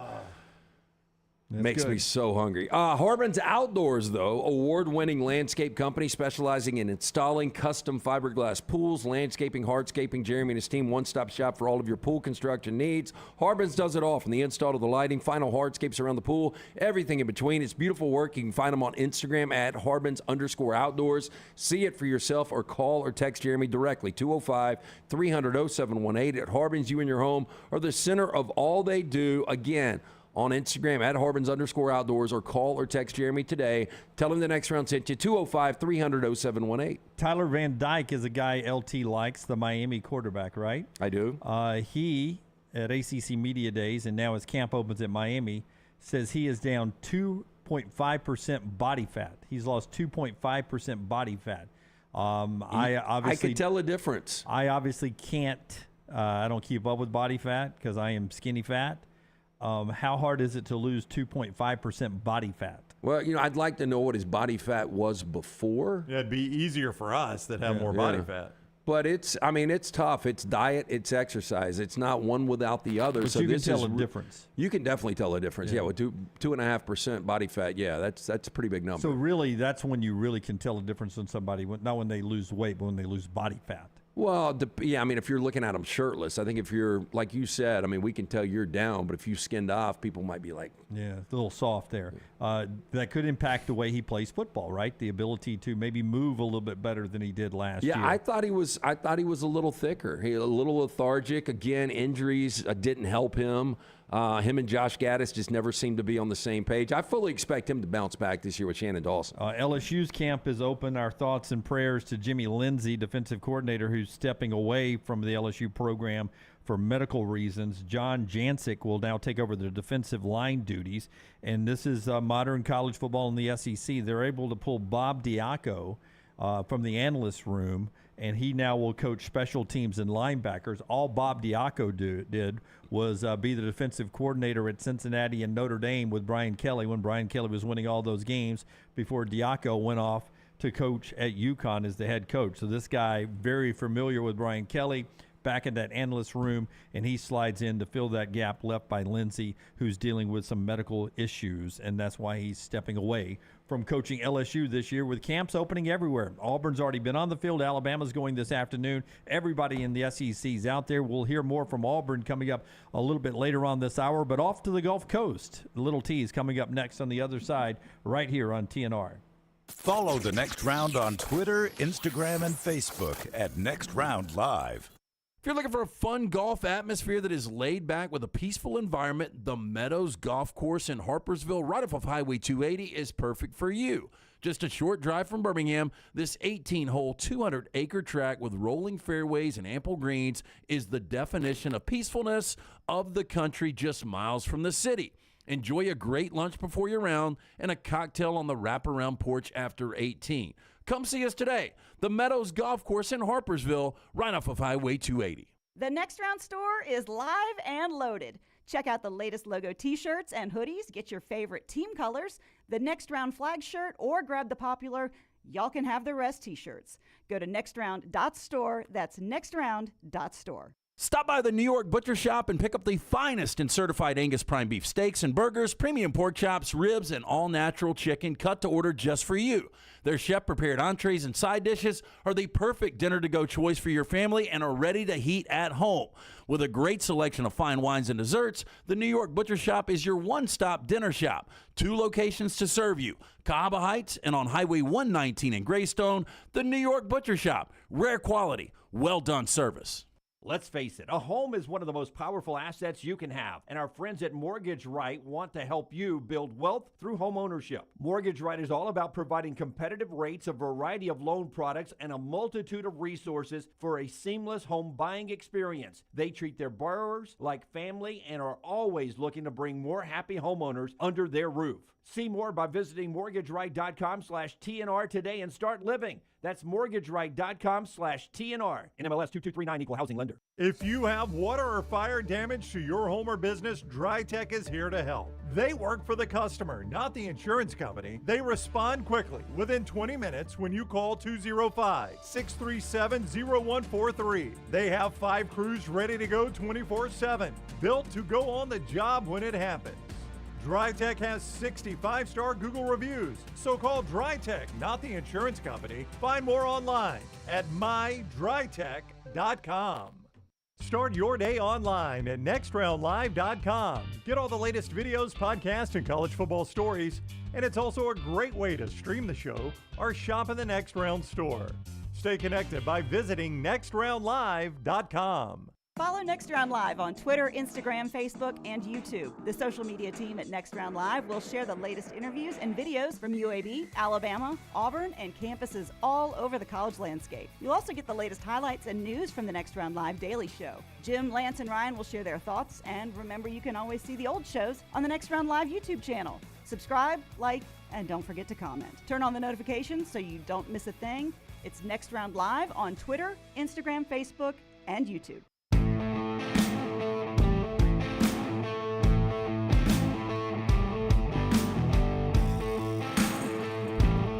Big conversation today around college football is on conference realignment and a fast-moving expansion train and realignment train that seems to be once again in high gear. Brown's going to update us, nutshell it here in just a second, right after I tell you about our friends at Way to Wellness, your journey to healthy living, a wonderful plan that Leslie and her board-certified team dialed up for me a few years ago to help me control my weight gain, but also, more importantly, my blood pressure and cholesterol numbers, which has now got me not only healthier on the scale, but also healthier in my life as well. Every plan is different, no cookie cutter plan. You can get more at this website, aplanforme.com, aplanforme.com. It is Way to Wellness, your journey to healthy living. Leslie and her team, no contracts, no sign-up fees, and the first consultation's free, so it's worth checking them out without any money out of your pocket. You can go in and find out what it's all about and see if you really like it or not. It's aplanforme.com, aplanforme.com. It's Way to Wellness, your journey to healthy living. All right, Brownie, I guess I'll leave it up to you. Most important thing you think has happened today so far? Is it the Washington news? Yeah, I guess so. Washington's Board of Regents in a hastily called special session tonight, 9 p.m. I guess that's Eastern time. It's got to be. Yeah, I don't think they do it at 9 Pacific. Yeah, it's more clandestine if it's 9 o'clock Pacific time. As I said on Twitter, this is going to be one of our final Pac-12 After Darks. So if you want to stay up and watch it, it's being live streamed. Well done. You're good. Thank You're you. good on Twitter during the show. Thank you very much. That's right. Doing my own show over here. There's not a bunch of brands out there if you are trying to accumulate more and more teams. But boy, this does seem like a settled job from the Big Ten. Yeah, I mean. Well, I mean, to your point, if I get your point correctly, that the SEC bringing Texas and Oklahoma monumental brands. Then the Big Ten saying, okay, we'll bring in USC and UCLA from the LA market, monumental brands. Now the two big powerhouses, the Big Ten and the SEC, we're sort of sitting there and we're watching the Big 12 pull in UCF and Houston and all these other brands. And now all of a sudden, here's another Big Ten, and they're going to get Washington and Oregon. Yeah, to me, this would almost be like this is a little more disrespectful, almost like the SEC getting NC State and Virginia Tech. Which is always the two teams that are tabbed to be the next two teams for the SEC, by the way. And to me, that is such a settled job. Why do you want to go out and get programs that are going to be 7-5? I'm telling you, if the Big Ten messes this up, if they mess up and they expand too fast and somehow the ACC is left vulnerable, then Duke and North Carolina could become in play. And I always had them pictured as the ACC collapsed as Big Ten schools. But if they became available and the SEC landed those two. Well, I think it's worth it for a couple of reasons. I don't think Duke is ever going to be able to maintain what Spurrier had him at, Cutcliffe for a minute, what Elko looks like he's building there. Carolina football can be good. They're one of those hidden programs that, they could jump out there consistently, win 10 games with the right coach, especially in the right league. But it brings you an entire state, right? Well, it brings you the entire state. And more importantly, to me, basketball is a big moneymaker. Yeah. And Not what as that big, but does, it's still a big moneymaker. What that does for the conference in basketball would be huge. Yeah. I've just noticed, over all these years, basketball is a non-factor in this. It really is. And I agree with you, Lance. You think, there's money to be made there. But, boy, it never plays into it. To the point that Kansas has never once been mentioned in any of this. Nobody's coming after Kansas. What does a conference get for a national championship in basketball? I really don't know. I don't know. There are units for advancing along the way in the NCAA tournament. I don't know if it's just another unit, that one more win, if that gets you a little extra money or not. But, that is a big story, Washington's trustees, because everyone thinks the day after some presidents were assigned to look at Washington and Oregon for the Big Ten, that they called this news conference tonight, makes it seem like those presidents, liked what they saw. The flip side of that could be Washington doesn't feel good about the Big Ten, and they're going to jump into this Big 12 move real quickly, because the reports are about Arizona and Arizona State having a meeting today, and they're expected to be team number 14 and 15 in the Big 12. And furthermore, Arizona State, the reports were that their regents left the presentation from the Pac-12 not making any decision yet. Like, let's just wait and see what happens with the Pac-12. They go into the Board of Regents and completely flipped around, came out of that meeting saying, all right, let's go to the Big 12. That's the reports from Arizona State, that whatever was presented to them in the Board of Regents meetings completely flipped their feeling, and they're ready to go to the Big 12 with Arizona. Well, and what I also read from that, Brown, is that the regions in there were voting, Arizona's going to go. And then all of a sudden, those regions that had Arizona State ties were like, well, if they're going and we've got the option, we probably should go with them. Right. So, we're stupid being loyal to this thing that's not going to be here. Let's go with them. I think we are seeing clearly the end of the Pac-12 right in front of us. It is the walls are the trumpets have been sounded and the walls of Jericho are falling, and it's happening right here in front of us. Very biblical reference there. Yeah. All right. We're waiting on little T to join us here. We'll do it in the next segment, maybe. Let's get a little bit of Hugh Freeze coming up right after LT tells us about our friends at Chicken Cock. Tell us about Chicken Cock, man. Again, man, we previewed this on the Next Round Cocktail Hour. It's a fabulous bourbon. It's kind of my go-to bourbon right now. I'm absolutely loving it. Chicken Cock whiskey, one of the oldest whiskey brands in America. Found it way back in 1856 in Bourbon County, Kentucky. Known as the famous Old Brand, it's distilled in Bardstown Bourbon Company under the leadership of master distiller Greg Snyder. Greg has 45-plus years of experience in the whiskey industry. Bet it takes a little bit to get him buzzed. Chicken Cock, again, it's available locally in Alabama in the bourbon and rye. Those are currently carried in all the Alabama stores. All expressions are available for special order. Go to your ABC store for that, or you can just go online, learn more about this great brand, and order right there at chickencockwhiskey.com. Rockstar, let's do cut number 8 with Hugh Freeze. Forrester's throwing so many in there that let's do the 8th cut.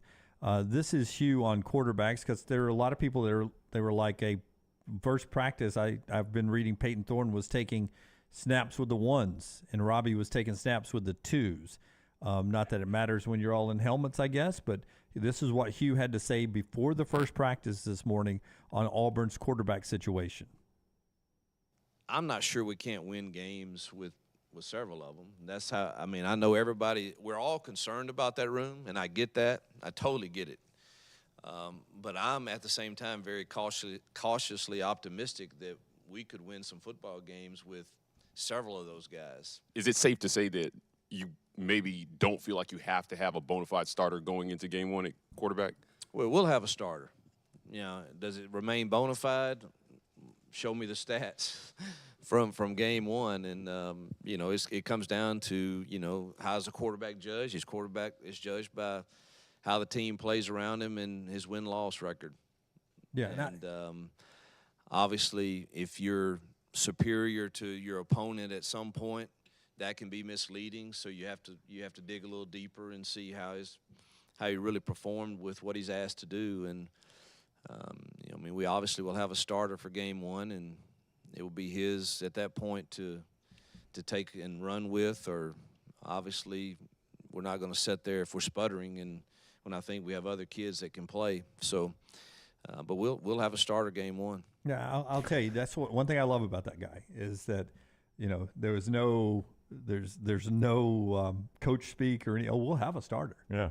Is he bona fide? I don't know. I mean, we'll have a starter. Yeah, obviously, he's gonna start. We're going to name somebody a starter, and we're going to go out there and play him. And there's no.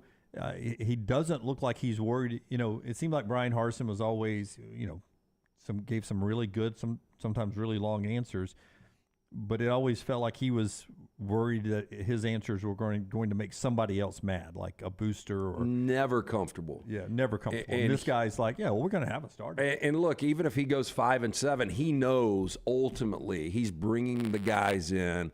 It has worked for Hugh everywhere he has been, at least on the field. So I think he's relaxed. But do we have the uncomfortable quote from him? We do. We do. Rockstar, give me cut 7.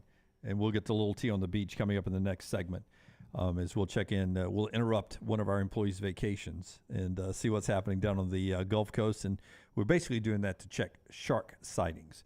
But uncomfortable is a word that you don't get a lot in camp. But Hugh Freeze talked about maybe how uncomfortable this camp is this year for him at Auburn. Here's Hugh earlier this morning.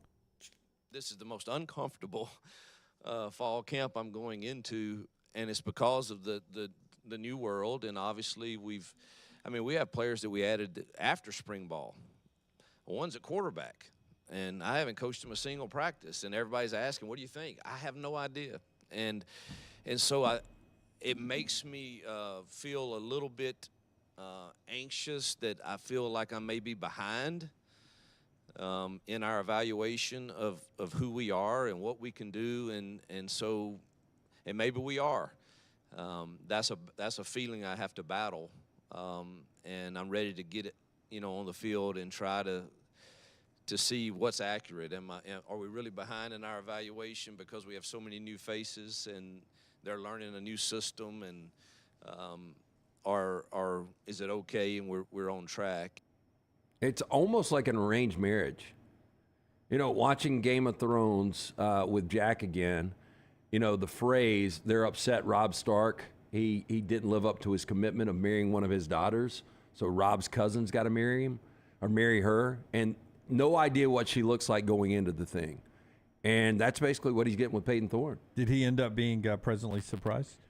Well, we just saw the Red Wedding episode, and I don't know if you've seen that episode, but boy, that's the most over-the-top lunch for the Red Wedding. I didn't read the books when I first saw that. You've seen Game of Thrones, right? Oh, yeah. That Red Wedding, that was just a lot of dead people. It was just shocking. I mean, it was like, oh my God, that just happened, and then immediately that just happened, and that happened.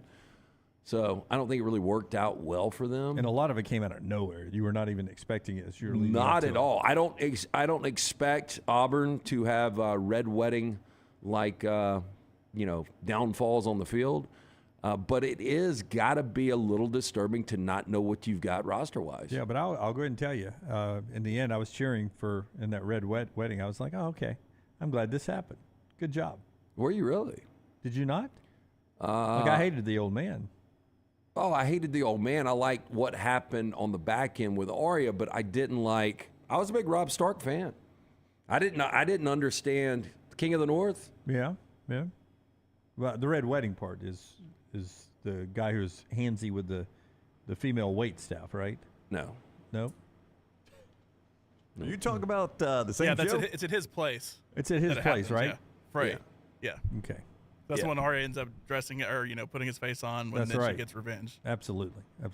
But Rob should have been king. But would you agree? I told Jack going into this, I said, look, man, we got 5 more seasons after this, but this is probably the wildest and the pivotal moment in the series that tells you everybody's expendable. When we come back, we'll check in with Little T down on the coast to see if we've seen a shark. Bet we don't. You don't? Bet we don't see I it? bet we don't. Yeah. All right, we're continuing. Well, I stretched it a whole segment. Well, I know. It seems like somebody's having fun on the beach. Okay, we're back in a moment. Stay with us. Follow LT on Twitter at @TheLanceTaylor. Hey, let me tell you about our friends at Urology Centers of Alabama. Compassionate and comprehensive urological care with 35 physicians, 17 locations across Alabama. Their patient-centered approach to all of your urological needs. Remember, they've got that new men's health center. It is beautiful, helping men with a wide range of sensitive male issues in a comfortable environment. You can always go online, visit urologycentersalabama.com, schedule an appointment with one of their many urologists today. It's time for back to school again. Hi, this is Wes McClooney, owner of the New Balance Birmingham store, and we have all the New Balance shoes and apparel your kids need to keep them at their best this fall. We have the largest selection of New Balance shoes in Birmingham, including all the newest styles, and our fit specialists are trained in measuring growing feet. So here at the New Balance store, they'll get the perfect fit every time. Get ready for back to school now by shopping with us at the New Balance Birmingham store, located on Highway 280 next to Chick-fil-A. Hey, coffee lovers, the Next Round blend is available right now. Our specialty coffee roasted on demand with 100% Arabica beans, available in light, medium, and dark roast. Order today at nextround.store, nextround.store. If you're looking for a fun golf atmosphere that is laid back with a peaceful environment, the Meadows Golf Course in Harpersville, right off of Highway 280, is perfect for you. Just a short drive from Birmingham, this 18-hole, 200-acre track with rolling fairways and ample greens is the definition of peacefulness of the country, just miles from the city. Enjoy a great lunch before your round and a cocktail on the wraparound porch after 18. Come see us today. The Meadows Golf Course in Harpersville, right off of Highway 280. IV therapy, B12 injections, cryotherapy, and compression therapy, all under one roof. It's our friends at Hydra Live Therapy.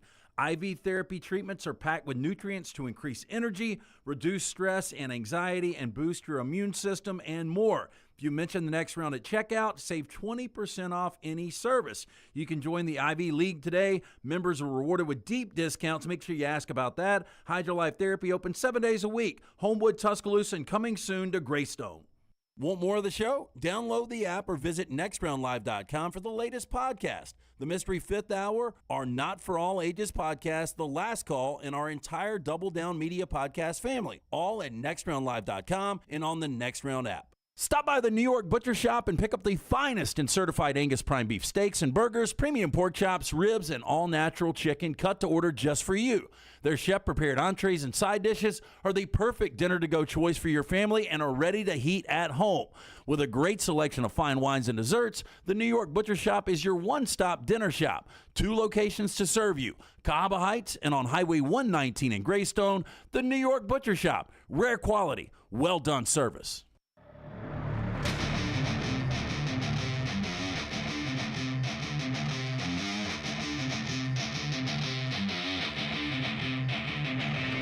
Back with you.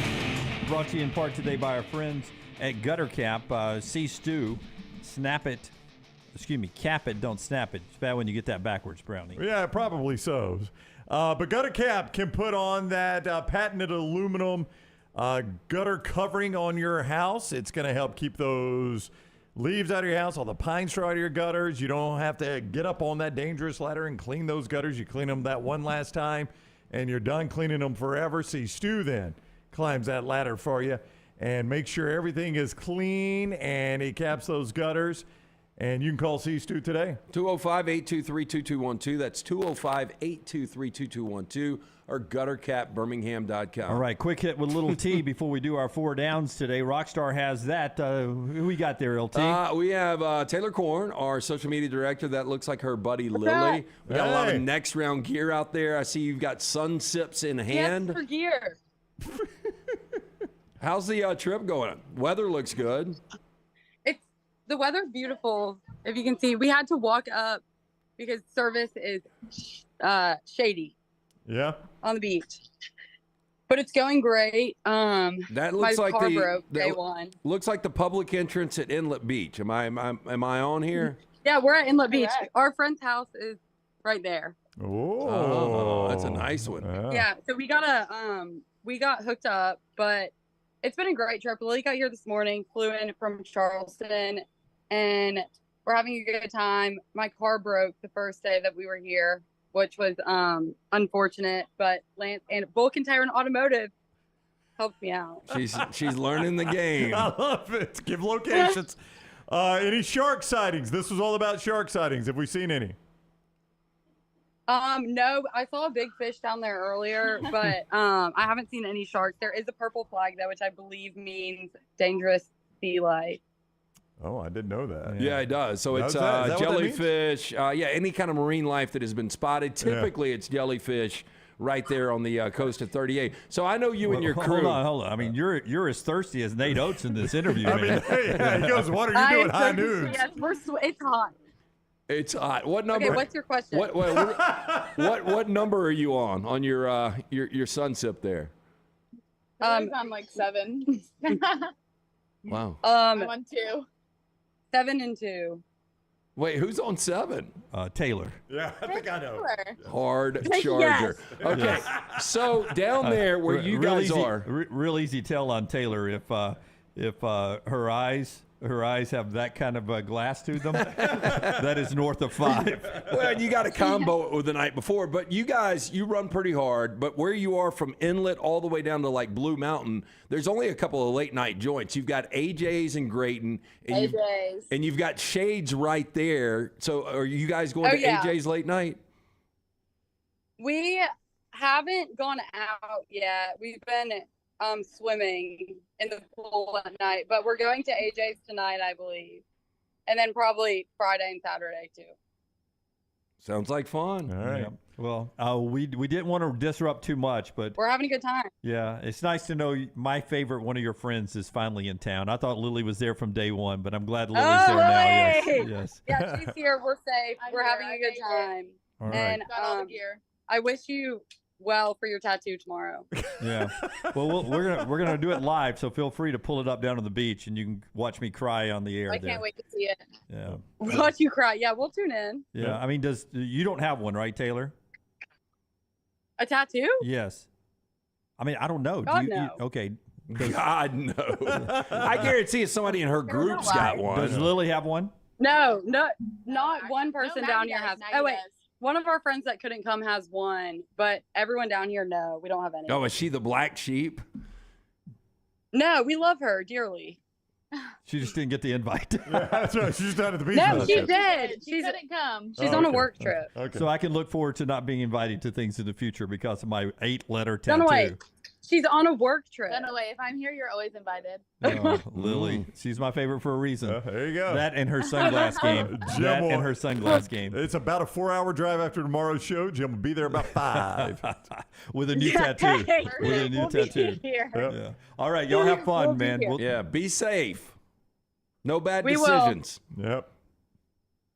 Only good decisions always. That's right. Always. Yes. Thank you, Little T and Lily. Always. Okay, they're- guys. Y'all have a good rest of your show. You and I'll see too. on Monday. Bye-bye. Our friends at Slice brings us the that update from the beach, but also our 4 downs today that Rockstar has for us. Tell us about Slice, LT. Yeah, 4 great locations. Again, Jeff Bajai, the late Jeff, incredible guy. He started the concept in Lakeview. It has grown 4 locations now. Vestavia, Montevallo, Crestline Park. His brothers, Jason and Chris, continue the legacy. Get in, enjoy that delicious pizza. One of our tenants here, I heard her talking about they were going to get a pizza for lunch. You're going to love it. Best specialty pizza out there. Local pizza, local ingredients. For more information, slicebirmingham.com. First down. If you married your first girlfriend, how would your life be different? I pretty much did. Oh, wow. You did. Yeah, and you did too, right? No, Susie Hobson was my first girlfriend. I mean, I kind of technically had a girlfriend in 2nd grade. Yeah, I mean, Yeah, this that's the thing. was middle school. This was 6th grade. Like, I didn't really have any. Well, I did have kind of a serious, 7th, 8th grade kind of. But my first really serious first love relationship I did marry. Yeah, I mean, I'm not going to say I love Susie, but she was my girlfriend. And Don't say you love her. Don't. The relationship started out on a pretty big lie. So at some point, I would have had to come clean with her if we were going to get married. What was the big lie? That I was allergic to gold. Oh, that's right. She gave me for Christmas. She gave me an ID band that looked like I was a made man. You know, it was one of those that just hangs on your wrist there, and I never wore it. And one of her friends, her good friend, said, Susie's feelings really hurt. You don't wear the ID bracelet. And the first thing that came out of my mouth without thinking is, I'm allergic to gold. That probably was not a believable lie, but that was what we went with right Well, there. fake gold you are.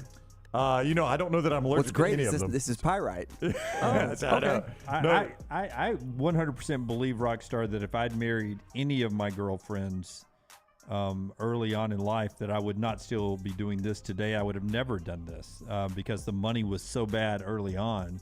I don't know how you could support a family on what young broadcasters can make. I bet the Rebel Fox didn't need a huge overhead. Oh, I'm just from Rebel to anybody at Thompson or Montevallo or, I was single until my 30s until I finally got above the poverty line in local media. So I'm not sure if I'd have married anybody, I would have gone into something else to where I could have brought home. I'd probably be an electrician or a plumber today, and I'd be getting my 8th tattoo tomorrow. Are you? I know you believe in this. I don't know where you are, Dunaway. Do you believe things really happen for a reason? I do, yeah. Yeah, I do too.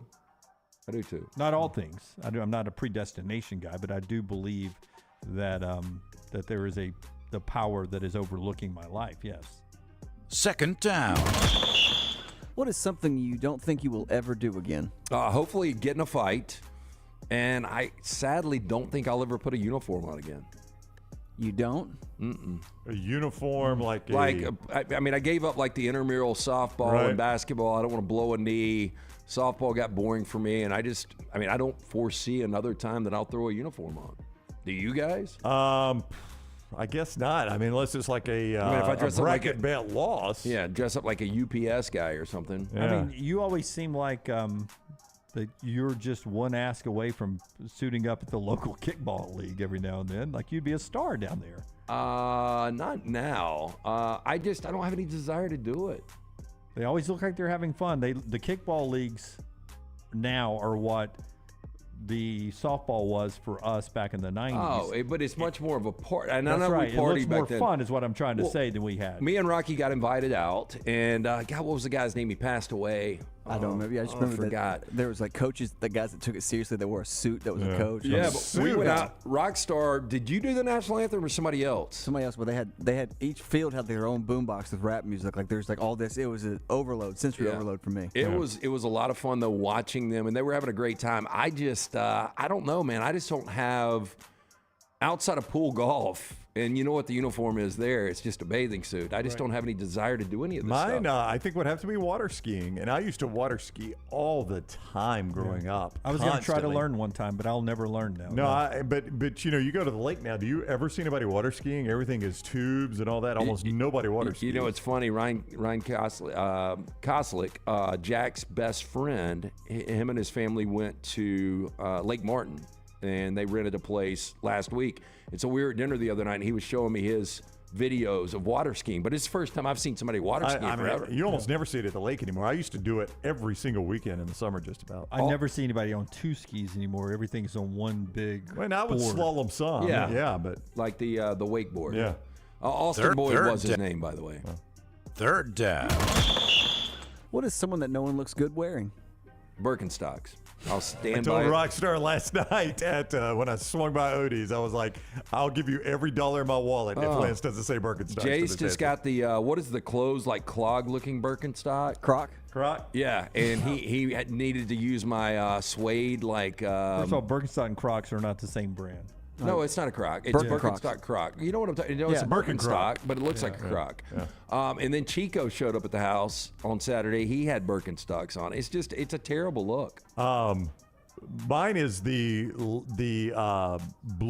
long blue jean shorts that come down like below your knee. Jorts? I guess, yeah, jorts, but jorts are shorter. No. I'm talking like these are hemmed and everything, but they're blue jean shorts.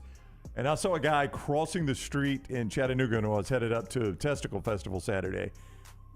Braided belt, shirt tucked in tight, t-shirt tucked in tight, Jersey blue jean shorts, and a huge phone on his belt. And I'm like, that's awesome. Man, that is not save some ladies for the rest of us. Phone clip is one, absolutely. Yeah. Is one. And I see toupee in there. I mean, mom jeans. Jeans is over there. Mom jeans, we talked about it on the show. I mean, you've got to have a really good toupee if you've got one. Yeah. Which is why I choose. You guys are the best. Like, if there was ever, we needed investigators to find out if this guy had a toupee. Well, there's one that's been debated here privately and recently was around this person, and I am more convinced now than ever. 100%. Yep. You know what I'm talking about, right? Yeah, I know who you're talking about too, and I'm 100%. I'm not convinced. No, it's easy. 4th down. What would be the worst response to, do you know why I pulled you over? Did you smell my meth? I guess you just talked to your wife. Yeah, did you hear somebody banging from the trunk? Yeah, that was what somebody said last night. I was showing somebody these, and they said, oh, you pulled me over to check my trunk, I guess. Maybe not. Yeah. I am now, though. I have no answer to this one. I will tell you this. On the way home from trivia last night, I almost killed somebody. No, I was going through. That'll get you pulled over. No, it wasn't my fault. And by the way, Tommy Spina would say, let's don't start off by admitting that. No, it wasn't my fault at all. So, and this happened to a construction worker in the exact same place. So it was over by the Grand Bohemian, coming back from Odie's, and they've got tons of construction. I don't know if you went that way or not. I don't go that way. I go back by Brookwood. But it's only one lane, and so it's all this construction. And this dude, I'm going like 20 miles an hour. He jumps out between like the steamroller, or what is it called? Is it a steamroller? Yeah, sure. Paver thing, yeah. Yeah, the steamroller and another one of these utility trucks. And he jumps out right in front of me, and I slam on the brakes, and he's like, oh, I'm so sorry. But if I would have been looking, going a little faster, doing anything else, I would have killed him. Yep. And that probably would have been on me, right? Probably so, because the speed limit was probably 15 or 10 in that zone. You were doing 20, and I guess it's illegal to hit somebody.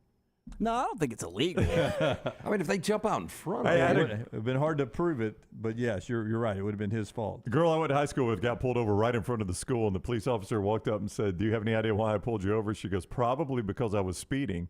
And he goes, no, because you ran that red light. She goes, oh, I saw that, but I was going too fast to stop. Oh, my God.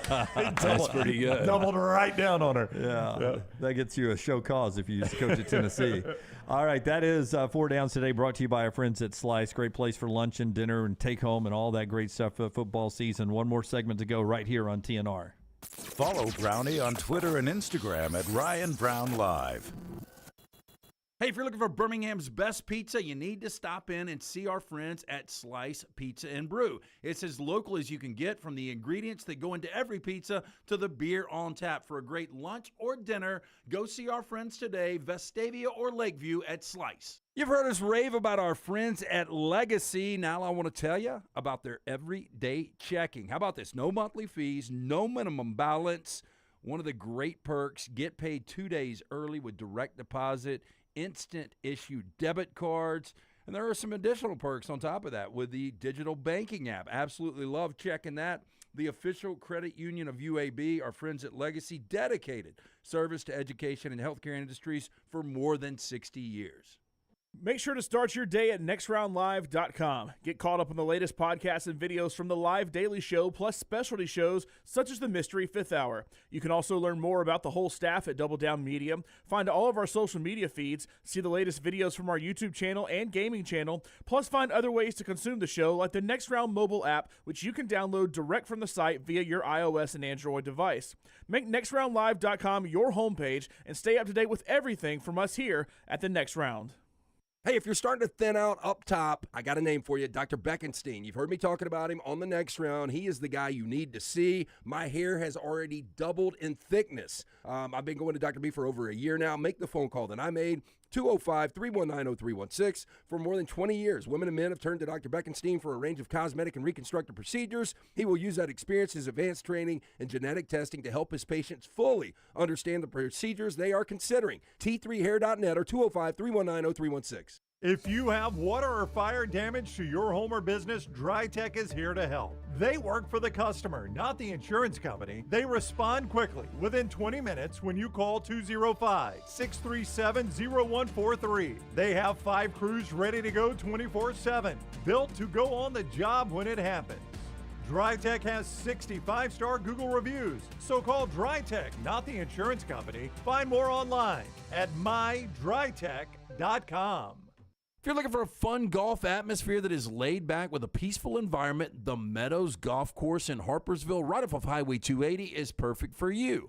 Just a short drive from Birmingham, this 18-hole, 200-acre track with rolling fairways and ample greens is the definition of peacefulness of the country just miles from the city. Enjoy a great lunch before your round and a cocktail on the wraparound porch after 18. Come see us today. The Meadows Golf Course in Harpersville, right off of Highway 280. Want more of the show? Download the app or visit nextroundlive.com for the latest podcast. The Mystery Fifth Hour, our not-for-all-ages podcasts like Bama and Bourbon, and the entire Double Down Media podcast family, all at nextroundlive.com and on the Next Round app.